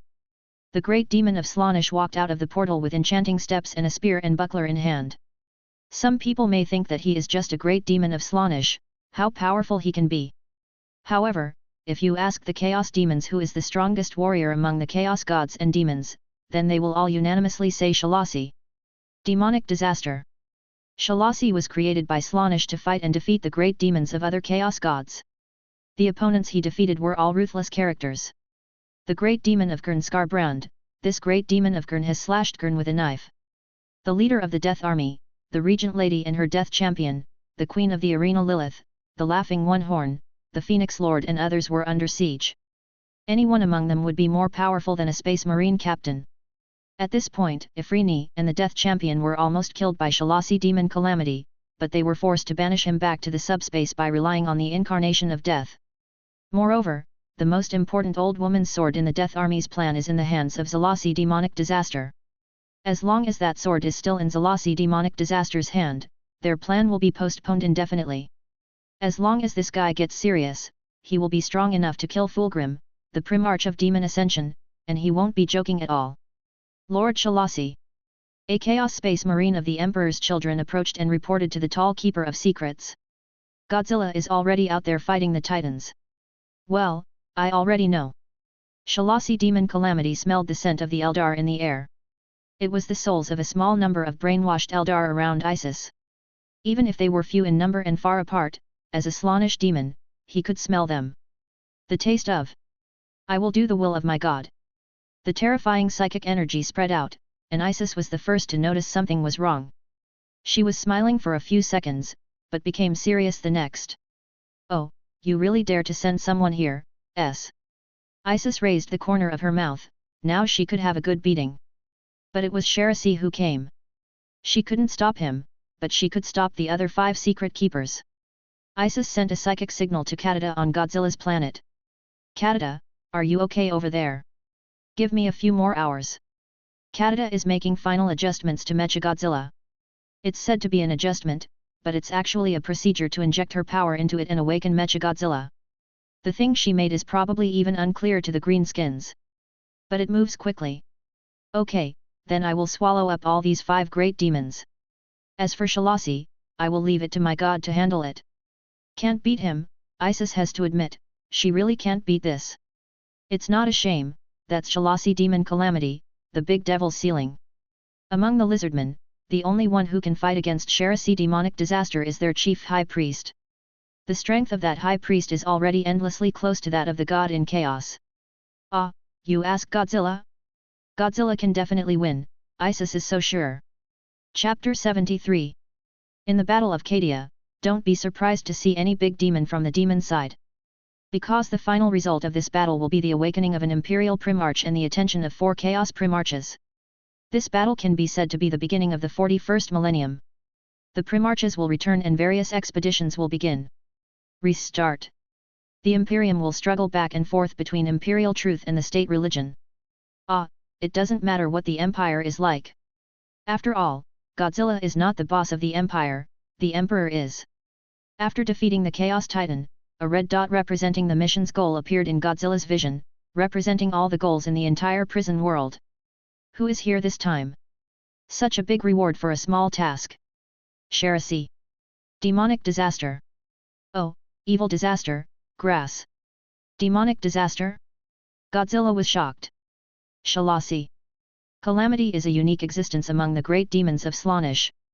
It can be said that it is the great demon of Slaanesh. If placed in the Empire next door, it would be the Forbidden Army. Ah no, it was the existence of the Thunder Warrior Commander level before the Forbidden Army. Slaanesh is playing a big game.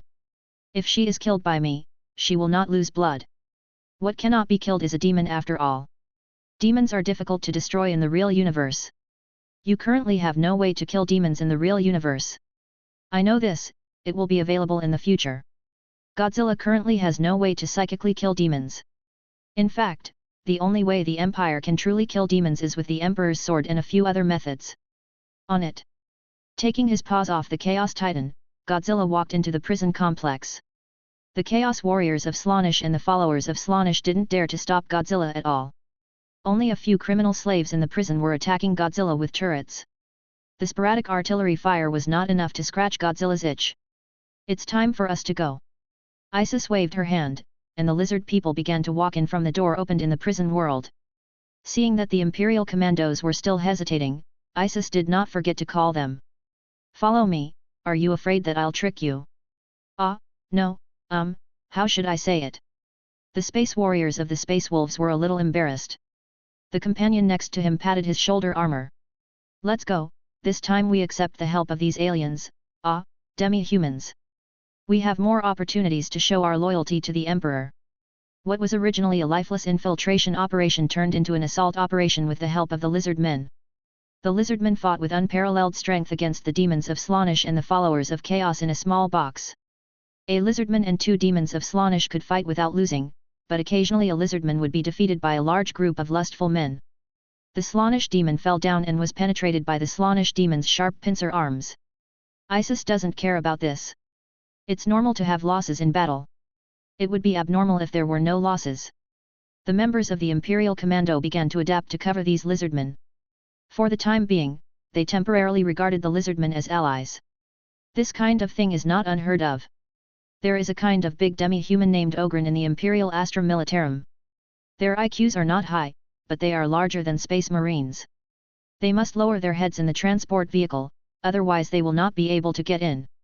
Magnus' nickname, Sunburnt Red One-Eyed Ogryn, comes from this demi-human race. Thanks to the cover of the lizardmen, the losses of the Astra Militarum and the Inquisitors in the Imperial Commandos became extremely small, and even these mortal soldiers felt an inexplicable sense of security. It seems primitive, but it's actually a very efficient way of fighting. The Space Marine also commented, the Psykers sit in the center and provide cover. The warriors are arranged around, both offensive and defensive, and there are also assassins who appear from time to time. The rifle-shooting synergy of medieval warhammers is not unusable in the world of Warhammer 40K, especially in street fighting. The footsteps of Godzilla overhead kept ringing, and even through the thick armor plates, the sonorous and powerful footsteps of the giant beast could be heard. Perhaps for these demi-humans, it means that their Primarch is with them at this moment. Just the sound of it makes people's blood boil. The Primarch is with them? The Emperor is obviously with them. Godzilla stood on the upper level of the prison world, and the lizard people seemed to know what Godzilla was going to do, deliberately choosing routes from both sides of Godzilla. And Godzilla stares at the ground, mouth open. That look. What he is going to do is already obvious. Godzilla is about to blast through the entire building, his dorsal fin lights up with blue light, and energy begins to gather. The energy accumulated in Godzilla's mouth is something that no ground unit dares to withstand. Radiation hotline. A blue beam of light erupted from Godzilla's mouth and struck the armor plate. The first armored barrier was instantly broken and melted. The second, third, fourth, fifth, and sixth floors were filled with radioactive rays all the way down, creating a huge hole in the prison. The blue beam of light even crashed down from a dozen meters away from the Space Marines of the Conqueror chapter. If the Space Marines did not have a certain degree of radiation resistance, this level of radioactive rays alone would be enough to make these people drink a pot. On the Space Marine's helmet, the value representing the radiation concentration is rising rapidly. Oh, my Emperor, is this guy a little son? This is the god of these demi-humans. I suddenly believe that the Emperor may be an old acquaintance of them. The Space Marines of the Conqueror chapter immediately moved away from the bombardment area. Not to mention the powerful energy contained in the blue beam, the molten iron alone was enough to drown them. They began to follow the lizard people. The path those lizard people walked was safe. And Godzilla blasted all the way to the bottom and didn't stop until the planet's crust. About there. Godzilla prepares to jump from this hole. But suddenly, he noticed an undisguised killing intent heading straight for him. A Slaanesh demon appeared in Godzilla's sight, slowly walking from a distance. It was Shalasi. Magic disaster. The lizardmen inside the prison were also blocked by the other 5 Slaanesh demons. They led the Slaanesh demons from different directions and rushed forward, briefly suppressing the lizardmen's offensive. Big demon. The Imperial commandos were all shocked. The Inquisitor even cursed and said, "How dare these enemies of the Empire appear in front of us and other Inquisitors? For the sake of the Emperor." The appearance of the big demon is enough to make any judge step forward to fight regardless of life and death. Even if he cannot defeat the enemy and can only leave a wound to the enemy, he must still fight desperately. There was also a calm Inquisitor who muttered, if he knew there was a big demon, he should have applied for assistance from the Grey Knights. He said this, but his reloading action never stopped because of the enemy's strength. Let the enemies of the Empire feel what loyalty is. Courage is the anthem of humanity, life is the currency of the Emperor, and sacrifice is the cornerstone of the Imperium. Advance, advance, charge. These loyal warriors of the Empire crossed the lizardmen, armed with power swords or chain swords, and launched a charge attack towards the powerful enemy. Even though they were tens of thousands of light years apart, their loyalty was seen by the Emperor. No sacrifice is too big to accept, no betrayal is too small to tolerate. Isis sensed another psychic force.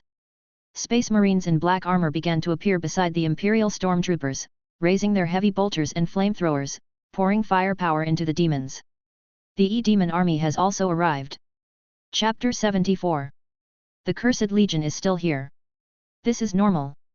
With the subspace energy concentration in this area, there are even 6 big demons. The appearance of these E-Demon armies is also normal. Brother. A Space Wolf Space Marine, meeting these warriors of the Cursed Legion for the first time, asked tentatively. The other party didn't answer him, but just turned to look at him. Looking through the opponent's red eyepiece, the Space Wolf Space Warrior seemed to understand something. Brother. Let us fight side by side. Needless to say, both sides expressed their loyalty to the Emperor through actions, with continuous bolter fire suppressing the Slaanesh lust demons surrounding the Keeper of Secrets. As for the Keeper of Secrets, in just 10 seconds, the judges who rushed forward were beaten back by the Keeper of Secrets' 4 arms. Among them, the Keeper of Secrets had a female judge stuck in his pliers arm. Official. This Inquisitor is the same Inquisitor who helped Captain Wade prevent his suicide. The female Inquisitor knew that she would inevitably die this time, but at the last moment before death, she still did not forget to pull out the grenade ring. For the Emperor. The Inquisitor threw the grenade at the big demon and waited for his death. But she didn't die. Isis intervened in the fight. Slaanesh, Slaanesh, Slaanesh. Isis surged forward at breakneck speed, leaping to great heights on the shoulders of the Space Marines, scepter and chain sword in hand, the buzz of a chainsaw at her tail. With a quick spin in the air, the arm of the Secret Keeper demon was cut off, and the arm fell together with the judge. Ha ha ha, Slaanesh! Isis shouted the god's name, thus attracting Slaanesh's gaze. Die to me! The Keeper of the Secret also reacted quickly, but he swung his arm, but Isis dodged the attack from the gap between his arms, and slashed at the Keeper's thigh with a chain sword. The chainsaw contained psychic power. The sword was like a disintegrating force field, easily cutting off the Secret Keeper's entire leg. The Secret Keeper suddenly became a little unbalanced. And Isis went around behind the Secret Keeper, raised her staff high, and hit the Secret Keeper on the back of the head. This staff acted like a power hammer or a power fist, and the Secret Keeper was knocked down. After falling down, the Keeper of Secrets wanted to get up, but when he looked up, he saw a dozen bolt guns pointed at his face. Pulling the trigger, the loyal bolter began to fire, and there was even a flamethrower. The flames sprayed under the action of Jusua fuel burned away the gorgeous silk on the Secret Keeper, and the bolt gun even fired on the big devil's face. There were wounds on it. This made the Secret Keeper a little crazy. He put his hands on the ground and tried to get up. But the next second, one of his hands was cut off again, and he fell to the ground unbalanced. Still remembering. Another Space Wolf Space Marine severed the Keeper's other hand, leaving the Keeper with no possibility of standing up. Under the continuous bombardment of firepower, the Imperial Commandos smashed the head of the Secret Keeper in front of them until there was no more sound. Phew, I feel much more comfortable. Isis took a long breath. When the remaining 4 great demons of Slaanesh are killed, we can cross out the sin of Slaanesh on the stone tablet. Oh, my Emperor! The Astra Militarum soldiers who witnessed this battle looked at Isis and couldn't help but praise, she looks like a champion. Don't be dazed. The voice of the political commissar of the Astral Army brought the soldier back from his thoughts. There are 4 more demons. The remaining 4 demons pressed over from 4 angles, but this time, the Imperial Commandos were not needed to bear the pressure. Do you think only the gods of chaos have their own chosen ones? Thuras. A psychic portal opens over the battlefield. Boom. Thuras landed from the portal like a dreadnought. This lizard man was so tall that soldiers of the Astra Militarum could walk under his crotch. You handle one. As you command, Lord Isis. Thuras held his big club and began to charge. His mere forward motion caused bursts of roars from the armor plates on the ground, which surprised the Space Wolves Space Marines. This demi-human, he is taller than the fearless veterans of our chapter. I feel like he can overturn a lemon rust tank. Over at the Empire, you can hold one back. Don't look down on us. The Space Marines of the Wolf Regiment were quite irritable. Being stimulated by Isis, they began to charge towards an unstoppable Keeper of Secrets. The Space Marines of other chapters also began to assist them, so as to avoid this part of space. The members of the Wild Wolf chapter were wiped out. The Empire's currency should not be sacrificed in vain. Naturally, Isis will deal with the remaining demons. Isis, I've got it. Kadada's voice came. Open a psychic portal for me. That big guy can't get in here. Just open the door 10 meters away, and I will take care of it. Isis waved her magic wand, and the psychic portal opened. To be honest, Isis's psychic talent was really a bit scary. I'm afraid it was almost the same as the psychic talent of Xianj next door. The ability to open portals at will with this hand alone is not something that ordinary psychers can match. The portal was in front of the last big demon. Isis wanted to see what the new lizard priest could do, and then she saw it. Before the great demon keeper of secrets understood what the huge portal in front of him was used for, a huge claw connected with metal and flesh stretched out of the portal and grabbed the keeper of secrets. Before the great demon keeper of secrets could wait, after struggling, he was already pulled into the portal. Oh ho, it's okay. Isis approved of the lizard priest. You don't need to think about it to know that the secret keeper demon of Slaanesh was captured and taken to the planet Godzilla. What good outcome could there be? Nothing good really comes of it. Because as soon as the secret keeper demon came back to his senses, he found himself standing in front of a behemoth that was over 50 meters tall. He was being grasped by the claws of that behemoth, and he was with a bigger one. The figures are almost the same. This picture is indeed too beautiful. If the secret keeper was that huge beast, he would probably insert the small thing on his hand into his vagina and rub it. It would be very exciting. But if he is the little thing being rubbed by XX, it seems more exciting when I think about it. What Kadada did was control Mechagodzilla to slam the keeper of Slaanesh to the ground and step on it.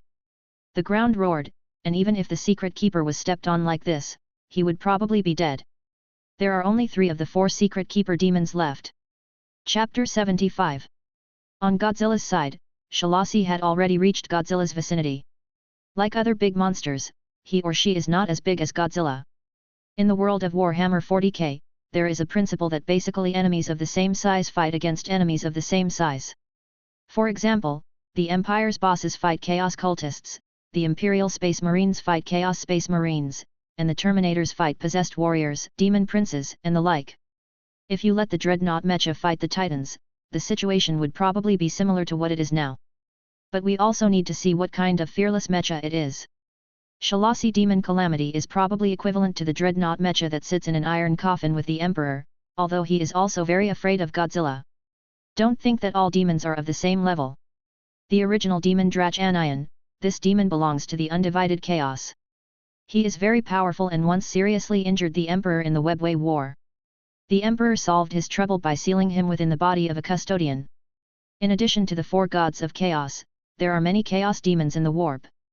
This is why after problems occurred at the Webway Gate, the Emperor could only sit still and not allow the defenders of Holy Terra to defend. Because I can't keep it. Godzilla can probably hold it, but the demons are endless and the fight is pointless. Back to the topic. Shalasi Demon Calamity chose to confront Godzilla for a while, but Godzilla took a step forward. The hole behind him could be jumped later. He wanted to fight this Slaanesh demon more now. Come, let me see what the strongest demon of Slaanesh is. Shalasi Demon Calamity's record is indeed very good. He is not as elegant as other Slaanesh demons. He prefers martial arts like fighting methods to dancing. He lowered his center of gravity, with his round shield forward and his spear behind him, assuming a classic Spartan posture with a shield and spear. Didn't you use that ability? What Shalasi Demon Calamity is most afraid of is Godzilla's radiation ray, which is nuclear energy and the power of physics. For the devil, physics is the biggest enemy. Because things like solar storms don't matter how powerful you are, even if you are the Necron fleet, they don't dare to sail in the raging stellar storm without protection, and neither do the demons. He is so trusting and doesn't use that ability, then don't blame me for bullying him.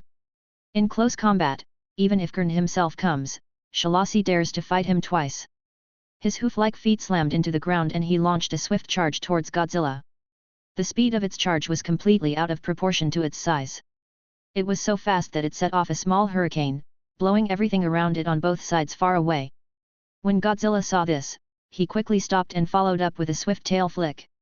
The flicking speed of the tip of the tail has reached several times the speed of sound. Amidst the sound of breaking through the air, Shalasi suddenly jumped up, and the tip of his hoof stepped on Godzilla's dorsal fin. His flexible posture was very much like Ghidorah's. Warrior. He didn't even land on Godzilla's back, but just landed on the dorsal fin. His feet were placed on the tip of the dorsal fin to stabilize the nearly 10-meter tall body. Then, Shalasi turned the spear in his hand and stabbed hard. Just like the time when God Lord Kurn the vampire, the spear with its own disintegrating force field easily pierced Godzilla's skin and caused effective damage. The power of Slaanesh flows down the spear, trying to penetrate into Godzilla's body. The purple aura is about to penetrate into Godzilla's body. Godzilla may be affected by the power of chaos like Horus. Corrosion. However, when the purple breath was about to enter Godzilla's skin and was only a little away from Godzilla's wound, Shalasi Demon Calamity clearly saw a red dust-like aura pouring out from the gaps in Godzilla's skin, swallowing up Slaanesh's power directly. What? Shalasi immediately drew his gun and jumped away from Godzilla's back, landing on the rooftop of the building in the distance. He first glanced at the tip of the spear. Fortunately, there was no red dust on the tip, as if the situation just now was Shalasi's illusion. Looking at Godzilla's wound, there was no red dust, which confused Shalasi. What's the situation? The battle between the auras just now was like the power of Kurn and the power of Slaanesh. But Shalasi was wrong. Kurn? Kurn would probably be as frightened as he was if he saw that red aura. Because that is the power that is enough to end a universe. It is the ceiling of the current Godzilla form, the power of the strongest Godzilla in the official Godzilla form. Singularity Godzilla can also be called Singularity Godzilla. The setting of this Godzilla is completely background level, similar to the sleeping bubble of Thulhu next door, maybe even a little stronger. He usually doesn't take action. Even if he appears in the exclusive series of Singularity Godzilla, he only appears as a 50-meter projection individual, but that individual can already distort the laws of the real universe. His greatest characteristic is the world of mortals. It can be said that as long as the red dust appears on Godzilla, it means that the power of Singularity Godzilla is taking effect. That is the power that can transcend time and space. However, Singularity Godzilla is the ceiling among Godzillas after all. He usually won't show up. If he does show up, just like the beginning of the story, just speed through the chapter. Then this book can be called I Awakened the System After I Had a Strange Point in Godzilla. Just now it was just Hung-chan's passive defense. It would only appear when the Chaos Evil God didn't play his cards according to the routine and wanted to overturn the table. Imagine that you and your friend are playing Warhammer chess pieces. Your friend is about to lose, and suddenly you can't afford to summon your fists to attack. As a fighting champion, you have to give him a set of chain punches to counterattack. This would not happen under normal circumstances. Even Godzilla didn't know that Shalasi's shot just now inspired Hung-chan's passive defense. It hurt a lot after being poked, but why did he run away? Godzilla turned around and stared at Shalasi in the distance. This guy's speed is really no joke. No wonder he can fight against a group of white, black, barbarian, and flower bean sprouts without losing. Next time, we have to find a way to limit his speed. This time he will probably run away. Shalasi Demon Calamity resumed his fighting posture. He guessed that it might be the power of the gods that triggered some of Godzilla's defensive abilities. He does not intend to use Slaanesh's power next, only pure combat. It seems that trying to use tricks is no longer possible. If my god's power cannot be used, then let's use pure fighting. Shalasi Demon Calamity gripped the spear tightly and charged towards Godzilla for the second time. But it was too late. This time, Godzilla didn't fight him in close combat. He opened his mouth, and blue light lit up deep in Godzilla's throat. Oh, tough luck! Shalasi Demon Calamity had no time to dodge, not because of lack of ability, but because at this distance, Godzilla could completely adjust the shooting angle by turning his head. There is no bunker around Shalasi Demon Calamity, and it is useless if there is one. The bunker cannot block Godzilla's attack. He could only stop immediately, place his small buckler in front of him, and use his strength for defense. Psychic energy enveloped his whole body, forming a translucent protective force field similar to a void shield on his body, hoping that these force fields could block Godzilla's radiation rays. The radioactive rays were also accumulated in this instant, and were sprayed out from Godzilla's mouth. Chapter 76. One side attacks and the other defends. Whoever loses will be embarrassed. Obviously, Shalasi knew how powerful this giant beast was the moment he came into contact with the radiation ray. The radioactive rays bombarded the buckler. The double defense of the energy field and the buckler temporarily withstood the bombardment of the radioactive rays, but Shalasi demonic disaster continued to retreat. His legs didn't move, it was the ground beneath his feet that moved. No matter how hard his hoof-shaped feet pressed against the ground, he was still pushed back by the radiation rays, leaving 2 furrows plowed by the hooves on the ground. This was the first time that Shalasi demon disaster felt such a huge force. Pressure. This feeling can only be felt when facing those 4 people. Withstand.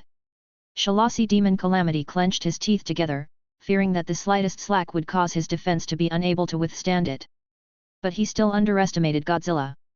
I saw Godzilla take a step forward, and the intensity of the radiation rays suddenly increased. Under the unbelieving gaze of Shalasi demon calamity, the radiation rays gradually melted the round shield on his arm, clearly indicating that his psychic shield hasn't been broken yet. Oh, damn! After cursing, Shalasi demon calamity was completely enveloped by the light of the radioactive ray. His body in the real universe began to disappear under the bombardment of radioactive rays. In the end, not a single trace was left, not even a single material was lost. Godzilla then stopped outputting radiation rays. It's okay, I resisted for more than 10 seconds. After all, he is the strongest demon of Slaanesh, and his psychic power is stronger than that of the average demon of Tseanch. He's probably pissed off now. As Godzilla said, Shalasi demon calamity is furious and incompetent in his palace. His mates dare not touch this bad guy now, for fear that their necks will be strangled accidentally. Godzilla, I will bear this grudge. Shalasi demon disaster shouted angrily in the palace. Shalasi demon calamity rarely loses in battles. This battlefield will make him remember Godzilla. This is the humiliation of his life. Just get used to it. The worldview of Warhammer 40K is like this. No matter how awesome the character is, he will always be defeated. In the recent new plot of the Exorcist Dead Zone, even the Silent King of the Necrons was defeated. This is the distant and dark 40th millennium. No one could predict what would happen next. But there is one thing that Shalasi demon calamity knows. It's time for that fleet to retreat. The Emperor's Children warband also looked at Godzilla in disbelief as he defeated Shalasi demon calamity. A Slaanesh noise warrior even said to his companions, "Punch me. I may have smoked too much and had a bit of a hallucination." The Slaanesh space marine next to him really punched him, almost flattening his helmet. It hurts. This is not an illusion. Lord Shalasi was really defeated. Yes, he was defeated. Then us. No matter how good Slaanesh's Chaos Space Marines are, they will inevitably give up when faced with this situation. At this moment, Lucius the Immortal is still enjoying his feast of torture in prison, waiting for the start of the 13th Black Crusade. However, the Chaos Space Marines around him came to report at this time. "Commander. What's wrong? Are you so panicked?"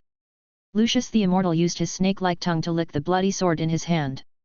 The smell of metal, blood, and unknown bodily fluids tasted great to him.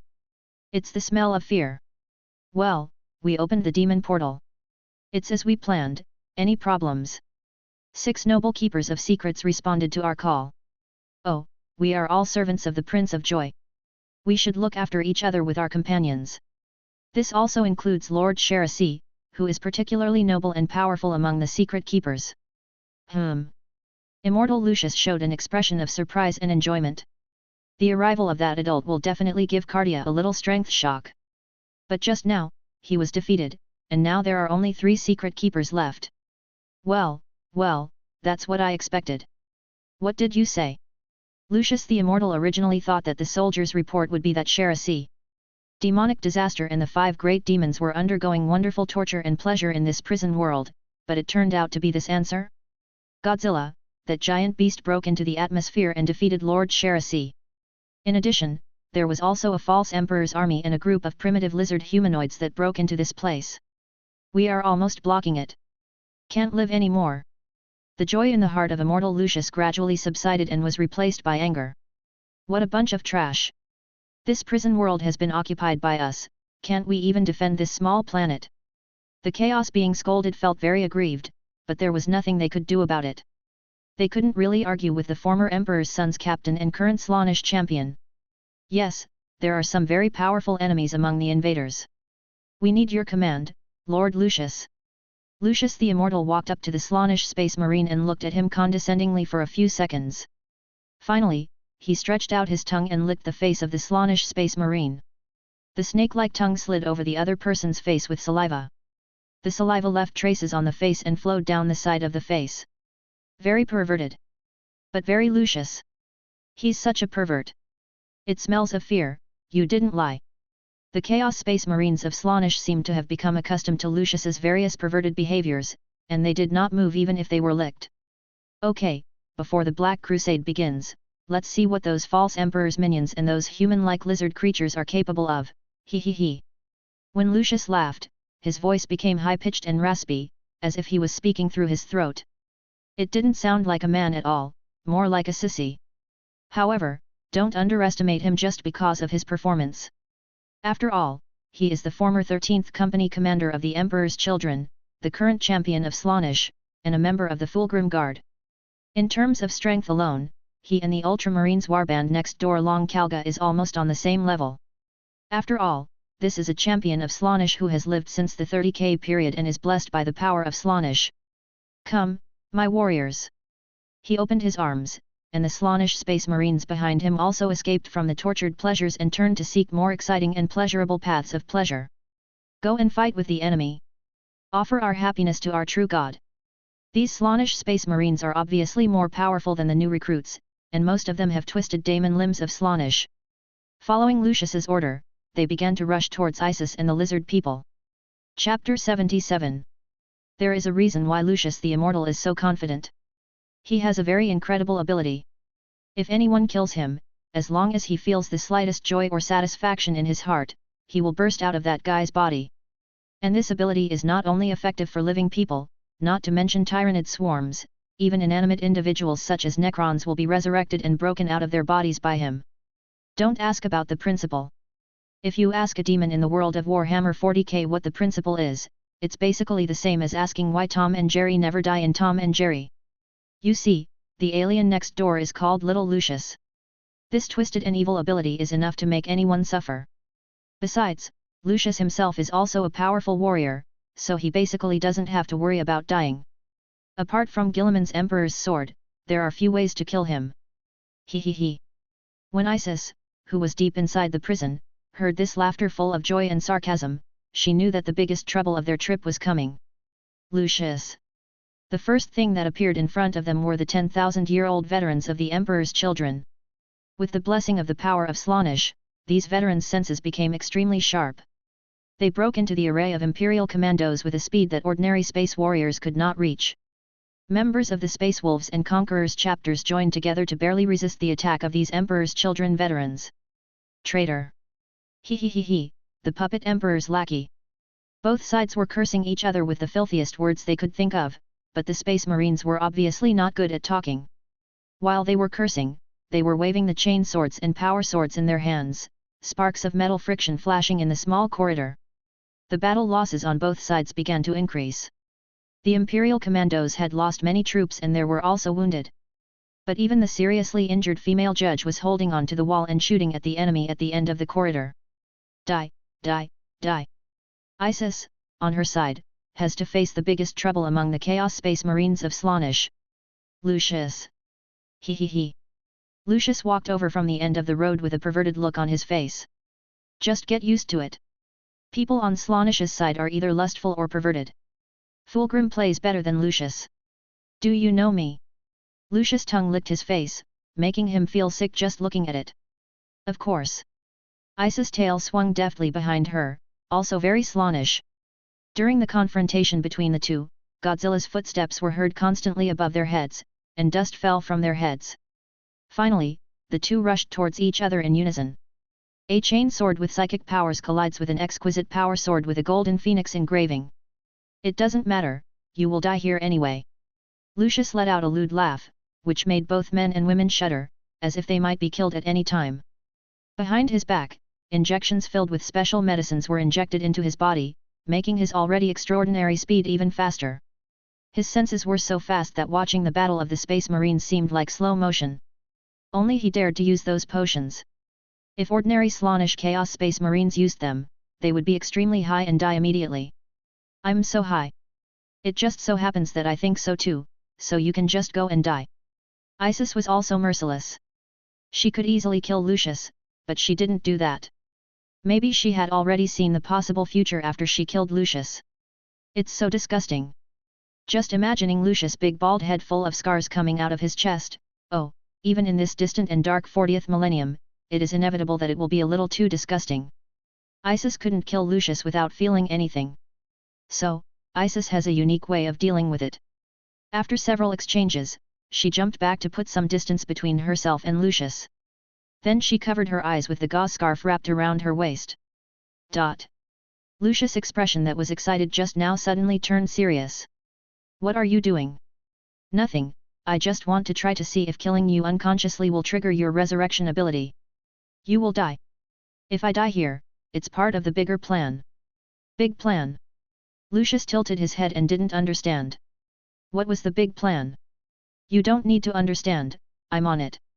Although she was blindfolded, Isis still rushed forward, as if she knew where Lucius was. On the other hand, Lucius was originally very excited. Since you are looking for death, then I will help you. But soon, he discovered a problem. Isis fought him blindfolded and managed to survive. This is no joke.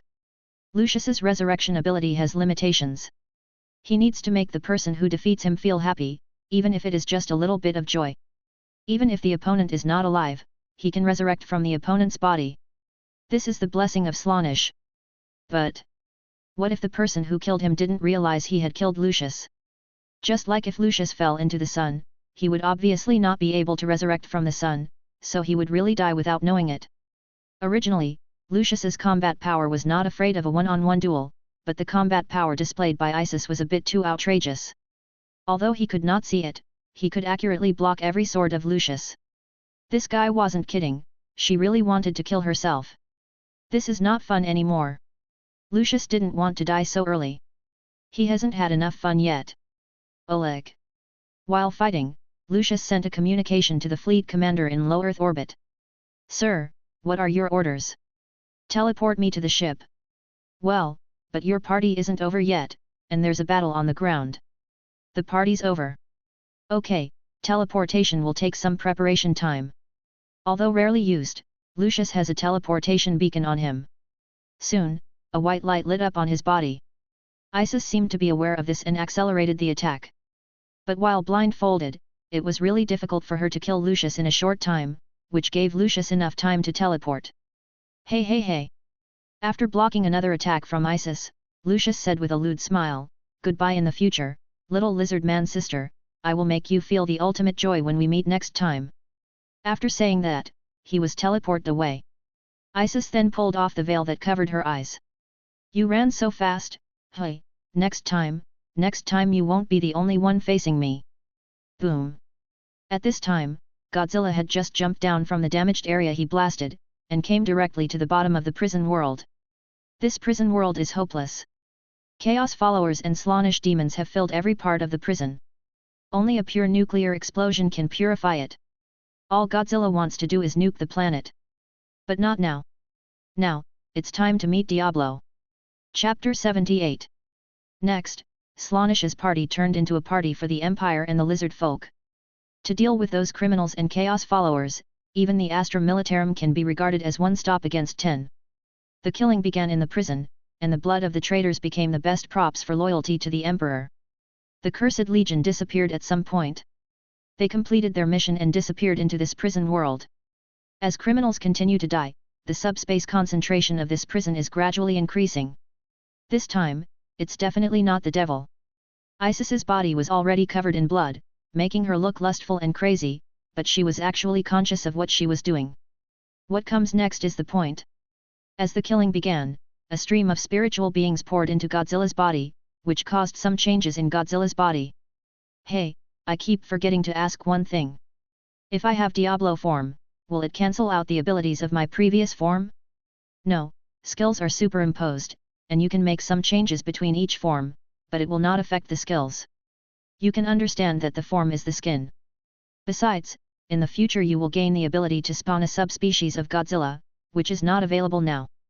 In Godzilla's worldview, there are scenes where two Godzillas appear at the same time. Okay, got it. Godzilla waited for the ritual to be completed, and during this period, he could clearly detect changes in his body. Especially those eyes. Mission completed. Mission reward, Diablo Godzilla. When Godzilla reopened his eyes, the original beast eyes turned pure white. The white pupils are like dead objects, and they can see things that ordinary creatures cannot see. Godzilla can now even see the distorted texture of subspace in the real universe. This feeling is really strange. Godzilla looked around, and he seemed to be able to see the color of the soul. Do I have learned psychic powers? If you learn psychic powers, the Emperor will give you a throne to sit on. Don't even think about it, it's not psychic powers. That's true. Good guy, if Godzilla had psychic powers at the level of the Emperor, I'm afraid the Emperor would really want Godzilla to sit on the golden toilet. Don't worry about whether he can sit down on it. If not, the Emperor could specially modify it for Godzilla. Ah! The Emperor was from the ancient Terra period, so how could he not know the technology of the Golden Age? It's just that I don't want to create it. Lord Isis, there seems to be some change in your god. We don't need to pay attention to the changes in my god. Isis knelt down on one knee, lowered her head and whispered, God's changes have their own arrangements. We just need to follow the guidance of the big plan. Although there are some surprises, we still arrived in the Cardia Galaxy. Yes, all we need to do next is break through Slaanish's fleet and head to Cadia. For the world of Warhammer 40K, the distance between several planets is no different than next door. Slaanish's fleet. Isis looked up, a smile on her face. What nonsense are you talking about? Do you think they dare to stay there? Ah! Captain Wade probably never would have thought that the Slaanish fleet had already retreated. In this short period of time, numerous shuttles had been dispatched to take away the Slaanish troops on the ground. The Slaanish troops that could not escape were also directly enter the demonic portal. How dare they continue to stay here? Are you going to stay here and let Godzilla kill you one by one? It's time for us to go. Isis stood up and waved her hand behind her. Retreat within 2 hours, otherwise we will be buried with this planet. But we haven't overloaded the prison's functionality yet. No need. Isis quickly called everyone to leave immediately. Godzilla would soon blow the planet to pieces.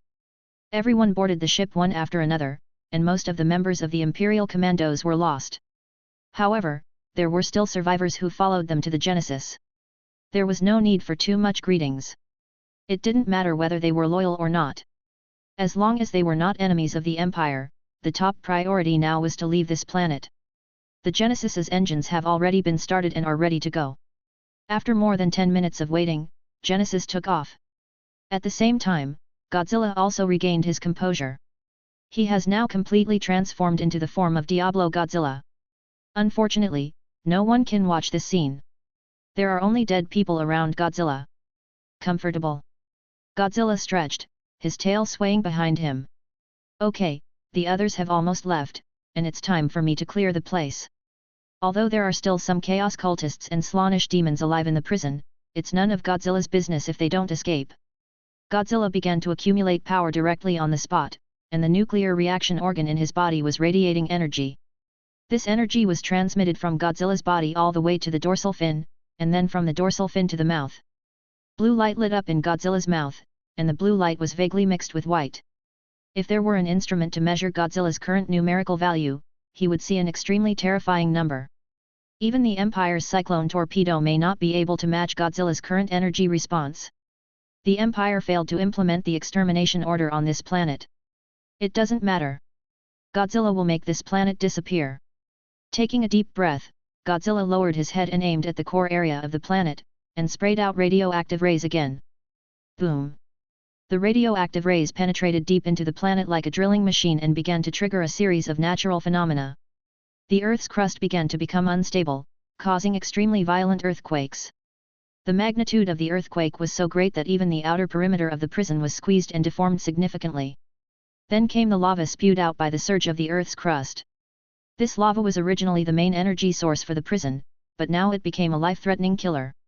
Chaos followers and Slaanish demons ran everywhere, avoiding the lava. But it's no use. As the radiation rays penetrate deeper and deeper into the core of the planet, the occurrence of natural phenomena can no longer be described as disasters, but simply natural disasters. And when the radiation rays blasted into the core of the planet, it triggered extremely violent chemical and physical reactions. The planet that had existed for an unknown period of time began to become extremely unstable. Even if you look from outer space, you can see the cracks in the formation of lava rivers. Lord Isis, is your god really okay?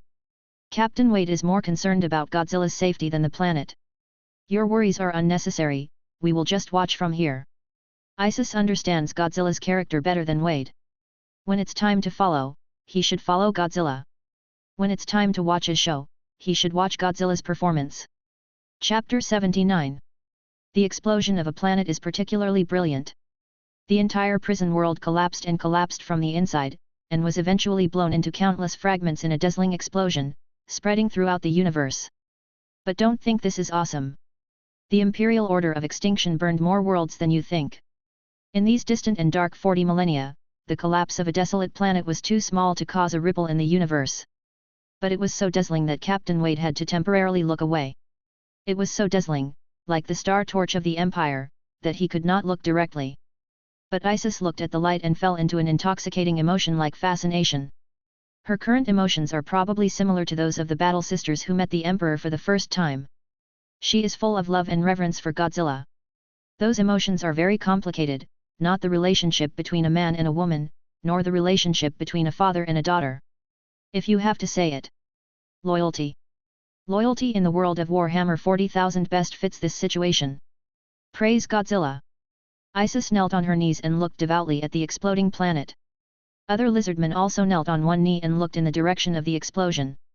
Loyalty, such loyalty, this kind of loyalty made the Inquisition, which had always hated aliens and psychers, cross their hands on their chests and make an eagle salute. Thank you for your help, Ms. Isis. Letting this planet desecrated by chaos disappear is the best answer to the Emperor. The wolves will remember your kindness. The space warriors of the Space Wolves also gave a nod to Isis and the others. They were a little better than the Inquisition and didn't care so much about the Xenos race. Is this an alien? This is a demi-human. Ghidorah, the loyal demi-human. Whoever dares to say that this is not a demi-human, they dare to point a bolt gun at the other's head and doubt the other's loyalty to the Empire. The Space Wolf Space Warriors also walked up to Captain Wade. The Space Wolf, who might be the sergeant, put one hand on his chest, bent down and apologized. On this ship, I saw the Ultramarines in Hawaii. The corpse of the speaker, it seems that you experienced a hard battle in that rebellion. I salute you, the warrior from 10,000 years ago. Ah, you are too polite. You are the Emperor's angels, and we are just mortal troops to assist you. Please accept my apology, otherwise I think my genetic father will never forgive me for humiliating you and the Ultramarines. Okay, I accept. The Space Marines got serious, and there was nothing Captain Wade could do. He didn't blame these Space Marines. He had just learned about the past 10,000 years. A lot of things seemed to have happened in the Empire during these 10,000 years. Such as that Court of Justice. He had never heard of this organization before. It must be a new organization that has appeared in the past 10,000 years. At this time, the Inquisitor came to Isis and asked, "Can you give us a few shuttles? We still have to report to the Inquisition." Not urgent. There is really no rush. The Inquisition probably thought that this commando team would die. How could they have thought that they would come back alive? And with the efficiency of the Inquisition, there is really no rush to report. Isis said something that shocked all the Imperial people present. We're going to Cadia. What are you doing in Cadia? Don't know, but it's part of the big plan, so we have to go. If you go to Cadia. The Inquisitor thought for a while, nodded and said, let's go to Cadia too. Oh why? I don't know, but we feel that if you go to Cadia, then, I mean your gods will also go to Cadia, so there must be a very cruel battle waiting for us. It is indeed cruel, despite the fact that there are 6 great demons of Slaanesh in this prison world. But without Shalasi demon calamity, these 6 great demons would not be able to match the fighting intensity of Cadia. In Cadia, there are the demon coalition of the 4 gods, the gods' mechanical legion and other chaotic coalition forces. Patton was cut down, but he was still the Forbidden Army during the 30K period. Well, you're going to die. Sure enough, there is a big battle in Cardia, right? Yes, and Cardia will eventually be destroyed. Even Godzilla cannot stop that future. Cadia will be destroyed. Everyone in the Empire was extremely surprised. Will Cadia be destroyed? This is an urgent matter. Is it now? It should take some time, don't worry, we can catch up. At this time, the lizard navigator of the Genesis suddenly opened her eyes, and the power of psychic energy began to spread out of her body. Isis also noticed something and looked into the distance. No more chatting, something is coming. Lord Isis! A subspace signal appeared on the radar. A ship has sailed out of the warp channel. This signal is the Death Guard's indomitable will, the Emperor's angel. No! The Inquisitor shouted, echoing in the huge captain's room. They are lackeys of chaos. They betrayed the Emperor. It's those stinking cans. The walking corpses. The Inquisitors cursed and reloaded their ammunition at the same time. The remaining Space Marines also checked their equipment. Even the seriously injured female Inquisitor gritted her teeth and stood up with difficulty. Let me get up so I can still fight. The Death Guard have also betrayed the Emperor. Captain Wade's outlook was impacted. Were more than just the word-bearers betrayed? After enduring the attacks of Kern and Slaanesh, the lizardmen are finally about to undergo the baptism of a loving father.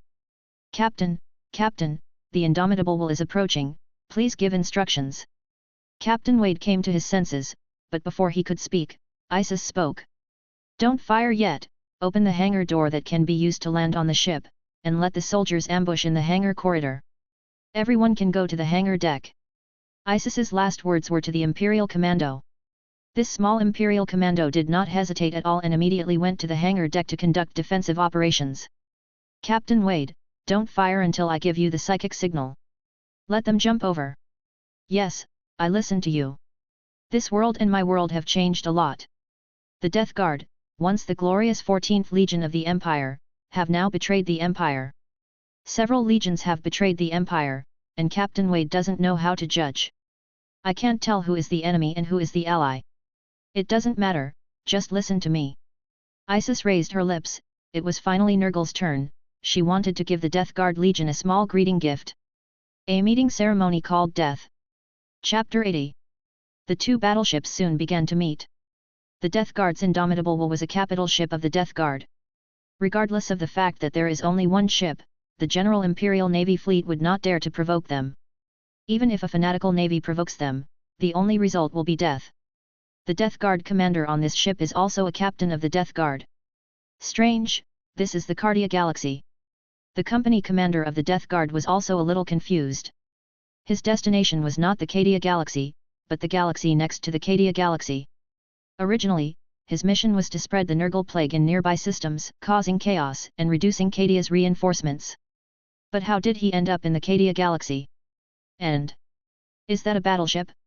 Is there a single battleship in the Cadia Navy? No, that's not the Corpse Emperor's navy. The Empire's navy will have the Imperial emblem, but this battleship now has no Imperial emblem, and there are many strange decorations. It looks more like a green-skinned orc or a ship of undivided chaos. Undivided chaos refers to chaos troops that do not believe in the four gods. The simplest example is the word bearers. Send communication signal. Sent, no response. Is that a Hulk? Hey, let's jump over there and have a look. Nurgle's ships came to a stop beside the Genesis. These two ships are so big that it is difficult to see from the outside whether there are crew members inside. The Imperial warship style is a heavy church-like architectural style, and you cannot see inside at all. The Death Guard's Chaos Space Marines soon joined the Genesis hangar. Also arriving at the same time were some Nurglings and Nurgling demons. These Nurgle demons, like the Chaos Space Marines of the Death Guard, are covered in bloated cysts and have extra tentacles. Even if they are not close to them, you can feel the rotten smell on their bodies. This is the blessing of a loving father. Their flesh and blood have long been combined with the power armor of the Space Marines. Even though they look very fat, their agility has not decreased much, but in exchange they have extremely strong regeneration capabilities. For ordinary Space Marines, fatal wounds can still heal for them. The footsteps of the Death Guard sounded in the silent hangar, and the sound of flesh and metal colliding with the hangar deck was particularly harsh in this empty area. The Nurgle demons were different. These little Nurgle demons were running around in the hangar wildly, and a few ran into the hangar, but they soon stopped moving. You can imagine that the Nurgling, who is as tall as an ordinary person's thigh, ran deep into the corridor. As soon as he turned around, he saw several big Space Marines holding daggers in their hands, looking at him condescendingly, and making a gesture of silence. Demons under 100 years old, please watch in the company of adult demons. The Death Guard did not notice the disappearance of the Nurgling. They first checked in the hangar. Soon, they discovered a problem. There are some power armors of word bearers and ultramarines on the deck of the hangar. It's not that the crew doesn't want to clean these power armors, it's just that they can't clean them. The Death Guard stopped and looked at these battlefield traces from the 30K era. The power armor of these dead people had been deeply embedded in the walls and integrated with the steel walls and decks. This was a transmission failure caused by subspace anomalies. The fusion of flesh and steel is a very painful way to die. It's Mk2 and Mk3 power armor. Is it an Ultramarines ship from the 30K era? It's probably already a word-bearer ship. The word-bearers caused huge casualties to the Ultramarines during the Horus Heresy. To this day, Macrage is still attacked by the word-bearers warband from time to time, and they are considered old enemies. The relationship between the Death Guard and the word-bearers is not good. It is better to say that the relationship between the Chaos Space Marine Legion is not good. It is one thing to be able to fight side by side, but it is another thing to have a good relationship. Report the current situation to the ship, and we will continue our investigation. Finally, when the Death Guard's Chaos Space Marines reached the depths of the corridor, oncoming were the Space Wolves' chainswords and the Lizardmen's clubs. For the Emperor. For the big plan. What? The Death Guard's Chaos Space Marines had prepared for an attack, but were shocked when they were attacked. Not the Ultramarines, nor the Word-Bearers, but Imperial chapters such as the Space Wolves and Conquerors. Oh, let's talk about the difference between Legion, Warband, and Warband. The Legion was woven by the Astartes in the early days and was a large group of tens of thousands of people. However, after the Horus Heresy, in order to prevent the Legion from rebelling again, the Legion was divided into there are many subgroups, that is, battle groups. The War Gang is the Legion and War Group of the Chaos side. The Death Guards were caught off guard, but after losing several people, they quickly adjusted their battle strategy. A gunfight began on the hangar, and when gunfire rang out, Isis gave Captain Wade the signal. Load and fire. Fire. The cannonballs had already been loaded, and with Captain Wade's roar, the Empire's macro cannon began to pour out firepower. Even for a battleship of the same specifications, the left side of the Indomitable will suffered considerable damage. What? The captain of the Death Guard realized that this was the ship where the Word-Bearers and the Ultramarines had fought, and was bombarded by the ship. However, the Nurgle Space Marines ship had already turned into a living ship, and the macro cannon bombardment could not sink it in a short time, but it only made the Death Guard's company commander furious. Who attacked us? It's those wolf cubs. Hold on, I'll send support right away. But before he finished speaking, the outer wall of the Indomitable will suddenly vibrated violently and began to shake again. The captain of the Death Guard cursed and shouted, "What happened again? Sir, we have something on board. It must be the fragments of the exploding planet." "No, it's not that, it's something alive. Send someone to investigate immediately." "No need to investigate."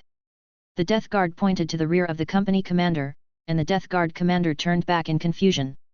There was the floor-to-ceiling window of the captain's room, which was the area to observe the front of the ship. However, there was a giant head there now, looking at him through the floor-to-ceiling windows. It was not like the Death Guard captain had never seen a giant beast before, but being stared at by the white pupils of that giant beast almost made the Death Guard captain's heart almost stop. "Oh, loving Father above! There is really no need to investigate, even the Nurglings can see this. Godzilla had escaped from the exploding planet and used some kind of Godzilla flight method that no one could see, and flew to the ship he saw. It seems that I flew in the wrong direction. The one next to me is my ship." Chapter 81. The Death Guard captain's blood pressure rose. This is not easy to deal with. Fortunately, Godzilla didn't need them to deal with it. He didn't want to target the ship. Instead, he used the bow of the ship to jump to the side and floated to the Genesis next to it. "I'm back. Hey, the boat next to me looks familiar, it must be from my loving father's side." Nurgle's living ship is different from the Tyranid's living ship. Nurgle's living ship is an entire ship invaded by the flesh virus, and the flesh and steel grown together grow everywhere in the warship. In addition to the flesh and blood, there are also flies and maggots squirming in the flesh and blood, which is quite disgusting. But if you are really blessed by a loving father, you will really be immune to all poisons, because you are already one of the most dangerous pathogens in this galaxy. The surrounding artillery fire sounded continuously, and the Genesis and the Indomitable Will began a close-range broadside bombardment. The Indomitable Will originally had the advantage. Nurgle ship, what a piece of meat! However, it was suddenly attacked by the Genesis, causing a lot of damage to the side cannons of the Genesis. The current artillery strength of the Indomitable Will is not comparable to that of the Genesis. And when the Chaos Space Marines of the Death Guard retreated to the rear and saw Godzilla walking into the hangar, their expressions suddenly changed. What the hell is this? Anyone else would have a psychological breakdown. After finally trying to escape, he found himself blocked by a Titan unit. Godzilla also saw these fat Chaos Space Marines under his feet. The height ratio between them was about the same size as a 10-centimeter figure and a normal person. Godzilla bent down and grabbed a Death Guard in hand. Ah! The Death Guard was scared to death.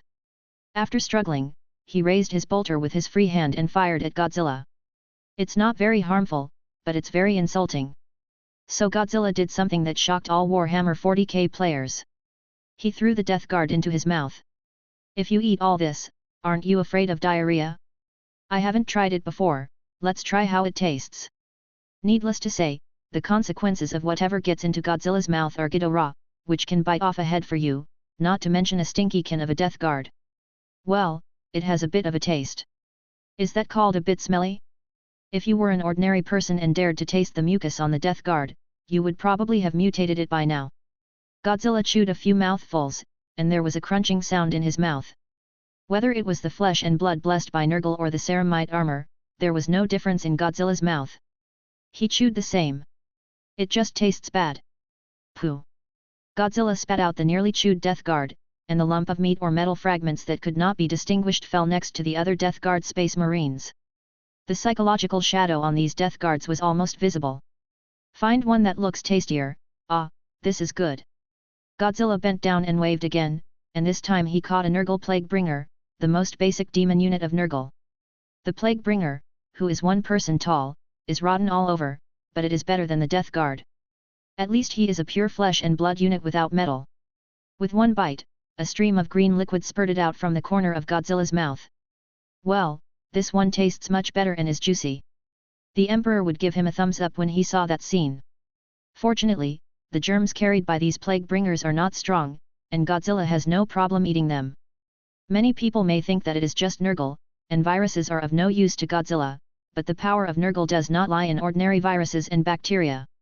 His plague can be said to be a conceptual plague.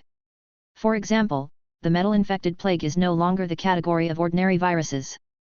Moreover, there are indeed bacteria that are not afraid of nuclear radiation. You can find this on the Earth. Therefore, the Loving Father is the greatest threat to Godzilla among the 4 gods of chaos.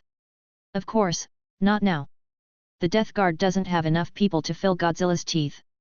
While the Death Guards were stunned, the Lizardmen and Space Wolves warriors behind them had already caught up. With ruthless backstabbing and double teaming, this Death Guard team had no possibility of escape. Damn it! The captain of the Death Guard punched the meditator in front of him, and breathed out a burst of green breath from the respirator decoration on his mouth. We can't get stuck here. The entire ship is ready for forced subspace navigation. The Chaos side does not need to worry about the impact of subspace navigation, as forced navigation is the norm. The engine of the Indomitable Will was turned on, and a subspace channel was formed in the starry sky not far away. As long as the ship entered the subspace channel, the Genesis would definitely not be able to pursue it. Isis and the others don't care much about the corrosion of subspace, but the people on the Genesis can't stand it. If they are deliberately targeted, they may mutate in a few hours. But Isis was not prepared to let the Indomitable Will just go away. You have offended my god and still want to leave. Isis sneered and sent a psychic signal to planet Godzilla. Master K, wake up and leave this ship behind. This psychic signal was transmitted all the way through the Godzilla planet until it reached a certain oldest temple. This is not an adjective, it is truly the oldest temple. There are no lizardmen guards in this temple, because the lizardmen know that this temple does not need guards. The lizard priest in this temple is the oldest lizard priest. The powerful strength can no longer be described in words. It is the existence of the entire lizard race second only to Godzilla. Deep in the temple, a woman with bandages all over her body was lying on a stone chair in the center of the temple. Her sleeping posture was very lazy and her figure was plump. Even through the bandages all over her body, she could make some time travelers take a few more glances. There were no lights here, and the temple seemed a little dim, but when Isis's psychic signal was transmitted, the woman opened her eyes. The entire temple seemed to be lit up with the light of the sun, and all the darkness was dispelled. The spiritual light was no longer blue, but instead showed a sun-like dim red, hot and dazzling. Boom! Terrifying psychic fluctuations swept across the entire Godzilla planet and the surrounding star field, almost forming a small, red eye of fear in this star field without subspace fluctuations. It looks like a blooming red lotus. The subspace channel of the indomitable will was instantly affected. 1/3 of the entire ship entered the subspace channel, and now it began to shake violently. This vibration is not at the same level as the previous vibrations. My loving father is above. The Death Guard captain was really frightened this time. What's going on in subspace? The subspace has never belonged to more than one god, it belongs to all the forces of chaos. It's just that this is the first time that the Death Guard has been targeted by the subspace. Then, as the members of the tribunal watched in disbelief, the ship, which was more than 10 kilometers long, completely broke into two halves with a loud noise that could be heard in the starry sky.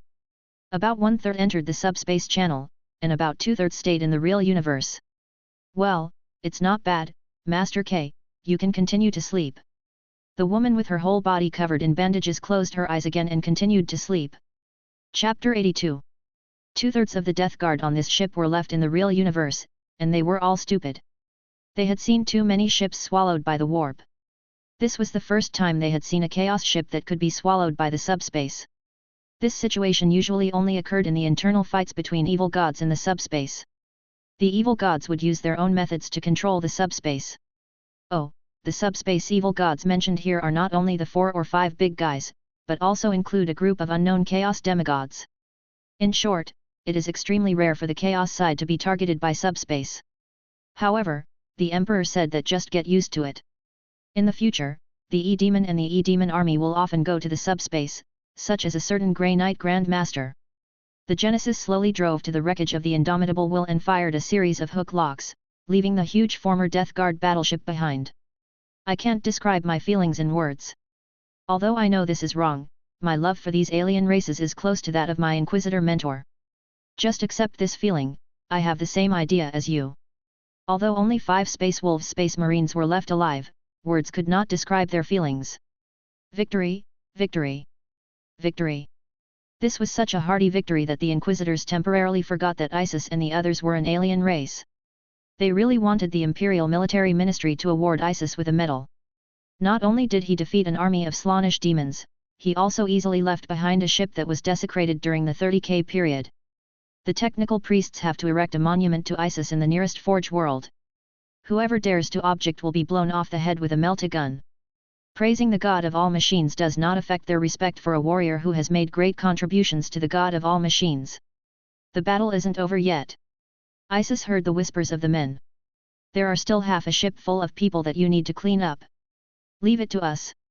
This time it was the turn of the Imperial Commandos and the Lizardmen to join the indomitable will. Godzilla didn't go, so he was still needed to clean up the battlefield. Wherever he went, the Nurglings were frightened away. You don't need me anymore. I don't need you anymore. Call me Incadia. Godzilla chose to lie down on the hangar deck and take a nap. The hangar deck was large enough to hold multiple large transport aircraft. Don't forget, this was a huge ship that was more than 10 kilometers long. However, just take a look at the fragments of the planet that are still collapsing in the distance, and then take a look at Godzilla. No one dares to underestimate Godzilla. The worker clan on the hangar deck treated Godzilla like a god. They were not disloyal to the Emperor, but they were workers in the 30K period and did not regard the Emperor as a god. But they really regard Godzilla as a god. A few children from the worker clan also used those discarded parts and the sticky Death Guard flesh to build several small Godzilla statues. The strange thing is that Nurgle's blessed flesh and blood, which can obviously infect humans instantly, did not let these children be infected. It is not known whether Godzilla has appeared or whether Nurgle's blessed flesh and blood has lost its activity. The cleanup battle was over quickly. 7 or 88 of the Death Guards in this company were killed, as were the accompanying Nurglings and Plague Bringers. The Inquisitor proudly suggested, this ship must be taken to Cadia, so that Cadia's navy can see that under the power of the Emperor, our empire is invincible. This could boost Cardia's morale. Let those minions of chaos see what the power of the Empire is. However, some Inquisitors came up to Isis and expressed their thanks again. Priest of Isis, thank you again for your help. We are also going to Cadia, and we hope to go with you. This way we can make Cadia treat you as a friendly force and avoid accidental damage. Yes, I don't want any thoughtless nobles to open fire on these lizardmen. I think the nobles have no brains. The Empire was not united. Although the Space Marines and the Inquisition were loyal to the Emperor, the nobles.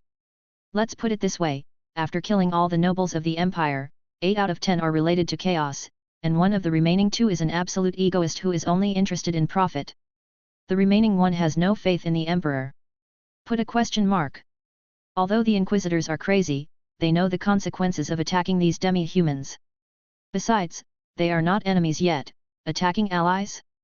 Even if that ally is an alien, other Inquisitors will spit in the face of the Inquisitor who attacks the ally if they know this, and if they are so bad-tempered, they might just blow the opponent's head off with a gun. Yes, this is not far from Cadia. You can take the shuttle to Cadia first, but I cannot guarantee your safety. Thank you for your understanding, Priest of Isis. Even if I die, I will remember your kindness. This seemed like a curse word, but it was the most sincere thank you that this inhumane judge could say. The Imperial stormtroopers left, and the few surviving Astra Militarum troops, now veterans, joined Captain Wade's forces. In addition, there was the assassin who worshipped the death cult, and she didn't want to leave. This death cult assassin looks pretty good, really. She is wearing a tights with several holes in it. This is because her clothes were damaged during the battle, but her wounds have healed at an inhuman speed, and now only fair skin can be seen. It's just that the spiked restraint mask she wears is too Warhammer 40K, which makes the time travelers feel uncomfortable. She is still pretty without looking at her head. But she is the most beautiful when she takes off the mask. Her blonde and blue eyes are rare even in the overall Western-style Warhammer 40K world. Her better face is a little slender, but that's because she has no excess fat on her body. Her body fat rate is lower than that of the Space Marines. Aren't you leaving? Isis asked the death cult assassin. I want to stay. I know what you are thinking about in your head, fighting, killing. I am surprised that you didn't pick up a weapon to attack me. The assassins of the Empire are all inhuman monsters, but don't think badly of her because she looks beautiful. She may be less human than the Chaos Space Marines. You have no flaws, and I don't want to kill you. Following you will get more battles. I crave killing, and I crave death in killing. I will destroy all enemies of the Empire, drain their blood, and offer it to the Emperor. Well, you are worthy of being an assassin of the death cult. Isis nodded, very satisfied. This guy can probably fight 3 Eldar Rangers at the same time. She is worthy of being able to survive 2 consecutive battles. Her strength is worthy of recognition. Then follow me, I will bring you the most intense killing and meet your needs, because we are about to go to Cadia. Cadia, if a traveler who understands the worldview of Warhammer travels to the natives of Cadia, he may choose to commit suicide without saying a word. Even Godzilla can only wait for death if he travels to Cadia. Chapter 83. Now, the 13th Black Crusade has not yet begun, but Cadia is already fighting. The anti-aircraft artillery positions were firing continuously, bombarding the sky. Cadia's navy was engaged in a tug-of-war with the chaotic navy. Neither side entered into a close-range boarding battle, but fired artillery fire from a distance.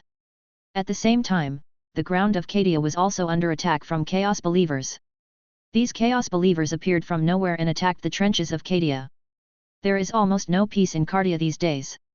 But the Cadian people have long been used to it. These Cadian people wearing green Astra Militarum uniforms have long been accustomed to fighting the forces of Chaos. Since the emergence of the Eye of Terror, Chaos has wanted to eat Cadia away every day. The fortress world of Cadia defied the invasion of Chaos and stood firm for thousands of years. The Cadian people have experienced this kind of high-intensity Chaos invasion countless times. Legend has it that the first thing every Cadian learns on the first day after they become wise is to pull the trigger. Everyone in Cadian is a warrior, and they are also the elite of the Astra Militarum. Their morale never breaks. But they are not afraid of death like Krieger next door. They will rescue people in need. Bombardment. Continuous bombardments exploded between the positions of the Cadianians and Chaos cultists, adding a sense of deathly silence to the battlefield that had long become a wasteland. Chaos believers cannot cross this shelling area at all. Even if someone is lucky enough to rush over, they will be hit in an instant and fall in front of the trench. Despite the intensity of the fight now, it is still just a small fight, and the Black Crusade has not officially started yet. But it has begun to show its scale. Lord Creedberg of Cadia is watching the situation in the entire Cadia and the star areas near Cadia. In fact, the situation is very bad. The forces of chaos are conducting harassing operations in many nearby systems, seriously affecting Cadia's supplies. In addition, there are also the effects of the greenskins and Tyranids. Yes, you read that right. A small branch of the Tyranids appeared in the hazy star field in the western part of the Milky Way. I really don't know what to say. In the old version of the story, the Tyranids actually participated in the Battle of Cadia. But it's not in the new version of the story. I can only say that GW's eating of books is a bit outrageous. Really, just to sell chess pieces, you can eat anything. It's similar to Toho, one sells chess pieces and the other sells colloids. However, the biggest threat is still that demon.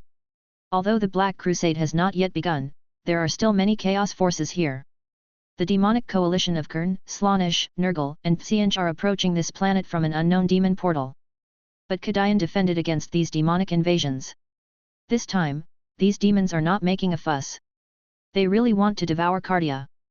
Cadia's ammunition supply can be used for another small expedition, but the consumption of other supplies is a bit high, and Chaos Space Marines are beginning to appear on the Chaos side. Although most of these Chaos Space Marines will be defeated by the numbers of Kadian soldiers, if this continues, Cadia will fall sooner or later within a few decades, and Lord Creedberg must seek support. However, the Kadian Navy was also severely suppressed by the Chaos Navy. But at this time, an Imperial shuttle passed through the barrage of artillery fire and landed on the deck at the last moment before crashing. Damn it, Cardia has already fought so fiercely. When I left, Cadia's offensive was not that strong. We must report to the tribunal immediately. We need more support. I'm going to report to the Lord of the High Castle. Lord Creed is the supreme commander of Cadia. This does not require too much description. The Empire's administrative system is ancient, complex, and messy. Even the Empire itself cannot explain it clearly, and it is very troublesome to explain. In short, the Supreme Lord of the Castle is indeed a ruthless character, not one of those noble nobles.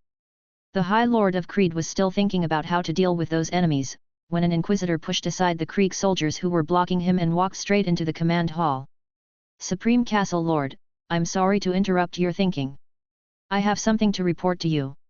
In terms of status, the Supreme Lord of the fortress is of a very high level, and the judge does not dare to neglect him. Are you, Judge O'Neill? The Lord of the Supreme Castle was very surprised. Yes. We have returned from a mission. We have lived up to the Emperor's expectations. We have completed our mission. Oh, great!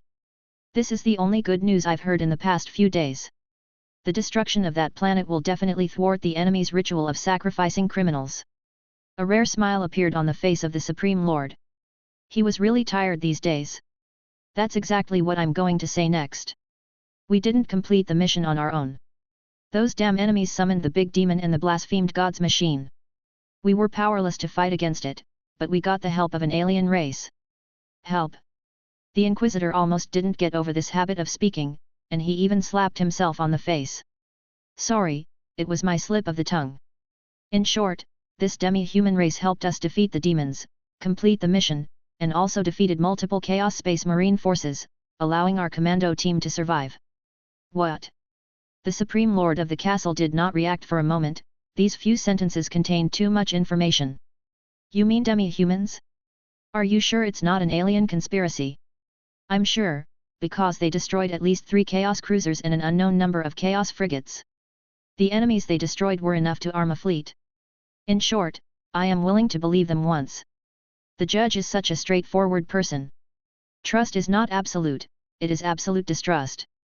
Okay, anything else to say? Yes, Godzilla. As soon as the judge finished talking about Godzilla, Lord Creedberg felt as if he had heard the name before. Godzilla, I seem to have some impression of this name. It's impossible, there's no way you've seen Godzilla. I don't know. When I heard the name, I felt a little tight inside. It seemed like a bad name. Godzilla is the god of the demi-human race who helped us. They say that Godzilla is the god who once knew the Emperor. God? There is only one god in the Empire. In the Empire during the 40K period, there were very few people who did not regard the Emperor as a god. No wonder Lord Creedberg would say so. I understand your feelings, but I think of several messages sent by Holy Terra not long ago, including "Don't mess with Godzilla." I think this is credible. At this time, Lord Creedberg finally remembered. He quickly walked to the desk and took out a message document from Holy Terra from the mountain of documents. Open the file and the first sentence is, "Don't mess with Godzilla." Chapter 84. The High Lord doesn't want to think too much about Godzilla now, he's too busy. Just like now. Before he left the star map for a while, a messenger brought new information. Lord Creed. The messenger still had blood on his body, but it looked like it was his own. His right arm was broken, and only emergency bleeding was done. What's wrong? The word bearer's forces broke into Cadia. What did you say? Under such intense anti-aircraft firepower, how could the word bearers still enter Cadia? However, here comes another piece of good news. Lord of the castle. Another messenger came panting. The Chaos Fleet has been repelled, and an unknown warship is assisting us in the battle. They said it was an Imperial ship, but it doesn't look like an Imperial warship. Is there a temple above? The judge asked quickly. Yes, we are waiting for the Lord's order.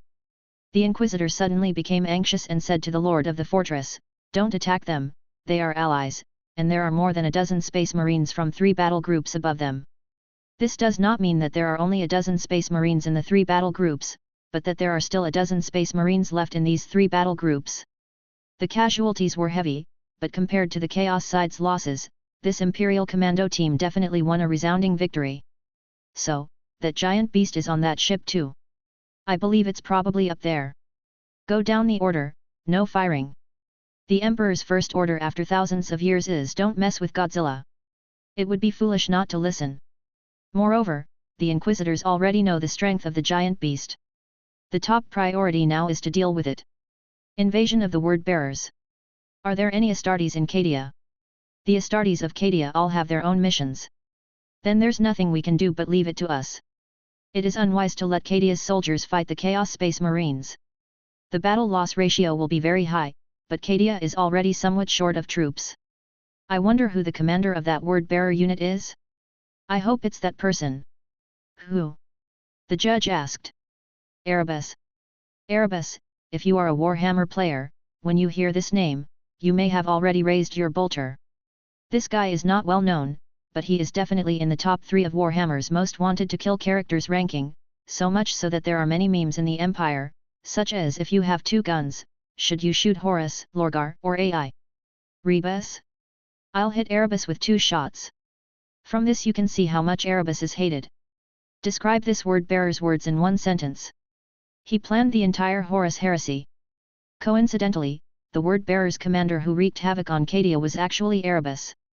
The chief priest of the word-bearers is currently in the black stone array of Cadia, trying to destroy these tall black stone buildings. The Cadian people do not know the importance of black stone buildings, but wherever the word-bearers are, they will attack them. But the word-bearers are not Chaos Space Marines who are easy to bully. They are one of the few Space Marine legions that still have the Empire's legions woven into them. The Cadian people almost pay a great price to destroy a word-bearer. The word-bearers who appeared on Cadia this time had at least 2 companies, which were Legion-level companies. Erebus was walking beside the black stone array. These tall black stone buildings were as high as mountains. When he looked up, those buildings almost pierced the clouds of Cadia. I could feel the uniqueness of these buildings. Erebus's psychic powers were greatly suppressed next to the black stone. He can't even create a small spark of Chinook energy, but even without Chinook powers, he is still a Chaos Space Marine. They can suppress the power of the subspace, but I have a feeling. Erebus placed his hand on the black stone building. These structures also amplify the power of the warp. Although Erebus is a trash among trash, he has to admit that his intuition is very sharp. These black stone buildings are really in the new version of the expansion pack. They can be used to expand psychic power by reversing the structure and other methods. King Silence was stupid when he found out. This time, even the Necrons began to suffer. But that's for future versions of Necron. Erebus doesn't know how to change the structure of the black stone yet, but these black stone buildings are an obstacle to them. As long as the black stone array still exists, the power of subspace cannot cover Cadia. Blow them up. Erebus gave the order. However, there are too many black stone arrays and they cannot be blown up in one day. Erebus's purpose is to weaken the defensive power of the black stone array as much as possible, in order to sacrifice living creatures and open rifts to summon the Chaos Demon army. The first black stone array exploded violently a few hours later. Although the black stone was strong, it could explode from a fixed point inside, and even the strongest fortress could not withstand it. Very good, next one. Rumble, rumble. Before Erebus could finish speaking, his attention was distracted by a violent sound in the sky. A giant object with flames all over its body broke through the atmosphere and appeared in the sight of Cadia and the forces of chaos. Erebus didn't know what it was, but through the firelight, it looked like. It seems like a living thing. Why did it fall from space? Not many creatures can survive in space. Erebus has seen a void whale as big as a planet, but he has never seen such a creature. As the shooting star fell hard, there was a sudden violent vibration on the surface of Cadia. The sound even made the earth tremble violently. A space marine of Erebus's size had to hold on to the wall to prevent him from falling due to the violent trembling. The impact set off a hurricane on the surface, sweeping away countless Chaos believers and Cadian people. But the casualties on both sides were not large, but the battle was violently interrupted. In the smoke and dust, the figure was slowly standing up. The Cadians could see the hazy figure in the smoke. They could vaguely see that the other person had a humanoid appearance, but had a thick tail that was swaying in the smoke. Mysterious, but the power of that figure can be seen at first glance. The fall hurt a bit. Godzilla looked up to the sky and let out a roar. The roar dispersed the surrounding smoke and dust, revealing his fierce figure. White pupils scanned the surroundings, and both the Cadians and Chaos believers took a step back. They were not afraid, but knew that they could not defeat this guy. Chapter 85. Godzilla's unique roar echoes across the surface of Cadia and can be heard even as far away as the Black Stone Array. I have an ominous premonition. Erebus instinctively felt that the arrival of the giant beast would affect the situation in Cadia. He was right, Godzilla was shot as soon as he arrived. This artillery fire was still fired by the Cadian side, and what the Emperor was most worried about happened. The Godzilla who was attacked turned his head to look in the direction of the bombardment, and roared towards the Cadian side's position. The soldier who fired the gun also fired instinctively. He was always a little uneasy now and felt that he had done something wrong. Godzilla, who was under attack, began to walk towards the Cadia position. Although this was just a Cadian position, there were more than 1,000 of them. When they saw Godzilla walking towards them, they immediately started firing. The sound of gunfire that had been silent since Godzilla's arrival sounded again, and explosions began to flash on Godzilla's body one after another. The Cadia side already regarded Godzilla as an enemy. Oh, it's over. The Inquisitor ran to the command hall, and with the height of the hive's spire, he could vaguely see Godzilla and the artillery fire on him with his extraordinary vision. Even Isis laughed. This is going to be bad luck for Cadia. These attacks did little harm to Godzilla. The power of this level of artillery was not enough to hurt Godzilla. Godzilla strode towards Cadia. I'm giving you face, right? At this time, the Emperor did nothing. Doing nothing is right. The more people interfere, the angrier Godzilla becomes. Now let Godzilla get angry, maybe Godzilla will be attracted by the Chaos Party. Godzilla stepped on the Lemanus tank closest to him. This main battle tank most commonly used by the Imperial Astra Militarum was capable of crushing a space marine to death, but now it was stepped on by Godzilla. Of iron. By the time Godzilla moved away from his feet, the Lemanus tank was no taller than a fart. But it wasn't over yet. Godzilla turned around and swept away. The dozens of meters long tail swept all the way, sweeping away at least 3 artillery and anti-aircraft gun positions. Most of the Cadian soldiers escaped by hiding in the trenches. Godzilla was just about to accumulate energy and fire a radiation ray, but the Chaos side also began to attack Godzilla. The bombardment of the Chaos cultists shrouded Godzilla and Cadia, and the huge bombardment covered Godzilla. Ha ha ha ha, that guy was blown over. One more blast and blow him to pieces. Okay. The Chaos believers were so excited that their minds had been thrown aside and they gave up thinking. He never considered that this giant beast fell from the starry sky, and how it could be injured by cannon fire. In the flames of the explosion, Godzilla's radiation rays were already sprayed out before he even showed up. Sweep, sweep, sweep. The radioactive ray swept all the way, triggering a series of explosions in the Chaos Believer's position. The body fragments of the Chaos Believers exploded together with the ammunition, exploding everywhere. "Cease fire, everyone cease fire." It was only at this time that the commander of the Cadia position ordered to stop the attack on Godzilla. "That's not the enemy, cease fire quickly." Cadia's artillery fire immediately stopped, but the Chaos side did not stop. Instead, it attracted Godzilla. Godzilla looked at a Chaos-modified assault vehicle rushing towards him, raised his foot and kicked it. This ramming vehicle, which was a great weapon in the eyes of the Kadian soldiers, was kicked away by Godzilla, and the spikes that increased the damage area were bent by Godzilla's kick. Both sides are really embarrassed. Do Chaos first. The system hasn't released the mission yet, but Godzilla is already killing him like crazy. He walked into the chaotic position and started a killing spree. Only a being of his level could wreak havoc on both sides of the battlefield. Ordinary Titan units would not dare to break into the artillery fire area at will, let alone be bombarded by both sides. The Genesis had just docked at the starport of Cadia at this time. This is a port in outer space with an elevator track leading to the hive. "Priest of Isis, don't you have to worry about your god?" "It doesn't matter, our god likes to fight. A little fight." Jumping directly from low Earth orbit tens of thousands of meters high is still called a small fight. It can only be said that Captain Wade still doesn't understand what these lizard people think, but they are welcomed by Cardia. In the corridor of the track, Kadian soldiers have set up a shooting array, with 2 rows of laser guns aimed at the connecting bridge. If the forces of Chaos come out, they will shoot immediately. "Let's go to the front." The remaining dozen Space Marines walked in front. They did not want these demi-humans who had made outstanding contributions to the Empire to be accidentally injured. "Godzilla. Godzilla and the others have no ability to take care of it." The Space Wolves walked ahead and asked the soldiers of Cadia, "Who is your commander?" A Kadian officer immediately stepped out and saluted the Space Marines with the Aquila. "I am the commander of this team. I received an order to have a ship with an unknown signal dock at the port." The Kadian officers saw the lizards behind the Space Marines, and they immediately asked, "May I ask about the aliens behind you?" "It's a demi-human," the Space Marine corrected. "Hey? But they look like aliens." "I'll say it again." The Space Marine walked up to the officer and looked at him condescendingly at a height of 2 meters. The red eyes of the helmet were as fierce as a demon. "They are demi-humans. No matter how stupid an officer is, he can still feel that something is wrong in the atmosphere."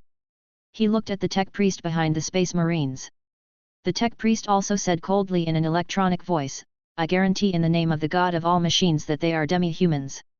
The officer looked at the Astra Militarum again. "It's a demi-human." Even the remaining Astra Militarum said so. "All right." The officer waved his hand and let the lizardman pass. He also saw the Space Wolves Space Warrior turning aside very gentlemanly to let the lizardman pass first. This kind of treatment was not given to the Kadian people. That must be worthy of the respect of the Space Marines, especially Isis. They watched Isis twist off the head of the Noise Warrior, explode a group of Slaanesh Desire demons with a psychic blast, and even single out 2 Slaanesh demons. In their eyes, Isis is already on the level of the Fearless Wolf group. "Priest of Isis, please don't worry, these soldiers of Cardia are very sensitive. I can understand their feelings. After all, I have seen the disasters that may happen in the future. Even we must be careful, otherwise we will be in bad luck." "What kind of disaster could happen?" "There's a big Chaos Space Marine with sky-high braids coming soon. Abaddon." Although this description is vague, most people still know who Isis is talking about. Hasn't that guy given up yet? The Gothic fleet made him suffer a lot last time. This time it's different. Isis smiled and shrugged. This time, Cardia may be destroyed. Chapter 86. The 13th Black Crusade gradually began to kick off. The Chaos Fleet retreated after the Genesis appeared, and merged with the Chaos Fleet inside the Eye of Terror to form a larger Chaos Fleet. At this time, the size of the Chaos Fleet had exceeded the Kadian Navy several times. On the central flagship of the Chaos Fleet, the supreme leader of the Black Crusade, Abaddon, was sitting on his throne. Since the death of Horus, he has been the highest-ranking leader of the Chaos Space Marines, not counting the other Primarchs. This strong man wearing Terminator armor is as powerful as his genetic father Horus. As a former company commander of the Sons of Horus, although he is a little bit behind the average of the original body, he is definitely weaker than the original body is stronger. The most distinctive feature of Abaddon's appearance as a Chaos Space Marine is his braid, which is tied into a bundle on his bald head and attracts more attention than the Terminator armor on his body and the magic sword in his hand. My great expedition is about to begin. Abaddon looked into the distance and saw the numerous fleets of chaos, which seemed to take him back to the Great Crusade thousands of years ago. And now, he is launching his own Black Crusade against Holy Terra.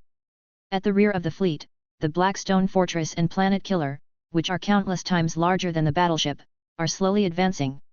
These weapons are powerful and tough, and are Abaddon's biggest reliance in this battle. This time, he would not repeat the defeat of the Gothic War. Cadia will be destroyed, and after the 13th Black Crusade, this thorn in the side of the Chaos Gods will be removed. However, when Hammer players see the number 13, they will probably laugh and say something like, "How loyal is this?" Not to mention that Abaddon loyally protected the forces of the Empire on several occasions by mistake. Hammer players all know that the number 13 is the number of the Emperor. Abaddon has now promoted the resurrection of the Primarch of the 13th Legion in the 13th Black Crusade. Oh my god, I cried to death. What is the color of loyalty? That's enough of the fun. Abaddon's Chaos Fleet is gradually approaching Cadia. Although Cadia has a planet-level void shield as a means of defense against weapons of mass destruction, Abaddon is really going to blow up Cadia this time. It's such an eyesore. Abaddon said so. Just the sight of that planet makes me furious. His Terminator claws crushed the armrest, expressing his rage. Betting on my reputation as the supreme leader of the Black Legion, Cadia will surely fall. Abaddon's eyes were full of determination, and he was fully prepared. The galaxies around Cadia have been harassed by the Chaos side and are completely unable to support Cadia. This time, the 4 gods' allied forces are dispatched. The Chaos Titans of the Black Legion are on the ground in groups. There are more than 100 smaller Chaos Knights. However, Abaddon's lieutenant brought him bad news. War Master. Abaddon said nothing. An unknown planet appeared next to Cadia. It appeared from the subspace and is larger than Cadia. There are differences in the size of planets. This is common sense, so I won't go into details. Emerged from subspace. Abaddon thought about the origin of that planet, but after thinking about it, he didn't think about it anymore. No matter where he comes from, he can't stop my expedition. Also, Godzilla. Godzilla. Abaddon then turned to look at his lieutenant. He didn't know what Godzilla was, but when he heard the name, a hazy figure seemed to appear in his mind. Abaddon seems to know what Godzilla is, but not what Godzilla is. I have an ominous feeling. Oh ho! Abaddon is right to have an ominous feeling. After all, what can't be done by the Chaos followers under him? At this moment, Godzilla has been attracted by the Chaos believers to the hinterland of their position, but no matter how these Chaos believers attack Godzilla, Godzilla never falls. And he is gradually approaching the Black Stone Array. Those idiots! Erebus was about to curse. Why do they want to attract this guy to the Black Stone Array? They just blew up one Black Stone building, and they are still installing explosives on the second one. Do these Chaos believers go out without any brains? It's not okay to lure the enemy to Cadia. As you say, who with brains would vote for Chaos? Godzilla also saw those Black Stone arrays at this moment. These Black Stone buildings were arranged neatly one by one and extended into the distance. Godzilla temporarily stopped slaughtering Chaos believers and came to the Black Stone Array to watch. This is the Black Stone Array, a Necron-style building. The Black Stone Array is very similar to a pyramid, and these tall buildings are too similar to the style of the Necron. I can see the psychic effects of these buildings. According to traditional settings, subspace energy also exists in the real universe, but the concentration is different. Low concentrations of subspace energy, such as those around the Sisters of Silence, will form a vacuum zone. The Black Stone Array is similar to the Sisters of Silence in that it also has a vacuum area, which seems to squeeze out the surrounding subspace energy.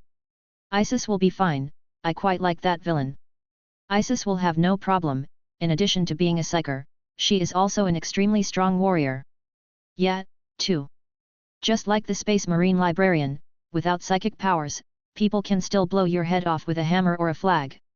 These things cannot be dismantled yet. It will be troublesome if they are dismantled. If the Black Stone Array is dismantled, Cadia will be directly swallowed by the Eye of Terror, and the surrounding galaxies of Cadia will become a subspace zone. No planet of the Empire can survive in this environment. Not even Holy Terra. Godzilla accidentally spotted several word-bearers near the black stone array. He immediately turned his head and looked over. Wait, is this the word-bearers?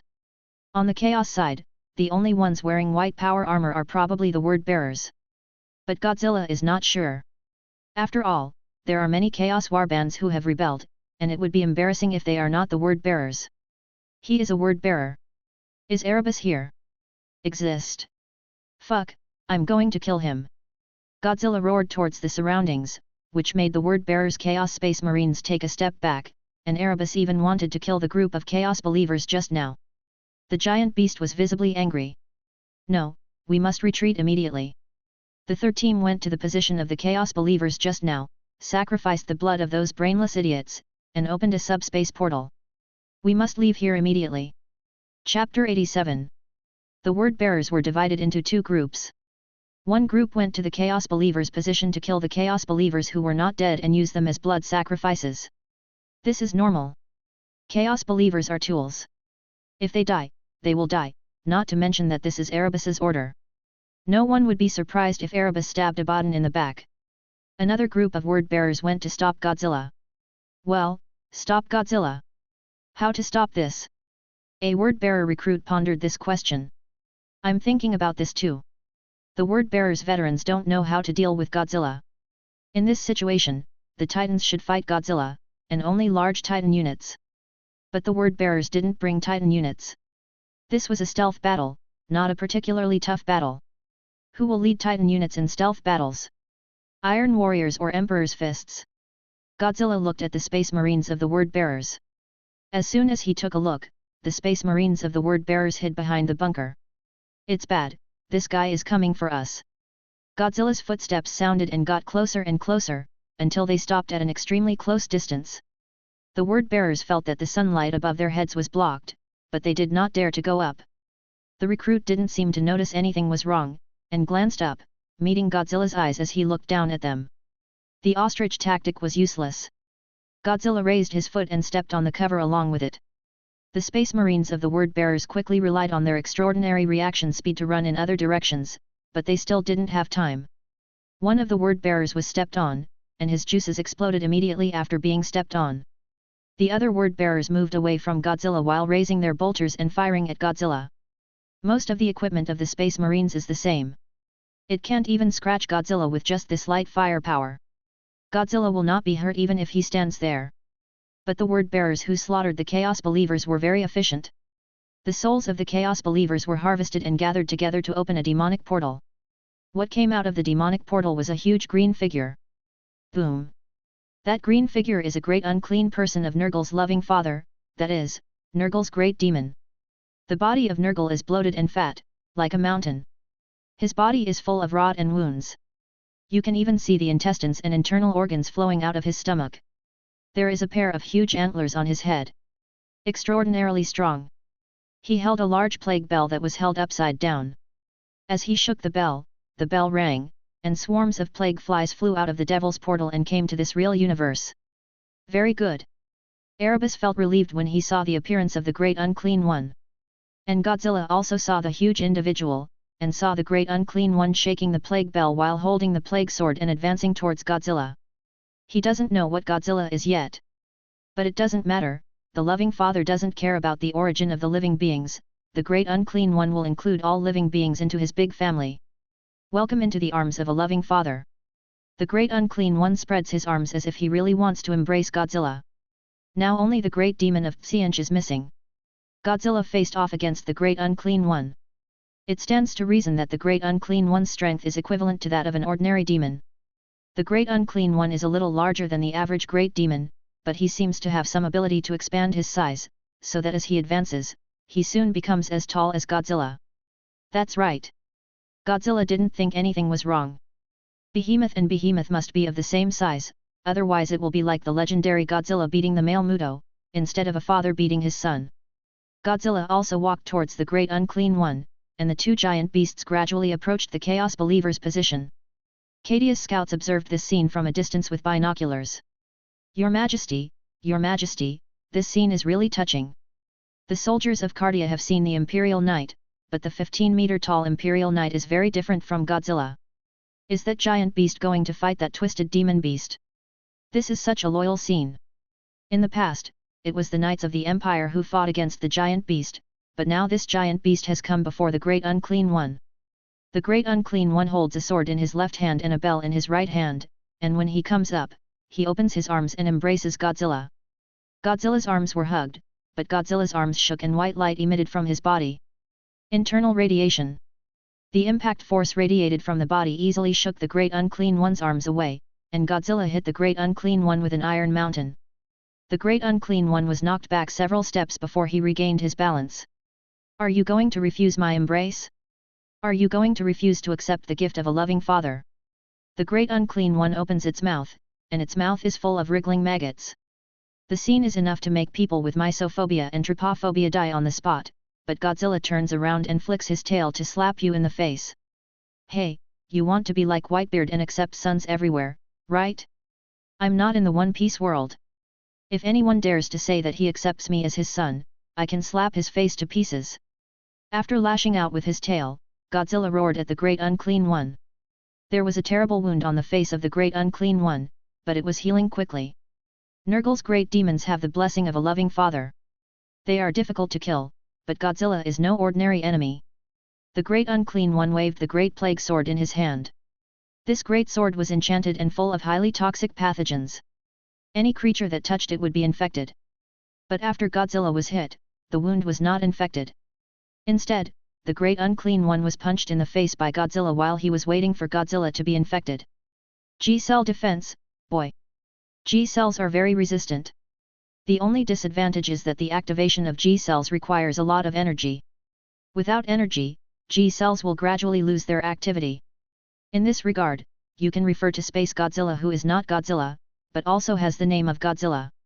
Seeing that the Great Plague Sword was useless, the Great Unclean One turned to shake the Great Plague Bell in his hand. In religious culture, the sound of the bell is often accompanied by oracles. As the bell rang, countless swarms of plague insects of various sizes surrounded the battlefield, and Godzilla was also surrounded by swarms of flies. The buzzing sound of the fluttering wings of the flies was particularly harsh and disturbing. Swarms of flies try to bite Godzilla's skin. Damn, you're playing dirty, right? With this move, New Age Godzilla was surrounded by a similar swarm of insects when he fought Super Xiang Long. However, these swarms of flies are not comparable to Super Cerosaurus, which is an ultra-ancient creature that can absorb Godzilla's energy. Chapter 88. The Great Unclean One is not as nimble as the Daemon of Slaanesh, nor as brave as the Daemon of Kern. However, their abilities are definitely not inferior to those of the other three gods. Come on! Nurgle shook the plague bell in his hand. The swarm of plague flies almost completely engulfed Godzilla, and the darkness was particularly disturbing. Godzilla was also a little upset. His tail flicked back and forth, but he couldn't scare away the annoying flies. This is one of the uses of the tail. It's so annoying flying around. Godzilla's feet slammed into the ground, and the gaps in his skin lit up with white light again. Internal radiation. A white light lit up in the gap between the black flies. The next second, the white light exploded, blasting all the flies surrounding Godzilla into powder. Even the Great Unclean One had not expected this scene. An expression of obvious surprise appeared on his honest face. Godzilla then crossed the barrier between him and the Great Unclean One in 2 steps. Eat my Godzilla's 9.99 million horsepower Godzilla explosive punch. The claws of the clenched fist hit the Great Unclean One in the face. At this moment, even the Great Unclean One, who was white and fat and had a solid chassis, was knocked to the ground. The Great Unclean One, huge as a mountain, fell. Erebus quickly retreated with the word-bearers. It was not his time to die yet. This guy knows where the danger is better than anyone. Retreat, quickly. We can't deal with that giant beast. One by one the word-bearers retreated, but when Erebus and his guards prepared to retreat, a burst of psychic power came, and the bombarded demon portal suddenly collapsed. What? Erebus was shocked. Evacuate? Where do you want to retreat? Isis rushed to the battlefield with Captain Wade and others. The first time Captain Wade saw Erebus, a rage that could burn him to ashes emerged in his heart. Erebus! Captain Wade almost immediately raised his gun and fired. But even the auxiliary army equipment from the 30K era could not kill Erebus. If the Inquisitor hadn't stopped him, he would have rushed into the enemy's position. Snort. Erebus snorted coldly. There are many people who want to kill me. You don't have the ability. I can't. My psychic power is too weakened near the black stone array. If the previous Isis was more powerful than Tsianch, the current Isis is probably at the level of the god Blue Terror. But he can. Thuras strode forward, looking at this fearless mecha-level lizard man. Erebus looked embarrassed. He is just a little stronger than ordinary space marines. Fighting against the Astra Militarum is like chopping up melons and vegetables. To fight against this big guy? Not quite. Cut. Erebus wanted to curse. He took a few steps back, but the ground behind him shook violently. When he turned around, Godzilla had already stepped on the belly of the Great Unclean One. The soles of his feet were stamped so hard that the intestines of the Great Unclean One came out. But that's no harm. The wounds of the Great Unclean One are healing rapidly, and wherever the maggots representing corruption have crawled, the wounds have disappeared. But Godzilla is ready to finish. A blue light lit up behind him, and energy accumulated in his dorsal fin. Behold, that is the glory of our gods. Isis praises Godzilla. Erebus dismissed this. Isn't it just nuclear energy? We have mastered nuclear energy a long time ago. Master nuclear energy, haha, you don't understand anything. Isis laughed at Erebus' ignorance. Even you word-bearers don't understand how dark this world is. Do you think those gods can protect you? Humph, we have to wait until your god defeats my god. Godzilla had finished accumulating energy at this moment. As Godzilla opened his mouth, radiation rays shot out and bombarded the head of the Great Unclean One. The Great Unclean One used the Plague Sword to block in front of him, but the green swords that contained the power of Nurgle all turned red under the high temperature of the radioactive rays. The molten iron flowed down the blade of the sword and dripped onto the body of the great demon Nurgle. The moment the molten iron came into contact with flesh and blood, a smell of burnt flesh wafted out. If Godzilla was only big, Erebus could still handle it. This guy can also shoot energy beams. While Erebus was stunned, Thoros had already killed him. The word-bearers immediately came to protect Erebus, but they were still too late. Thuras knocked one word-bearer away in one blow and knocked another away with a club blow. It was too big, Thuras was too tall, and Erebus had no desire to fight. If you want to be the same size as Thuras, you must at least be a Primarch of the Salamander Legion, and you will be shorter than Thuras. On Godzilla's side, the winner has been decided against the Great Unclean One. As a gap was created in the Great Plague Sword, the radiation rays directly hit the head of the Great Unclean One. Boom! The impact rolled up yellow sand and smoke all over the sky. As soon as Erebus could clearly see what was in front of him, he was hit by Thuras' big black stick. The armor on Erebus's chest was dented. If this blow had hit his head, he would have died. Erebus rolled on the ground several times before he stopped. As soon as he raised his head, he saw the headless body of the Great Unclean One in front of him. The bile and maggots were gone, replaced by charred flesh that had been burned to the point of vaporization by high temperatures. Godzilla's paw landed in front of Erebus, who looked up at Godzilla. The sun's rays broke through the clouds and shone on Godzilla. But Godzilla's light was more dazzling than the sun, and the figure of the giant beast was deeply imprinted in his mind. Maybe he is a bad person, but his thoughts at the moment are the same as those of good people. God. He said the word automatically. Erebus truly believed that Godzilla was a god, just as the word-bearers originally thought, and that the Emperor was a god as well. The Emperor said he was not a god and punished the word-bearers. And Godzilla is the real miracle, he is the real god. Okay, Erebus, your end has come. Isis and Cartier's men came over, ready to kill Erebus on the spot. Erebus didn't need prisoners, and dying for his crimes 1,000 times over wouldn't be enough. No, I won't die here. Erebus stood up. Isis sneered, if you don't want to die, why not? Unless the Chaos Gods appear now, Erebus is doomed. However, there was a sudden huge explosion in the sky, and a huge mushroom cloud exploded on Cadia's void shield. It was a cyclone torpedo. Cardia. Abaddon's Black Expedition fleet has arrived near Cadia, and the cyclone torpedo is the greeting gift of the Chaos Fleet. Meet your destruction. Chapter 89. The arrival of Abaddon instantly increased the intensity of attacks Cadia experienced by several levels. In a short period of time, Cadia's naval forces encountered powerful fire suppression. The Genesis also came under attack. But after all, it is a battleship, or a modified battleship, so it is not so easy to be sunk. But the Genesis crew also saw something unusual. What the hell is that? As big as the phalanx. The crew of the Genesis had already seen the black stone fortress in the distance. This huge structure was composed of two 8-pointed star structures. It was so huge that the battleship looked like a toy in front of it. It's not an exaggeration to say it's a small planet. This is the Black Stone Fortress, a giant structure that is so big that it has its own ecosystem and webway gate. Next to the Black Stone Fortress, there is a spacecraft that is slightly smaller than it, but looks more aggressive overall. Planet Killer. The front end of this spacecraft is composed of a huge turret array, and the bombardment of its main cannon is enough to threaten the existence of a planet. These two have been highlighting their powerful presence since the beginning.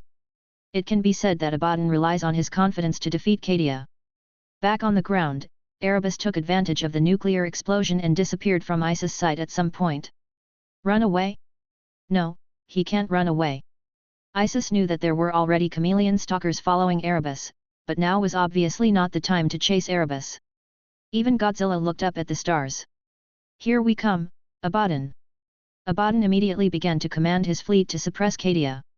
The first fleet covers the Black Stone Fortress, and the second fleet steps forward to confront the enemy. Get rid of Cadia's naval forces within one day. At the same time, Abaddon turned to look at the Godzilla planet aside. That huge planet was an eyesore. World Eaters, airdrop to the nearby planet, and occupy this planet before seizing Cadia. It can only be said that World Eaters, as a professional thug, was a bit miserable this time. I'm about to be beaten by Godzilla again. This World Eater is obviously not the one Godzilla fought before, but it doesn't matter, as long as there is a fight. These reckless men whose minds have been affected by the butcher's nails don't care who they fight. Shuttles and airdrop pods began to airdrop to planet Godzilla. Isis, aware of this situation, asked Cadia. Is that okay with you? My sister. No problem. Cadia stood on Mechagodzilla's shoulder, looking at the Chaos Space Marine drop pod falling in the distance. These airdrop pods hit the ground heavily, opening up a relatively safe open area for them. A strong man with red rabbit ears holding two chainsaw axes walked out of the airdrop pod, making a crazy cry of killing. For the blood god.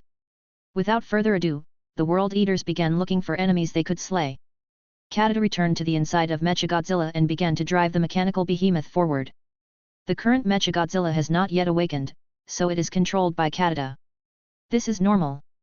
The conditions for Godzilla's cells to awaken are very harsh, otherwise Godzilla's planet wouldn't be just trees everywhere. Not Godzilla. Soon, Mechagodzilla appeared in the sight of the World Eaters. At the same time, Abaddon also got the news. A 50-meter-tall Titan unit? Humph. Abaddon expressed disdain. Just one, who are you looking down on? Airdrop Titan. He also began to airdrop the Titan Legion, and dropped 3 in a row. The 3 Lord-level Kern Chaos Titans began to break through the atmosphere and were airdropped directly to the planet Godzilla. So proud. Being powerful means being willful.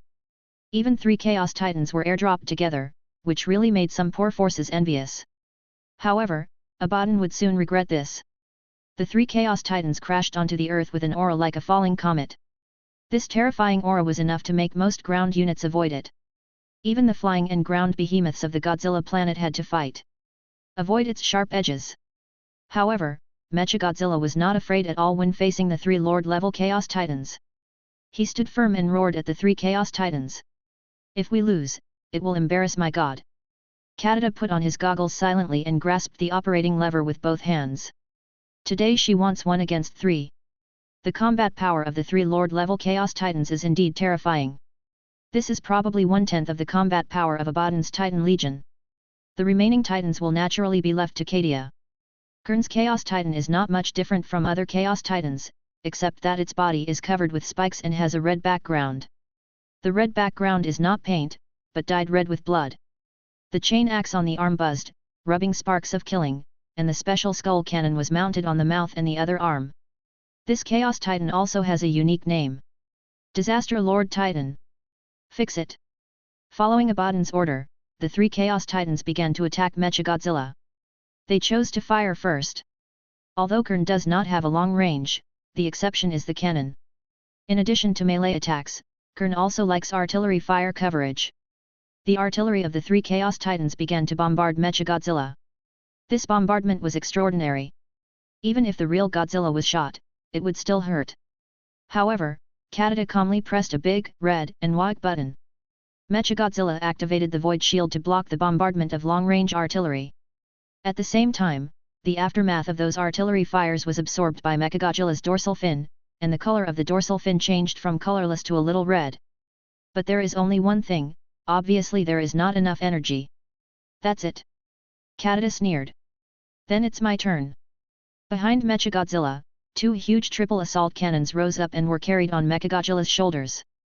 As the two triple assault cannons began to rotate, 6 rounds of artillery blasted out, hitting the Chaos Titan on the Void Shield. This represents the official start of the confrontation. The two sides began a grand battle like a divine machine. Mechagodzilla began to step forward, as did the Chaos Titan, and the two sides began a brutal hand-to-hand battle. Mechagodzilla swung his tail and claws, and the Chaos Titan swung his buzzing chainsaw. Every collision of attacks will bring earth-shattering vibrations. It's a pity that Godzilla is not here, otherwise it would definitely be more exciting. But it doesn't matter, because we all know that Godzilla's side is the most difficult battle next. Kadia's naval fleet is gradually decreasing, Abaddon's airdrop troops have begun to fall into Kadia's atmosphere, and small-scale demon portals have appeared everywhere. This is the result of Chaos believers using their own blood to sacrifice themselves. The portal barely opened. Chapter 90. Captain Wade.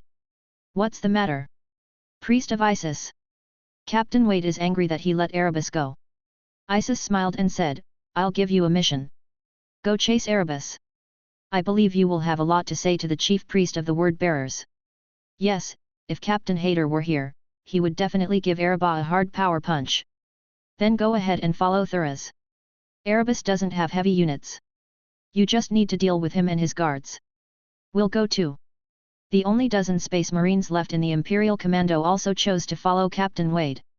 Although their level was a little higher than Captain Wade, they all had the same desire to shoot Erebus. Now there is no hierarchy among this group of people, only loyalty to the Empire. Thank you for giving me this opportunity, Priest of Isis. I have more important things to do, so I won't go with you. Isis looked at Godzilla.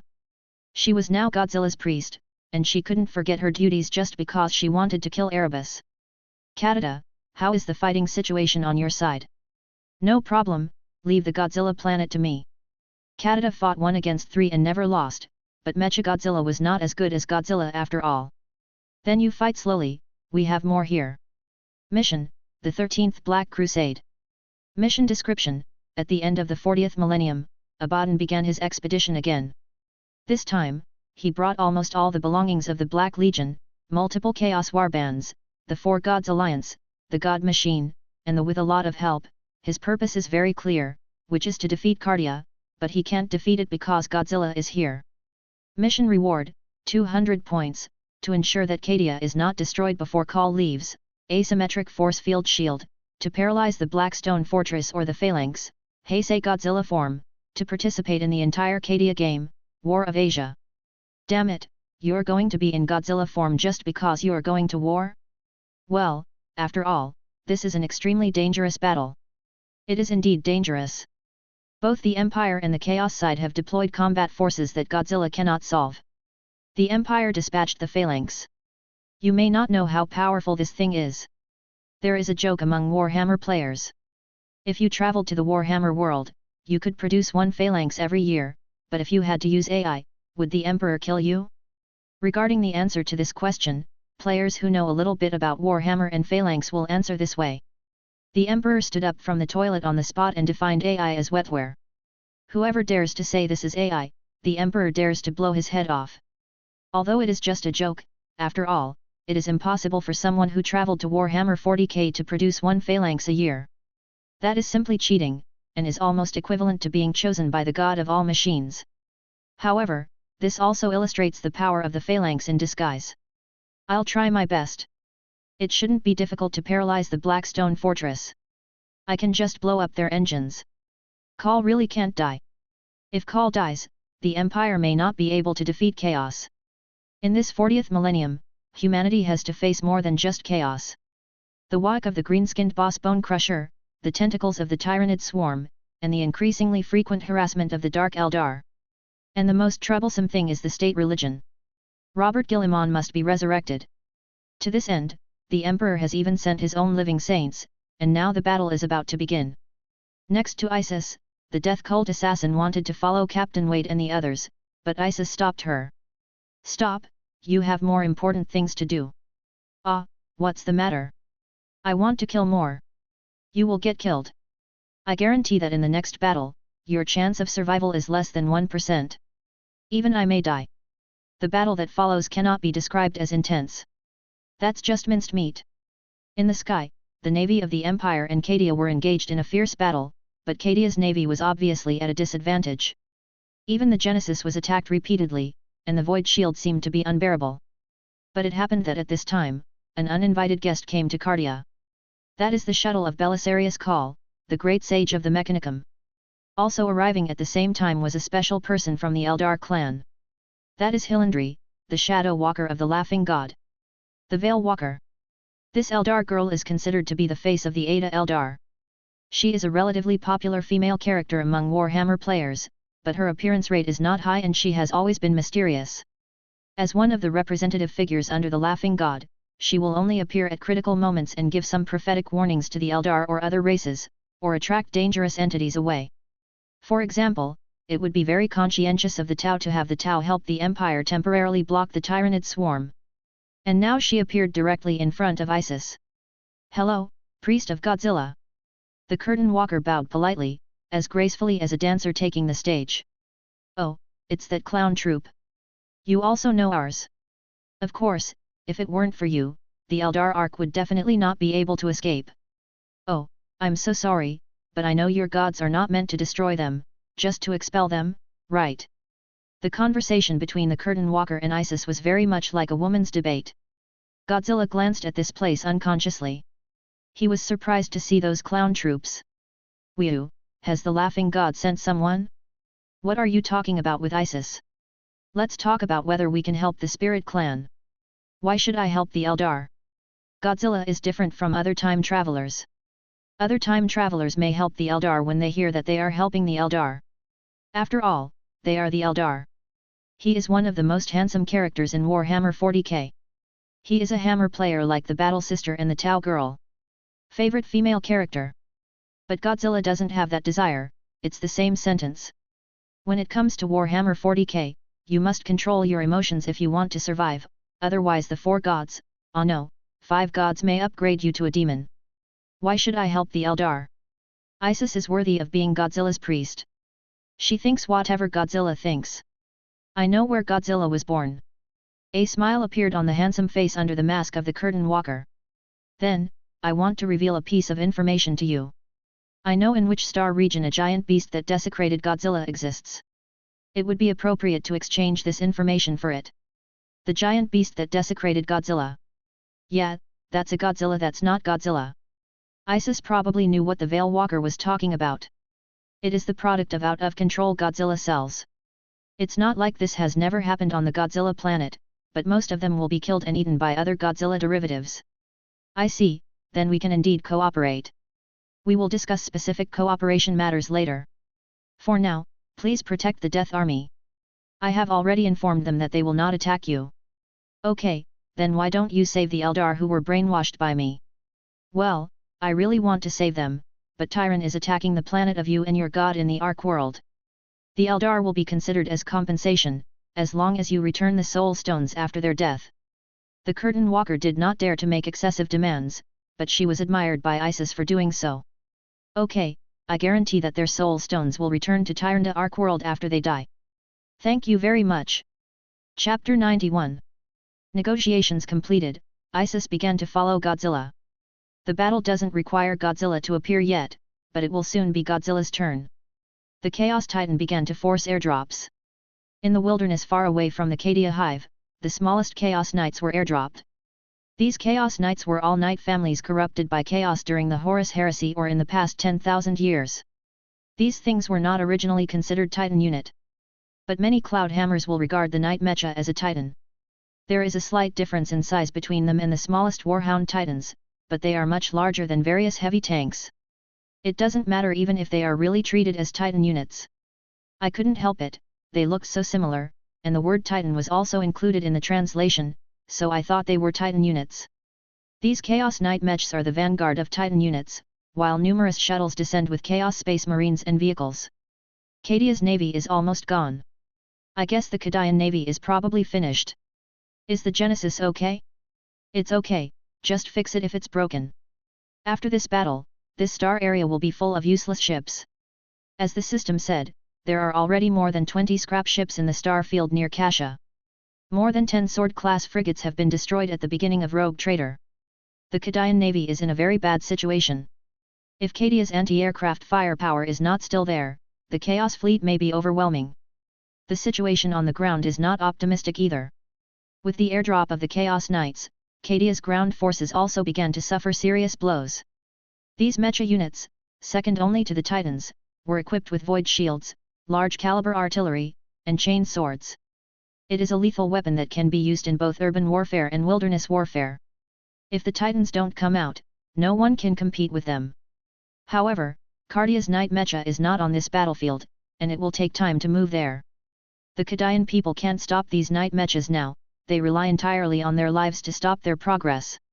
For Cardia.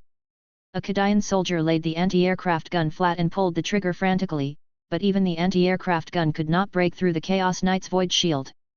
The Chaos Knight looked over and aimed the assault gun barrel of his arm at the fort position below, but the Cadian soldier was not afraid and continued to pull the trigger.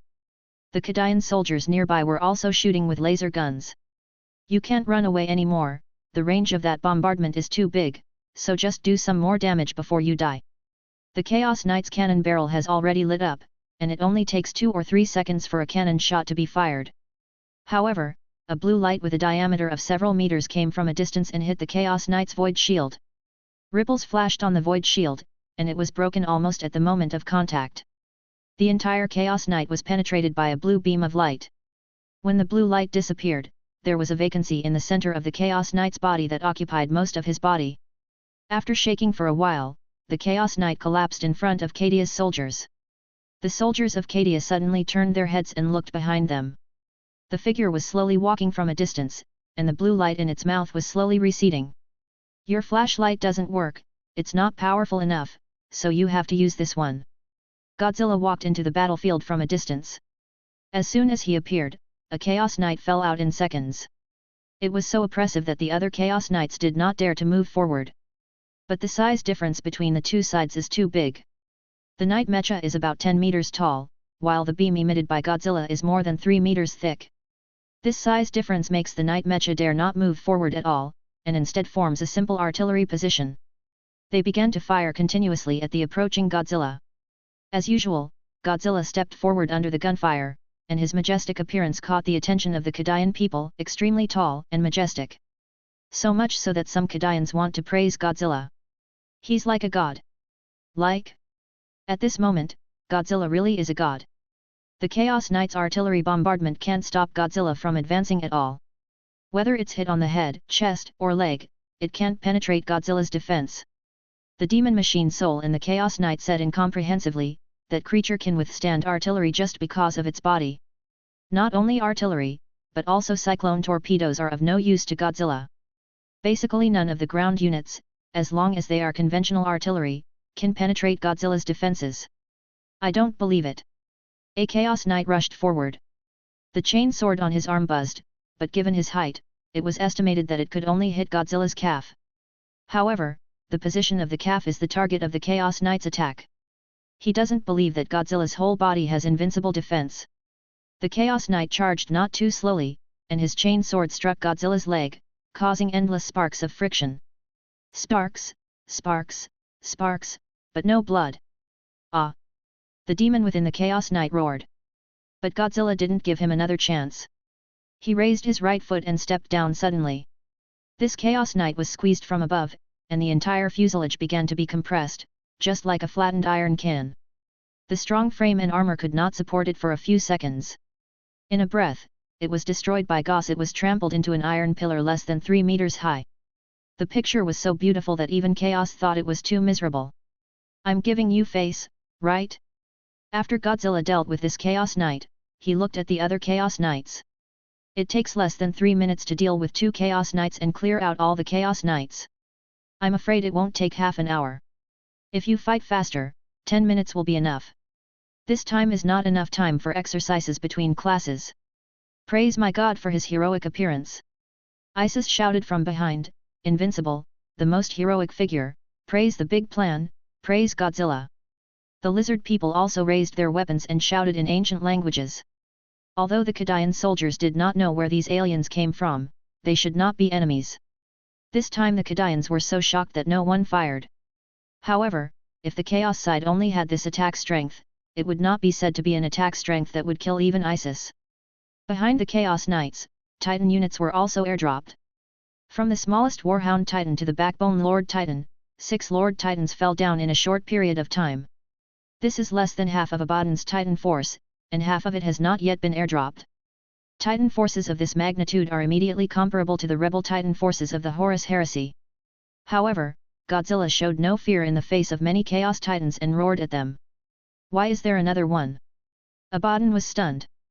There is one on the nearby planet, why is there a giant beast here? Looking at the wreckage next to him, he has already killed several Chaos Knights, right? Chapter 92.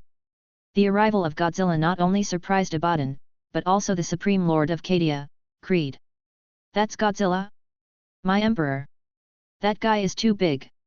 Yes, the size of this body is indeed too big. The Inquisitor still remembers how surprised he was when he saw Godzilla. However, he seems to be from the ancient times of Terra. I've heard that fossils of huge creatures were unearthed in Terra's ancient times, and they seem to be very similar to this kind of creature. They're called dinosaurs. You can see some of them in Terra's museum. Obviously, dinosaurs and Godzilla are so similar. Godzilla has a nickname called Atomic Dinosaur. Creed, Lord of the High Castle, confuses Godzilla with dinosaur fossils. Although Godzilla is much larger than dinosaurs, it is conceivable that many of those dinosaurs were behemoths that were more than 30 meters tall. Godzilla who is more than 50 meters tall is not difficult to accept. The lizardmen gods and the Emperor seem to know each other. I'm not sure. Anyway, that's it. I hope the castle master won't order an attack on Godzilla at will. I will try my best. Creed could not guarantee that his soldiers would obey orders 100%. After all, the prerequisite for obeying orders was that the soldiers could hear the orders, but the current war situation in Cadia could no longer guarantee that the orders would be passed on 100%. Returning to Godzilla, Godzilla looked at the numerous Chaos Titans and asked the system. Is there an Emperor-class Chaos Titan? Yes, but Abaddon will not easily let the Emperor-level Chaos Titan be dispatched. He will only dispatch it when the battle is about to be won. That's good. If an Emperor-level Chaos Titan really appears, there's a real question as to whether Godzilla can stop it. The numerical value of the Emperor-class Titan has always been a mystery. Some people say it is 50 meters tall, and some people say it is 100 meters tall. If it is 100 meters high, Godzilla really doesn't know if his current numerical value of 50 meters can beat him in a size ratio. An Emperor-class Titan twice his size. If it is 50 meters. That Godzilla is now invincible in front of ground units, for sure. But Godzilla estimated that it should be 100 meters, preferably 100 meters, so that when Godzilla reaches 100 meters, the Emperor-level Chaos Titan can compete with him. Okay, now these 6 Lord-level Titans alone are enough for me to fight for a while. 6 Lord-level Titans are equivalent to 2 teams of Warrior-level Titans. With this lineup, even the Tyranids have to evaluate whether they can charge. But Godzilla roared towards the phalanx of Chaos Titans, and then took steps. It's just more than a dozen, it's not like I haven't been beaten before. Godzilla is quite brave, but Abaddon makes him less confident. He looked at the combat power ratio between the two sides in the command hall of the flagship. There were 40 Titans and a few Knight Mechas on his side. There were 6 Lord-level units alone, and there were also 6 Lord-level units and 3 Emperor-level Chaos units. The Titans haven't airdropped yet. There are a lot of War Dog-class Titans and Knight Mechas. Good guy, this giant beast called Godzilla actually dares to attack? When Horus went on an expedition to Holy Terra, the Empire did not have such powerful generals. But there's still bad news. War Master. The adjutant came immediately to report. On the nearby planet, the airdropped World Eater's troops have been completely wiped out. What did you say? Abaddon looked surprised as if he had met the Emperor. That's a whole army of World Eaters. The Hammer guys said, yes, it's the World Eater, and it's normal for him to be beaten when he comes to the table. However, in the world of Warhammer 40K, there are really not many forces that can destroy the World Eater's troops so quickly. How is the battle situation with Lord-class Titans? It's very bad.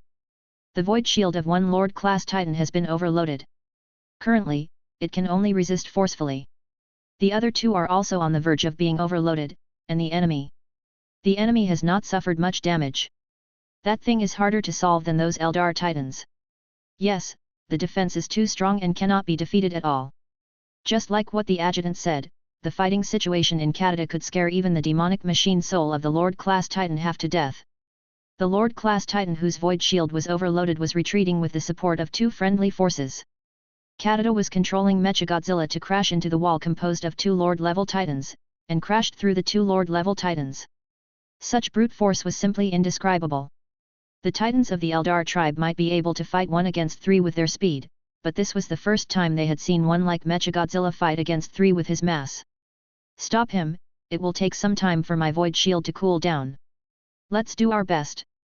The friendly forces were also anxious and could only slam into Mechagodzilla, trying to control Mechagodzilla through the squeeze of the two Titans. But Mechagodzilla's claws forced his way out. The artillery bombardment on Mechagodzilla's body was also unable to penetrate Mechagodzilla's Void Shield. Instead, it made Mechagodzilla's dorsal fin shine brighter and brighter, representing the fullness of energy. Canada also saw the right moment and launched her first powerful attack. Let you see the power given to us by Godzilla.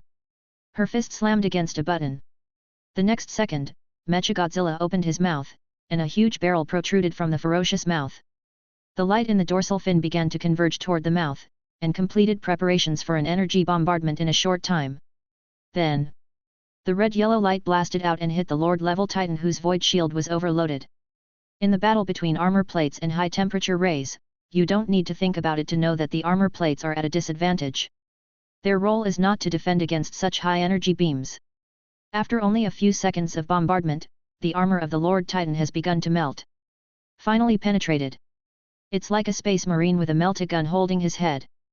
The Lord-class Chaos Titan fell, never to rise again, its crew of Titans corrupted by the forces of chaos and demons finally resting in peace. After that, Mechagodzilla suddenly turned around and flicked its tail, knocking back the two Lord-class Chaos Titans that were squeezing Mechagodzilla. Okay, you two are left. Canada held the joystick in his hand and showed a confident smile. My pressure is much less now. The crew members of the two Lord-class Chaos Titans had already begun to intend to retreat. This was not a battle at all. Although Mechagodzilla's body was damaged, it was not damaged at all.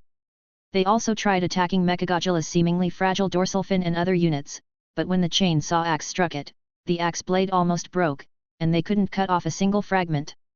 This defense is the same as having it activated. War Master, we request an orbital bombardment. Abaddon thought for a moment and nodded, I allow it. Chapter 93.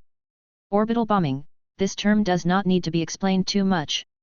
As long as it is a science fiction work, this term will appear in most of them. When one navy has the advantage and occupies most of the star field, but the internal resistance of the planet is strong, orbital bombing will be used to bombard targets on the surface of the planet.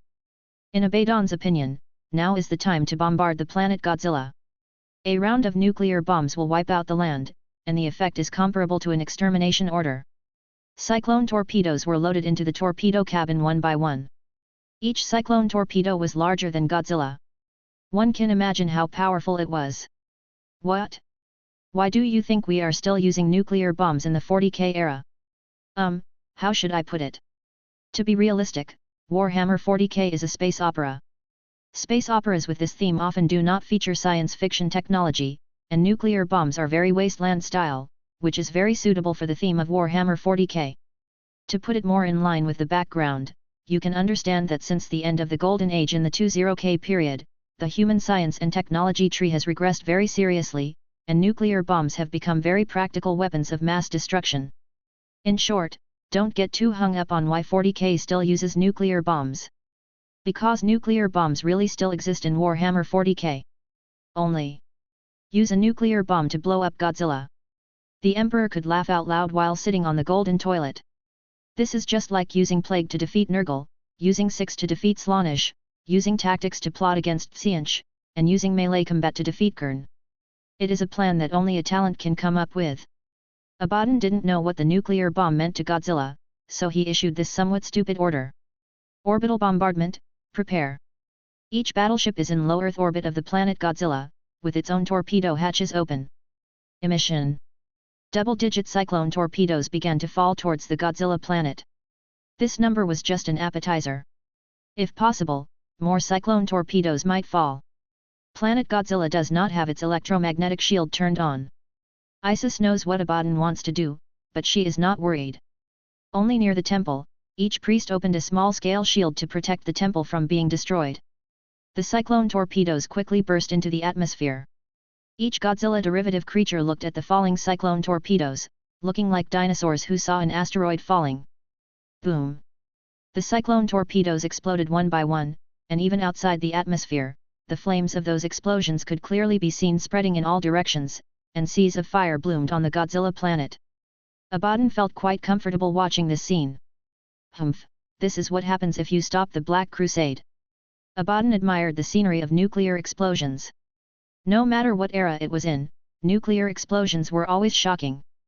But he didn't know what he was doing. This level of nuclear explosion could already give birth to a Godzilla derivative second only to Godzilla. The impact of those nuclear explosions destroyed some living things, but more living things were absorbing the energy of the nuclear explosions, and soon, a huge flower beast grew out of the radiation cloud of the nuclear explosions. In just 10 minutes, it grew to over 100 meters. The huge flower is red and extremely bright, but it is still a bud and has not fully bloomed yet. After the energy of the nuclear explosion was absorbed, Abaddon noticed something unusual about Godzilla's planet. Are there many living things still alive on that planet? Seems to be. Abaddon angrily punched the Mechanicum servant beside him and stood up from the throne. Continue to release cyclone torpedoes. Abaddon thought that the magnitude of his explosion was not enough, so he ordered more cyclone torpedoes to be dropped. A cyclone torpedo landed near the flower beast. The flower beast noticed the arrival of the cyclone torpedo, and then stretched out countless tentacles, entangled the falling cyclone torpedo, and pulled it to its side. The bud opened, and inside the bud, there was a crocodile or lizard head similar to Godzilla.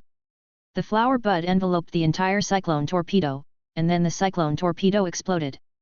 The flower beast actually withstood the impact and heat of the entire explosion. This time, the energy it absorbed was enough for it to fully wake up.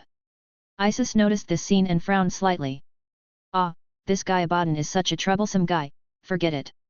That flower beast can be considered an existence on Godzilla's side, but it's just not very obedient. Godzilla cells are like this. When a Godzilla cell derivative absorbs energy to a certain level, it will become an independent subspecies of Godzilla. This setting is very common in Japanese Godzilla, and the legendary Godzilla has also been passed down. The competitive relationship between Titans and Titans was changed from this relationship. Master K, I'd like to trouble you one more time. Teleport that flower beast to the Blackstone Fortress. Now, that guy is Abaddon's trouble. Master Kroka opened his eyes again. Along with a burst of dazzling spiritual light, the flower beast, who had just eaten and drank, was teleported to the Blackstone Fortress. Don't worry that the Blackstone Fortress can't accommodate him. Compared with the size of the Blackstone Fortress, which is more than several hundred kilometers away, this flower beast is still inferior. Too much. However, when the Chaos Believers on the Blackstone Fortress saw the arrival of the flower beast, all of them had ugly expressions. And the flower beast was not polite, swinging out the huge vines several meters thick, flying away all the surrounding creatures and materials. Among them was a word-bearer's dreadnought mecha. The poor dreadnought mecha was just like chopping melons and vegetables against the space marines, but in front of the flower beast, not even its vines could stop it. If the ultramarines see the scene, they will definitely award the flower beast with a Macraj's Glory badge. As Isis said, now this is Abaddon's trouble. War Master. A huge creature was teleported to the Blackstone Fortress. If there are any creatures, deal with them. But, he is too big, he is taller than the Emperor Titan. Even the dreadnought was knocked away. What are you talking about? Taller than an Emperor-level Titan? You must have taken too many Slaanesh drugs. How can there be a creature bigger than an Emperor-level Titan? How big is the Emperor Titan? It is a huge divine machine that can carry a cathedral on its shoulders. The night mecha is probably only the size of its feet. No one would believe that a creature could be bigger than an Emperor-class Titan. War Master, it's true. I swear to the 4 gods. Abaddon had a huge headache. He couldn't let the Blackstone Fortress be destroyed. Let the demon alliance of the 4 gods fight against that giant beast. Demons are endless, and the lives of our warriors cannot be used in meaningless consumption. Also, let the Emperor-level Titans be prepared. If the war goes against them, they also go to the battlefield. Abaddon's Black Legion only has 3 Emperor-class Titans. These are all antiques from the Horus Heresy, and all the other Emperor-level Titans were lost in these 10,000 years of fighting. Emperor-level Titans are not something you can just create. Chapter 94. The Blackstone Fortress is in chaos, but the Flower Beast will not demolish the Blackstone Fortress in a short time. Back to Godzilla. Our Godzilla is engaged in a fierce battle with the Titan battle group. Although Kadia's artillery array is also covering Godzilla, artillery of that level has no effect. Ola ola ola ola. Godzilla's fight was quite enjoyable. The Titan battle group's artillery bombarded various parts of Godzilla's body, causing Godzilla a slight feeling of pain. Mainly the Lord-level Chaos Titan, this kind of thing is definitely an upper-middle level power among the Titans. Their artillery can cause effective damage to Godzilla, who does not have a void shield, but it is limited by the reloading speed of the artillery. Before the next shot arrives, most of Godzilla's wounds have been healed. That small wound was not enough to affect Godzilla's actions. Instead, Godzilla twitched his tail and cut off a night mecha at the waist. At the same time, he knocked a War Dog Titan to the ground. Literally knocked to the ground. Few things can knock a Warhound Titan to the ground, but Godzilla did it. The War Dog Titan kicked his legs, obviously unable to get up. In the distance, the Predator Titan, a medium-sized Titan that is larger than the Warhound Titan and smaller than the Lord Titan, has the Apocalypse missile launcher above its head. It begins to rain down missiles frantically, trying to prevent Godzilla's next move. But Godzilla stepped on the head of the War Dog Titan, and the power of that big foot instantly disabled the Chaos Titan. Missiles exploded one after another on Godzilla's back, but they were completely unable to stop Godzilla's actions. Damn, damn, damn, how can we stop him? Is this guy invincible? He has not been affected at all. We need stronger fire support. Where can I find more firepower? The Lord-level Chaos Titan is already the highest level of God's mechanical power. Although it can cause damage to Godzilla, the number of Lord-level Chaos Titans is too small. If he had more than 1,000 Lord-level Chaos Titans, Godzilla would definitely not be as cool as he is now. There are less than 10 of them, so why is Godzilla afraid of him? Come, come, come, Seiya hasn't fought enough yet.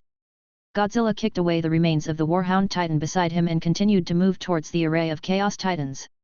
The Titans began to change their tactics. They no longer fought against Godzilla. The War Dog Titans fired harpoon guns from their arms. This weapon was generally used to control Titan units and shot out harpoon ropes. On Godzilla's back, more than a dozen ropes tied up Godzilla and began to pull him in all directions. If you look down from the sky, you will find that the battle scene looks like an 8-pointed star of chaos, and Godzilla is the center of the 8-pointed star. Engine maximum output. Control his actions, we can't let him wreak havoc anymore.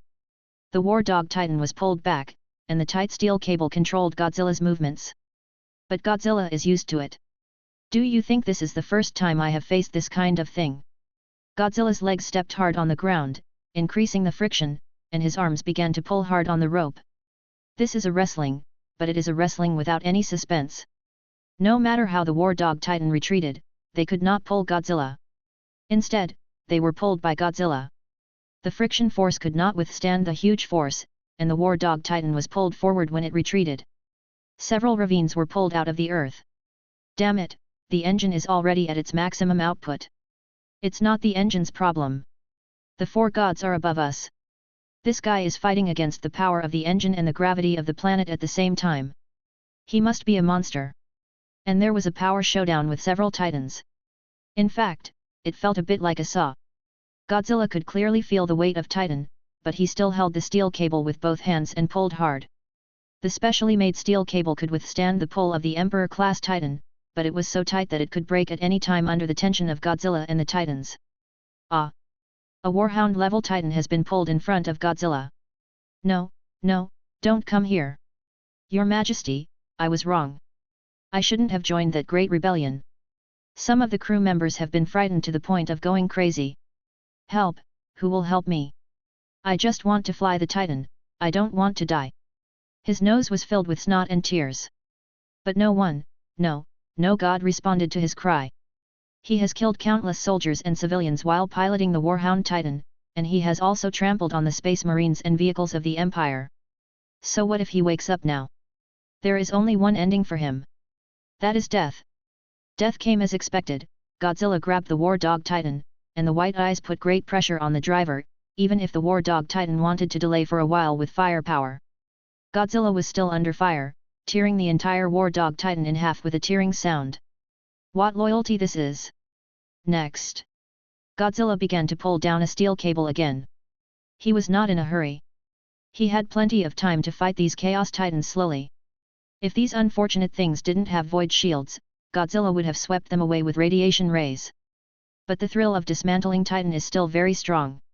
In the sky, the airdrops of Titans continued, but the more they airdropped, the more Abaddon felt. Can this thing be killed? Disaster. There is no way, we can't waste our troops here. Abaddon knew that if the god's mechanical array was blocked by Godzilla, his plan to destroy the Black Stone array would be seriously affected, and it would be difficult for the four gods and demon armies to open the portal and reach Cadia. The demons sent by those small portals were simply not enough to break through Cardia's front. Let Charath stop Godzilla, and the other Titan arrays bypass the battle between the two. Destroy Cadia's Void Shield engine. Yes. Charath, one of the 3 Emperor Titans owned by Abaddon. Although this thing has surrendered to chaos, it still retains the style of the Emperor Titan. Carrying the huge building that had been transformed into the Temple of Chaos, just one step forward caused the deck of the battleship carrying him to shake violently. The thick solace of his feet were simply a small fortress. Prepare to airdrop Cha-Cha. The roaring Titan crew members were particularly excited at the moment. Finally it's our turn. Captain, let's go on a killing spree. I thought the captain would say something calmer, but I didn't expect the captain to shout on the spot, blood sacrifice to the blood god. Yes, this captain is crazier than the crew members. Chapter 95. The airdrop momentum of the Emperor-class Titan is far beyond that of the Lord-class Titan. The violent sparks generated by the friction with the atmosphere when airborne are particularly dazzling. Although Cadia's anti-aircraft firepower was aware of this different Titan. But their artillery fire was not enough to penetrate the void shield of the Emperor-class Titan, and the powerful anti-aircraft macro cannon was too bulky. The anti-aircraft macro cannon was only able to turn around after the Emperor-class Chaos Titan landed. The moment the Emperor-level Chaos Titan landed, the earth stopped roaring. Godzilla's attention was immediately captured. Damn it, system, didn't you say Abaddon wouldn't let the Emperor-class Titan appear? He is anxious. Of course Abaddon was anxious. The god's machine is used by him to attack tough battles. If Godzilla kills them all, what will he use to break Cadia's void shield device? Rely on space marines to fill your life? Even if this Emperor-level Chaos Titan is killed by Godzilla, as long as the Chaos Titan phalanx can destroy Cadia's void shield device, everything will be easy to say. After Cha Nu Hao landed, he slowly stood up. His figure is so tall that even the Lord-level Chaos Titan next to him looks dwarfed, and the huge Chaos Temple on his back makes him even more majestic. Judging from the color scheme, this is an Emperor-class Chaos Titan of Kern, and the captain and crew members are as frantic as Kern's followers. That's Godzilla. Blow him up! Blow him up! Godzilla is much shorter than the Emperor-class Chaos Titan, mainly because the cathedral on his back has increased in height. It looks like it is over 100 meters tall, and its body is estimated to be around 80. The Emperor-class Chaos Titan's body is covered with cannon barrels of different sizes, and it looks particularly fierce. However, unlike other Titans, Emperor-class Titans tend to have long-range weapons. They do not have chain swords or power claws. Instead, they have extremely thick plasma melt cannons and multi-barreled assault cannons. The barrel is so thick and big that it probably won't even fit into Godzilla's mouth. You are so cruel, this Abaddon. Godzilla ignored the other Titans and allowed them to circle from both sides to Cadia's frontal position. He now needed to deal with this Emperor-class Chaos Titan. Because Godzilla knows it. No one in Cadia can stop the Emperor Titan, only Godzilla can stop the giant beast. Titan, if only that kid from Legend were here, he would really become a titan fighting a titan. Godzilla confronted Cha Nuhuo from a distance. This guy was too big, and Godzilla didn't want to fight him in close combat. Cha Nuhuo didn't want to fight Godzilla in close combat. The Emperor Titan had certain melee capabilities, but he was obviously not a professional. However, Godzilla seemed to be suitable for close combat, and there were also battles torn apart by Godzilla. Canine Titan. Don't get close to Godzilla, the Melta Cannon starts charging. Praise the Blood God. The plasma melt cannon began to charge, and blue electric light gathered in the barrel. Want to fire? Godzilla also began to accumulate energy, the dorsal fin on his back flashed, and blue light overflowed from his mouth. Almost at the same time, the two giant beasts launched their own attacks at the same time, and two blue rays of light met in the air, starting a battle of energy. Face the wave, fight the wave, it's my first time to cross the wave. Dual waves are a specialty of kaiju style and must be tried. Godzilla's radioactive rays and the roaring plasma beams collided with energy. The dazzling light spread at the intersection of the two beams, overflowing with terrifying light and heat. Whether they were soldiers of Cadia or believers of chaos, they were too. If you get too close, it will evaporate into gas. Even if you look directly at the light, your eyes will be blinded. What a shocking scene this is. Lord Creedberg has been completely impressed by Godzilla's strength. That's the Charath, the Emperor-class Titan of the Sons of Horus Legion, and their crew is still alive. The great sage of the Mechanicum next to Lord Creedberg was also surprised as he clenched the halberd in his hand. An electronic sound came from his cold sound array communicator. Well, if it weren't for that giant beast, Cadia's soldiers wouldn't be able to stop it. Although I trust the soldiers of Cadia, I also agree with this statement. That was the Emperor-level Chaos Titan, and the Cadians had no means of dealing with the Emperor-level Titan. There was no way at all. Even the Lord-level Chaos Titan needs to expend a lot of heavy firepower to suppress the opponent, but in this way, the pressure on other Chaos ground troops will be much less. This is the role of the Titan, to attract firepower, provide firepower, and attack the fortress. Great Sage, it's time for you to carry out your mission. Call left. His mission was not here, but at the Blackstone Array. Now that we have entered the plot of Cadia, Call needs to complete his mission before the fall of Cadia, complete the manufacturing of the Armor of Destiny, and then take it to Macrage and hand it over to the Lord of Macrage. The Emperor's Primarch is about to return. But that's a story for another day. The focus now is still the battle between Godzilla and Cha Nuhuo. Soon, Cha Nuhuo fell into a disadvantage. Our energy output is not enough. What did you say? This was the first time that before the target was destroyed, the attack energy supply of Cha Nuhuo could not keep up with the output energy. The Melta cannon stopped outputting, and the barrel had already burned red. However, Godzilla's radiation ray did not stop and continued to blast out, but was blocked by the void shield about 10 meters away from Cha Nuhuo's head. So the void shield is really annoying. There is nothing Godzilla can do. The turtle shell of the void shield is a relatively sci-fi device in the GW setting. It is already in the 40K era. Wouldn't it be ridiculous to have no shield? After this battle, you will also have a shield. Am I the kind of person who lacks a shield? What I lack is a way to break the shield. It would be nice to have EMP. Among Godzilla, there is a form called Planet Godzilla. This is a Godzilla who does not play with nuclear energy but instead plays with electromagnetism. It has EMP capabilities. Only now Godzilla doesn't have it. After this fight, your points will be enough to exchange for EMP. Actually, I would rather just switch to Godzilla Finale. After this fight, I will switch to EMP, so that I can fight more comfortably in the future. When he thought that other races also had shields, and that they would have city-level void shields when fighting cities in the future, Godzilla decided to exchange his over 1,000 points for an EMP after this fight. Stopping the output of radiation rays, no matter how hard you bombard the void shield, it will be useless. This is the void shield of the Emperor Titan, and it is not that easy to blast. Moreover, Kern's Chaos Titan also has the Blessing of Kern, which is equivalent to having 2 layers of long-range resistance. How about using long-range attacks when the opponent's long-range resistance is so high? Destroy him! Godzilla started to step forward, wanting to use melee combat. Chapter 96. In the world of Warhammer 40K, how could there be no loyal melee combatants? Only close combat is the most loyal. Godzilla seemed to be increasing his momentum with every step he took. The closer he got, the more Chan Yuhao could feel the tremendous pressure coming from Godzilla. The sense of oppression was almost suffocating. Even with the protection of the Emperor-class Titan, there are cases where crew members temporarily stop breathing. But with the injection of adrenaline and various drugs, the fear in the crew's hearts disappeared. Blood sacrifice to the blood god. The huge assault cannon on the other arm was raised. This huge weapon with a barrel almost thicker than Godzilla's tail was obviously a threat to Godzilla. The shells had already been loaded, and after a few seconds of aiming, the shells were fired. The shell directly hit Godzilla's face under the action of the propeller. Then, the explosion lights up. Godzilla moved forward resolutely in the flames of the explosion, never wavering. You still don't understand. Artillery is useless to me. Ordinary artillery is useless against Godzilla. Godzilla's resistance to live ammunition and explosive weapons is too high. No matter how powerful the artillery is, it cannot compare with the high temperature and impact of a close-range nuclear explosion. Godzilla continued forward, reaching a position where he could threaten the Emperor-class Titan.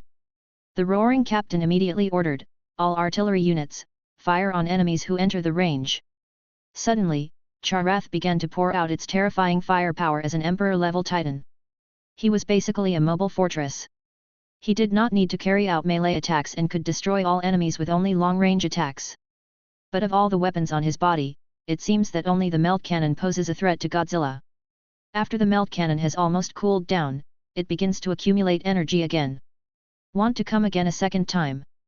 Godzilla may not be able to dismantle the temple turret above the Chanu, but he can still dismantle the main weapons of his two arms. He hugged the melt cannon that was accumulating energy on the spot. What? What does this guy want to do? No way, does he want to dismantle Chan Yuhuo's weapons? This kind of thing is completely unheard of. The giant beast dismantled the Titan's weapons and so on. You must know that this arm is connected to the skeleton of the Emperor-class Titan, so the strength is naturally needless to say. However, the Emperor Titan's skeleton actually made a metallic twisting sound under Godzilla's force.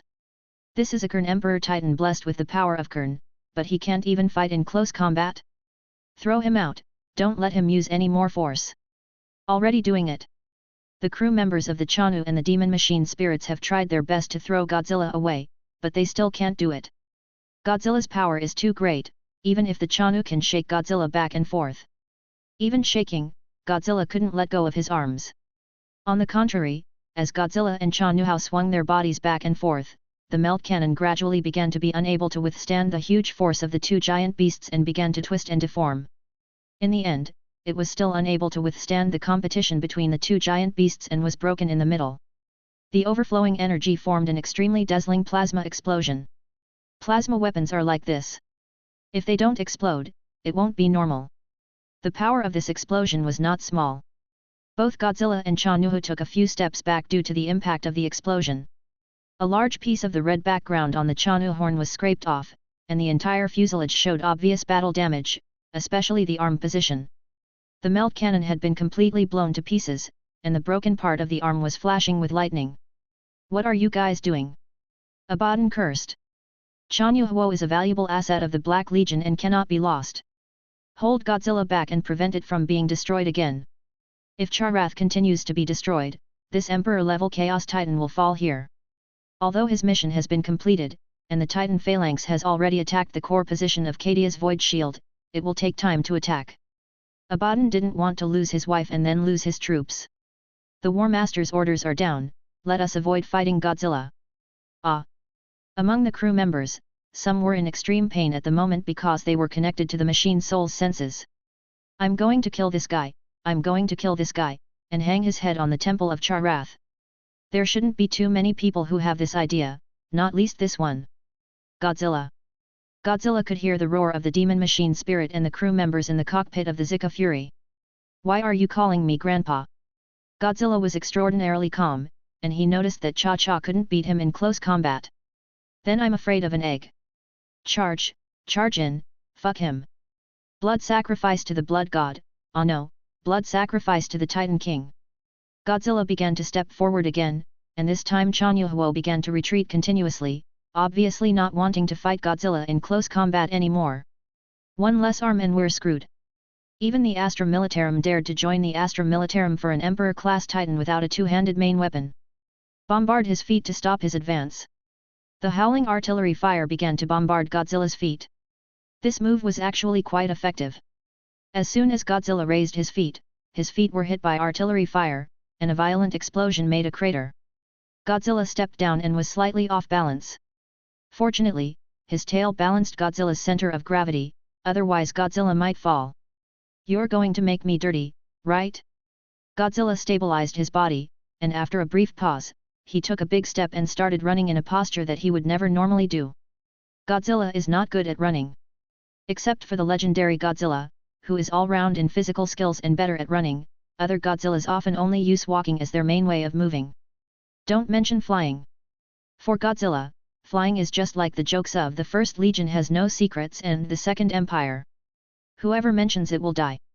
But now, Godzilla was angry with Cha Nuhao's behavior. While he was running with big strides, when Cha Nuhao wanted to continue firing, Godzilla actually used both legs to jump in front of Cha Nuhao. Are you kidding? The crew members of Cha Nuhao were all dumbfounded. How can he be so flexible with his size? He's almost as fast as those pointy-eared titans. Damn it, keep up with his speed. Don't let him get behind you. Godzilla's goal was to get behind him. Cha Nuhao turned his upper body and tried to keep up with Godzilla, but Godzilla was running too fast and he couldn't keep up at all. I'm afraid only the titans of the Eldar could keep up with Godzilla's actions. When Cha Nuhao turned his upper body, Godzilla directly hugged Cha Nuhao's right leg from behind. Today, let's show you Godzilla toppling an Emperor-class Titan. Chapter 97. Chapter 96 Emperor Titan 1. Cha Nuhao was trying his best to lower his center of gravity, and his right leg was hugged by Godzilla. This was a very dangerous situation. If Godzilla exerts any force, he will be knocked to the ground. The Titan was knocked to the ground and could no longer stand up. And Godzilla really lifted up Cha Nuhao's right leg. The soles of his feet had already left the ground and were lifted upwards. Cha Nuhao's center of gravity had seriously shifted upwards. This caused the Cha Nuhao to start tilting back. Damn, he can actually lift it. Damn it, this Emperor-level Titan is really not light. Godzilla estimated that if this Emperor-class Titan were bigger, Godzilla might not be able to lift it. My current attributes are still too low. Be content, look at how many Warhammer time travelers can physically defeat an Emperor-level Titan? I guess not. That's definitely not the case. A normal time traveler is probably a soldier or commander in the Cadia camp now. A better person can get into the position of a space marine. Even in the finale, he may not be able to defeat the Emperor Titan alone. As he spoke, Cha Nuhao's focus could no longer be suppressed. It began to tilt backwards, and no matter how much the crew members controlled it, the Chaoing with its shifted center of gravity could no longer regain its balance. Ha! Godzilla roared even louder, and with one force, he completely knocked Cha Nuhao to the ground. Cha Nuhao fell. The loud collapse made the ground tremble, the city roared, and the battle in the distance paused for a while. Abaddon looked ugly. Hiss. The Chaos Space Marine who inherited the name of War Master took a deep breath. Cha Nuhao, it's over. Even during the Horus Heresy, it was unheard of for the Emperor-class Titan to be overthrown.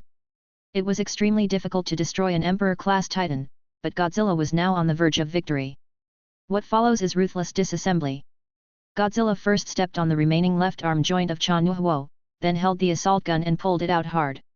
Amidst a numbing sound of metal twisting, this arm was also pulled out.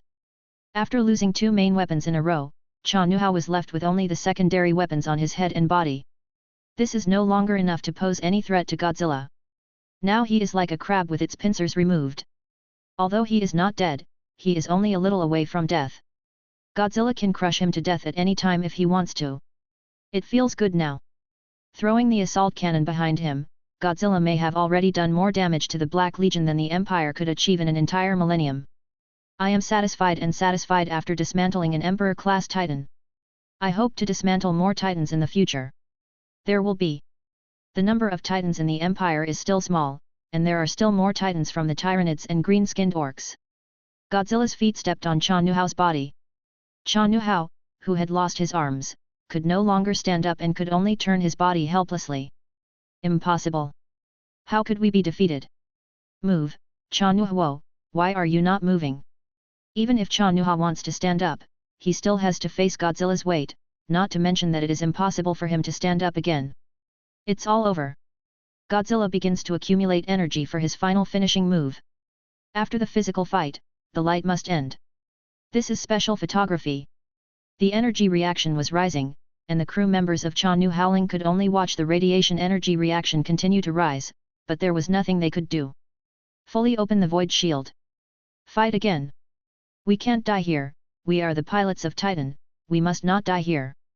The crew members of the Cha Nu Howl and the demonic machine spirit began their final struggle.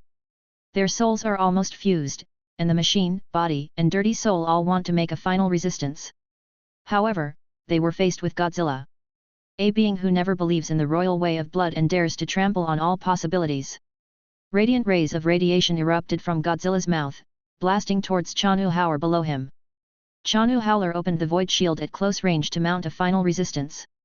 The instant collision between the radiation ray and the void shield caused a violent impact. The howling void shield is constantly generating ripples, which means that the void shield is suffering a terrifying impact and may be broken through at any time. There were already sparks in the cockpit, and the sirens were ringing. The demon machine spirit and the Titan pilot team were completely desperate. They wanted to survive, survive, survive. But in the end, they still couldn't survive. The void shield could not withstand Godzilla's radiation rays. The moment the void shield engine was overloaded and shut down, the radiation rays hit the cockpit of the Cha Nu. There is no doubt about the result. The cockpit was blasted through, and the crew members died instantly. The radioactive rays continued unabated and penetrated the entire body of Cha Nu Hao, blasting into the land of Cadia, causing violent earthquakes. The earthquake was so large that it severely affected the battle between the Empire and Chaos. The few Emperor-class Titans were -1 again. But if the Emperor can move, he will definitely applaud and dismantle anything. It is best to dismantle the other Chaos Emperor Titans. Cha Nu Hao had also participated in the siege of Holy Terra back then, so it would be best to dismantle him. What a terrifying power! Lord Creed, the Supreme Fortress, looked at the battlefield in the distance from a high place. Godzilla was stepping on the chasm and roaring, declaring his sovereignty. Simply, like a god. No, he who defeated the god's machine is the real god. The tech priests were so excited that they cried out of engine oil. Even though their tear ducts had been removed, they were still so excited that they wanted to cry. Godzilla, ah, what a holy name this is, praise OM Messiah, praise Godzilla. The only gods that can be admired by these oil guys are probably the Emperor and Godzilla, which shows that they are really convinced by Godzilla. Lord Creedberg nodded in agreement. If anyone protected Cardia in front of him, he would respect that being. This has nothing to do with stance or race, it is purely a matter of moral character. If people help you, you still want to kill others. No one can accept such a person, and no judge in the Inquisition will do such a thing. However, Cardia can't hold on for too long. Hasn't the support arrived yet? Our signal cannot be sent, Lord Creed. Then we can only hold on until the troops in other sectors notice the anomaly in Cadia. It's not good, Lord of the Supreme Castle. A soldier almost broke open the door of the command hall. The Void Shield engine has been infiltrated. The traitor's troops are violently attacking the Void Shield engine. Creed cursed directly. Damn it, even though I already knew that their target was the Void Shield, couldn't the arranged troops still stop them? Chapter 98. The soldiers of Cadia are already trying their best to stop the invasion of the Titan Phalanx and Chaos Space Marines, but that was the siege of the Titan Phalanx and multiple Chaos Space Marine warbands. Even the defenders of Holy Terra would have difficulty achieving a better record in the face of this level of power. You must know that there are only a few Space Marine chapters in Cadia now, and it will take a long time for support to arrive in the Star Sector where other chapters are present. However, Cadia also has a small number of Titans and a large number of Knight families. For Cardia. Glory to the Emperor. These Knights walked out of the tall church and stopped the smaller Chaos Knight Mechas and Warhound Titans, but they were completely unable to stop the larger Titans. I am your nightmare. A warrior-class Titan stands out among the Knight Mechas. This is also the largest Titan unit that Cadia can currently summon. The false Emperor's lackey, welcome your doom. Traitors, welcome my wrath. Both sides yelled and cursed in the cockpit. The Warlord-level Titan is very brave, but it is a pity that the Chaos Titan has an absolute advantage in this battle. There is only one Warlord-level Titan in Cadia, which cannot stop the siege of more than 10 Lord-level Chaos Titans. It was only a matter of time before the Void Shield's engines fell. But coincidentally, both the Cardia side and the Chaos side are short of time. So I ask, who is not short of time? Godzilla, of course. After Godzilla dealt with the majestic Emperor-class Chaos Titan, he turned around and headed for the Void Shield battlefield. He walked very slowly, but the feeling of oppression was very strong. Every step he took was like the death bell ringing. Those Chaos mechas that could trample Cadia's soldiers to death like rats couldn't help but speed up their progress when they saw Godzilla advancing towards their position. I would rather fight to the death with the Knights of the False Emperor than face that giant beast again. Crush the front line, for the sake of our gods. On the Cardia side, the Knight mechas also fought bravely against the enemy. Even if the quantity and quality were less than the enemy, they were still fighting hard. The time has come to fulfill your promise to the Emperor. Draw your sword at the enemy. The lizardmen did not participate in the battle here. The Titan phalanx was difficult to break through. This time the lizardmen did not bring many heavy behemoths. If you force yourself into a battle with the Titans, you will lose a lot of money. However, the Chaos Space Marines were not so lucky. The Word Bearers, World Eaters, Black Legion, and multiple warbands of Chaos Space Marines are suppressing the defenders of the Cadian Void Shield engine. In the narrow corridor, a line of 3 or 4 Chaos Space Marines is almost impossible. Blocked. Not even the Cadian soldiers could make up for their disadvantage in the corridor battle. Okay, it's time for us to take the field. At least we must ensure that our front line is not breached. Isis waved her hand, and the lizardmen behind her rushed forward like a pack of wolves, and the assassin admired by Isis also rushed forward. The strength of the Empire's assassins is still good, conservatively estimated to be about the same as the captain of a Space Marine team, but with such a number of melees, no one can guarantee that she will come back alive. If she comes back alive, it would be nice to take her in as a maid. Isis did not participate in the battle, but observed the entire battlefield and directed the battle of the lizard people. The planet-level Void Shield engine is extremely huge, like a hill. Isis hopes that this Void Shield can last longer. The Black Stone Array affects her psychic power. Without the Void Shield, no one can stop the planet killer. Of blow. Speaking of which, aren't those Necron coming? I've obviously seen the future where they will come, but I still haven't seen a single Necron. Look away from Cardia for a moment. Let us turn our attention to the far corner of the galaxy. The Figure King, no, the Endless Trazyn is waiting for the summons of the Silent King in the Temple of the Three Holy Guards. The Council of the Three Saints has also mentioned this top ruling class of the Necron before. The Council of the Three Saints is composed of the Silent King and the 2 pharaohs.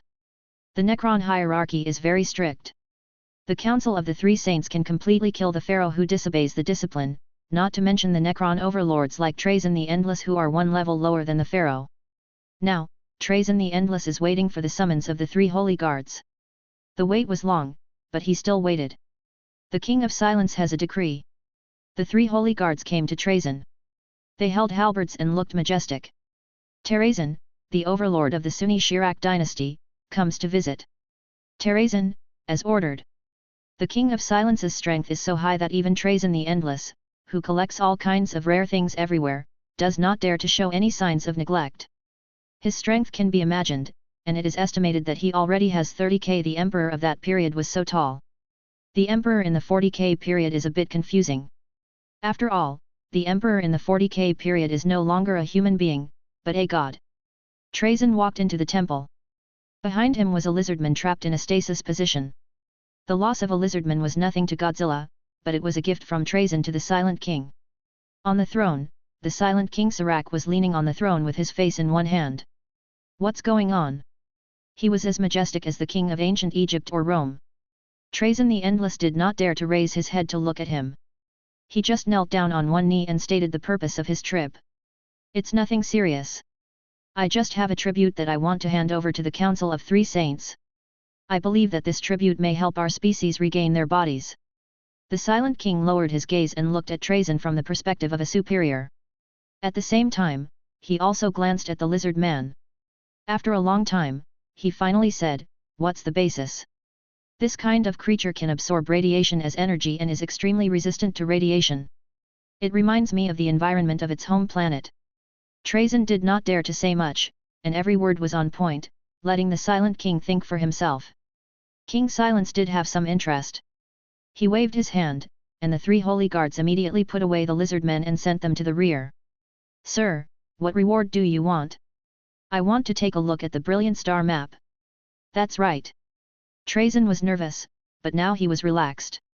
Once the King of Silence has said something, he will definitely not go back on his words. This wave of blood will make a profit. As for the lizard men, he still has quite a few in his collection. What Trajan didn't know was that he was about to be tricked by his own collection. In Trajan's collection, there is a large psychic bell. Shortly after Cadia was attacked, the large psychic bell suddenly rang in the stasis position. Yes, you read that right, bells ringing in the stasis stance. Chapter 99. Trajan never thought that he had worked so hard for so many years to collect various items in the galaxy. As a result, one day, his home was robbed. Who would have thought that the things placed in the display cabinet of the stasis field would suddenly ring? Boom! The ancient psychic bell rang, and a terrifying psychic shock swept through Trajan's collection. Some of the stasis fields failed one after another, so the collections ran out and looked around. Although they didn't know which race the green glowing building walls around them belonged to, they knew those familiar things. Heretics. Traitors. The running dogs of the false emperor. The collection was in chaos, the Iron Warriors Terminator Squad, the Battle Sisters Atonement Mech, or the Eldar's Howling Banshees. In short, the scene was chaotic. During this period, new collections were accidentally released, such as a Zerg Tyrant, but without the assistance of other Zerg units, a Zerg Tyrant was not dangerous. It can only tear apart a Terminator team by hand. The psychic bell continued to ring until it echoed 13 times before stopping. The endless Trajan noticed something strange in the collection hall and quickly projected his consciousness onto the Necrons in the collection hall. When he saw the chaotic collection hall, Trajan almost cursed out loud. Who did this? Trajan looked at the psychic bell. He remembered that it was the stuff of the human emperor. Yes, the emperor's stuff. Now you know why the emperor's holy number is 13. Because the emperor really rings the bell 13 times. If it was a conspiracy of Psianch, he would only ring 9 times. Oh, this damn thing! The endless Trajan cursed and opened a gate to the webway with a wave of his hand, throwing the damn psychic bell in. He didn't care whether the psychic bell would have any impact on the city in the webway gate. His collection hall is the most important. Guards, suppress them, and let them return to their positions before the losses are further increased. Afterwards, the Necrons began to appear and suppress these collections. This was a battle without suspense. Terrasim would never lose in a battle with Necrons in a tomb world. But it takes a little time to suppress, and Trajan was so angry that he almost came back to life. The things placed in the stasis field can still get out of control. Sure enough, the things of the monster on the throne can't be touched. This wave caused Trajan to lose at least dozens of collections, and other collections were more or less damaged. Terrasim had a headache, but the 13 psychic bells also brought him a message. Cadia. Terrasim muttered the name of the place. He knew that the withered bones on the throne could not activate his psychic bell for no reason. This was a warning, or a deal. The emperor wanted Trajan to go to Cadia. Humph, I'd like to go to Cadia and see what that monster wants to do. Terrasim opened another webway gate and walked into it. In order to hide his whereabouts, he did not bring any guards. Anyway, this body was not important and it didn't matter if it was lost.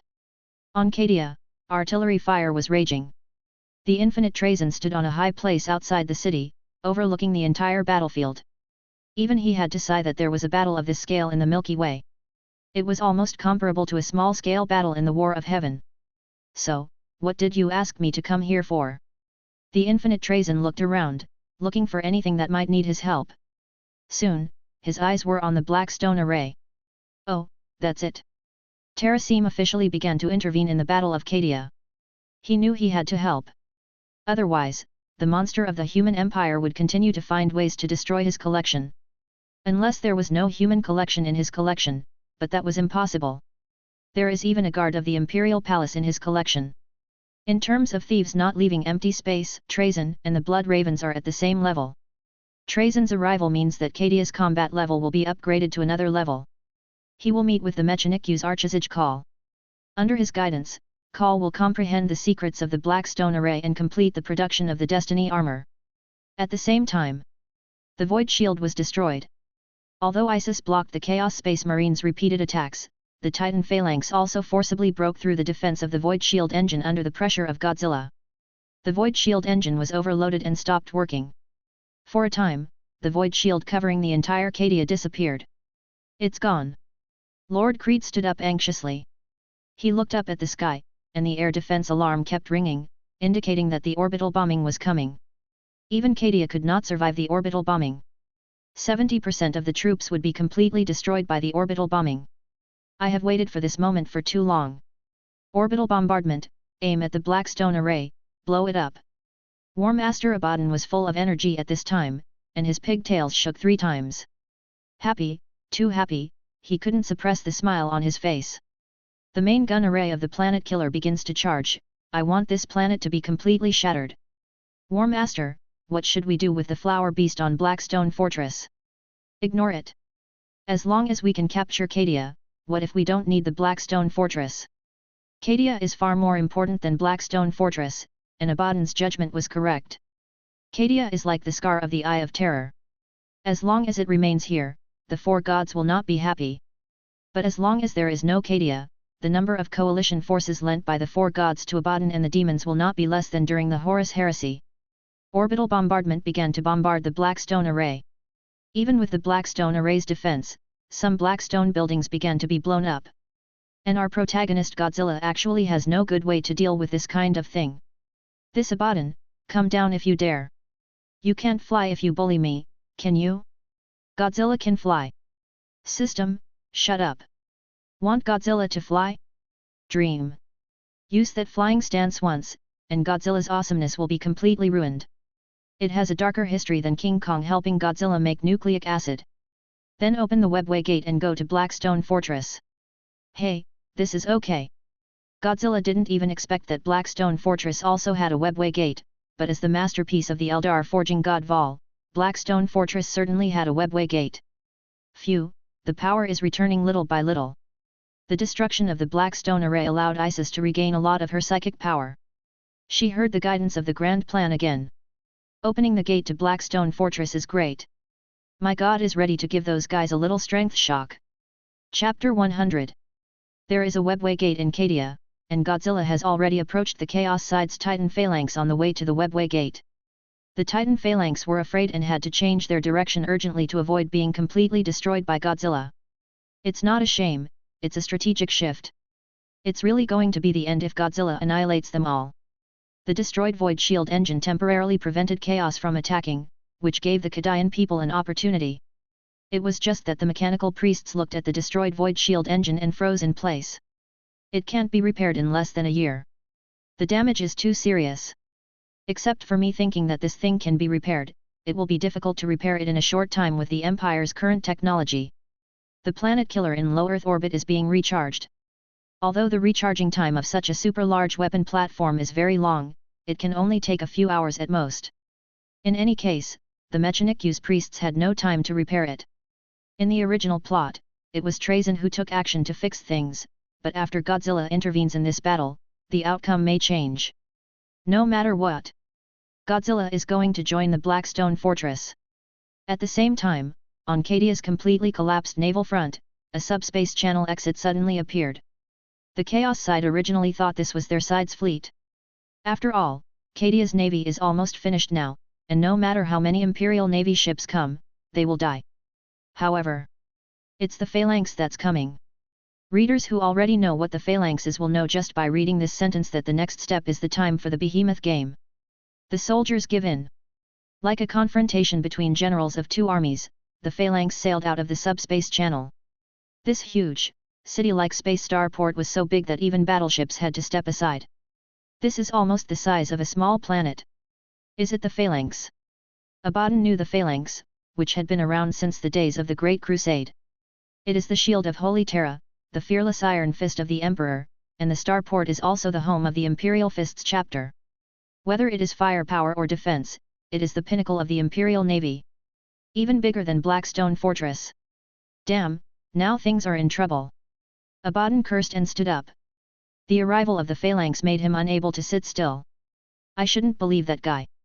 He's the top 4 divine choice. He can't even take down a mountain formation number. After a brief silence, the phalanx immediately began to pour out firepower. This space starport, which is armed to the teeth, is full of densely packed and neatly arranged forts. There are already words to describe how many weapons it has. The phalanx is approaching the planet killer that is accumulating energy.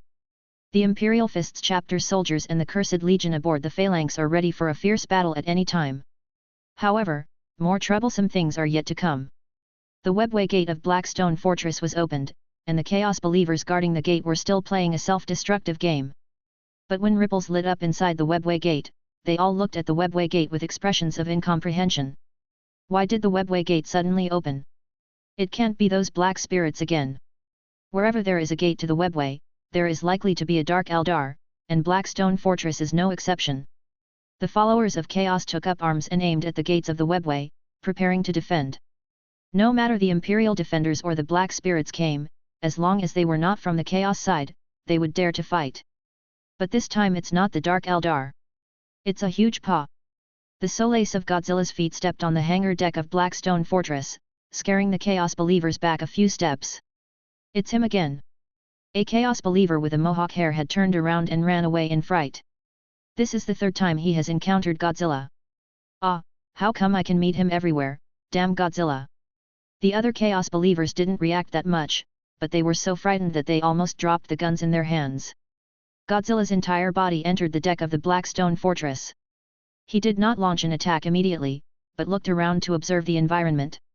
Blackstone Fortress is so big that Godzilla fighting here is no different from fighting on the ground. It's so big. Godzilla has to sigh. I want this Blackstone Fortress. This sentence has the taste of hammering players. This chess piece is good, it will be mine in the next second. And it seems to be to realize Godzilla's idea. A dozen Eldar guardians and rangers rushed in through the webway gate. They were Eldar brainwashed by ISIS. And they are all men. Really, ISIS has such a bad idea. The female Eldar will keep them, but the men will take them to die. Next came naturally the lizard people and their lizard beasts.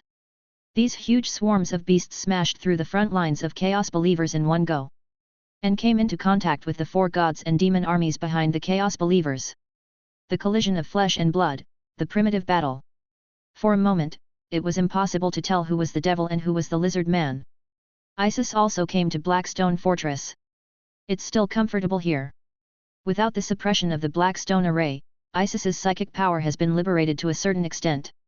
She casually crushed a blue terror that was trying to attack her, and looked up at Godzilla who had not yet moved. Godzilla roared, announcing his arrival. Abaddon's head is getting big. Another one. It was too much, even he thought it was too much. The only ones that can stop Godzilla for a while are the Emperor-class Titans. Godzilla just demolished one, and comes again? Abaddon only had a few Emperor-class Titans, and all his money was taken out. If they were all destroyed, what would he do to survive in chaos? He really doesn't give me a way to survive, right? Abaddon cursed through gritted teeth. War Master, we can lure Godzilla to the flower beast and let them kill each other. The adjutant suggested. Not to mention, although the flower beast is the product of Godzilla's cells, it is normal for Godzilla to fight when he sees Godzilla. This adjutant's suggestion is of great reference value. But how do you know the two of them are not together? What if they join forces? Abaddon's great wisdom first eliminated a possible way to win. Let the demons of the four gods come up. Abaddon raised his power claw, pointed at the Blackstone Fortress and said, if they want to defeat Cadia, let them send more big demons, otherwise, let Cadia continue to exist. This was a naked threat, but the four gods accepted it. After all, the location of Cadia is too disgusting, and it is worth paying a huge price for the four gods to take over this planet. Demon portals were opened in each of the 8 corners of the Blackstone Fortress, and the demons, demon princes, and demon armies began to come out in terrifying numbers. Blackstone Fortress will become the most brutal battlefield besides Cadia.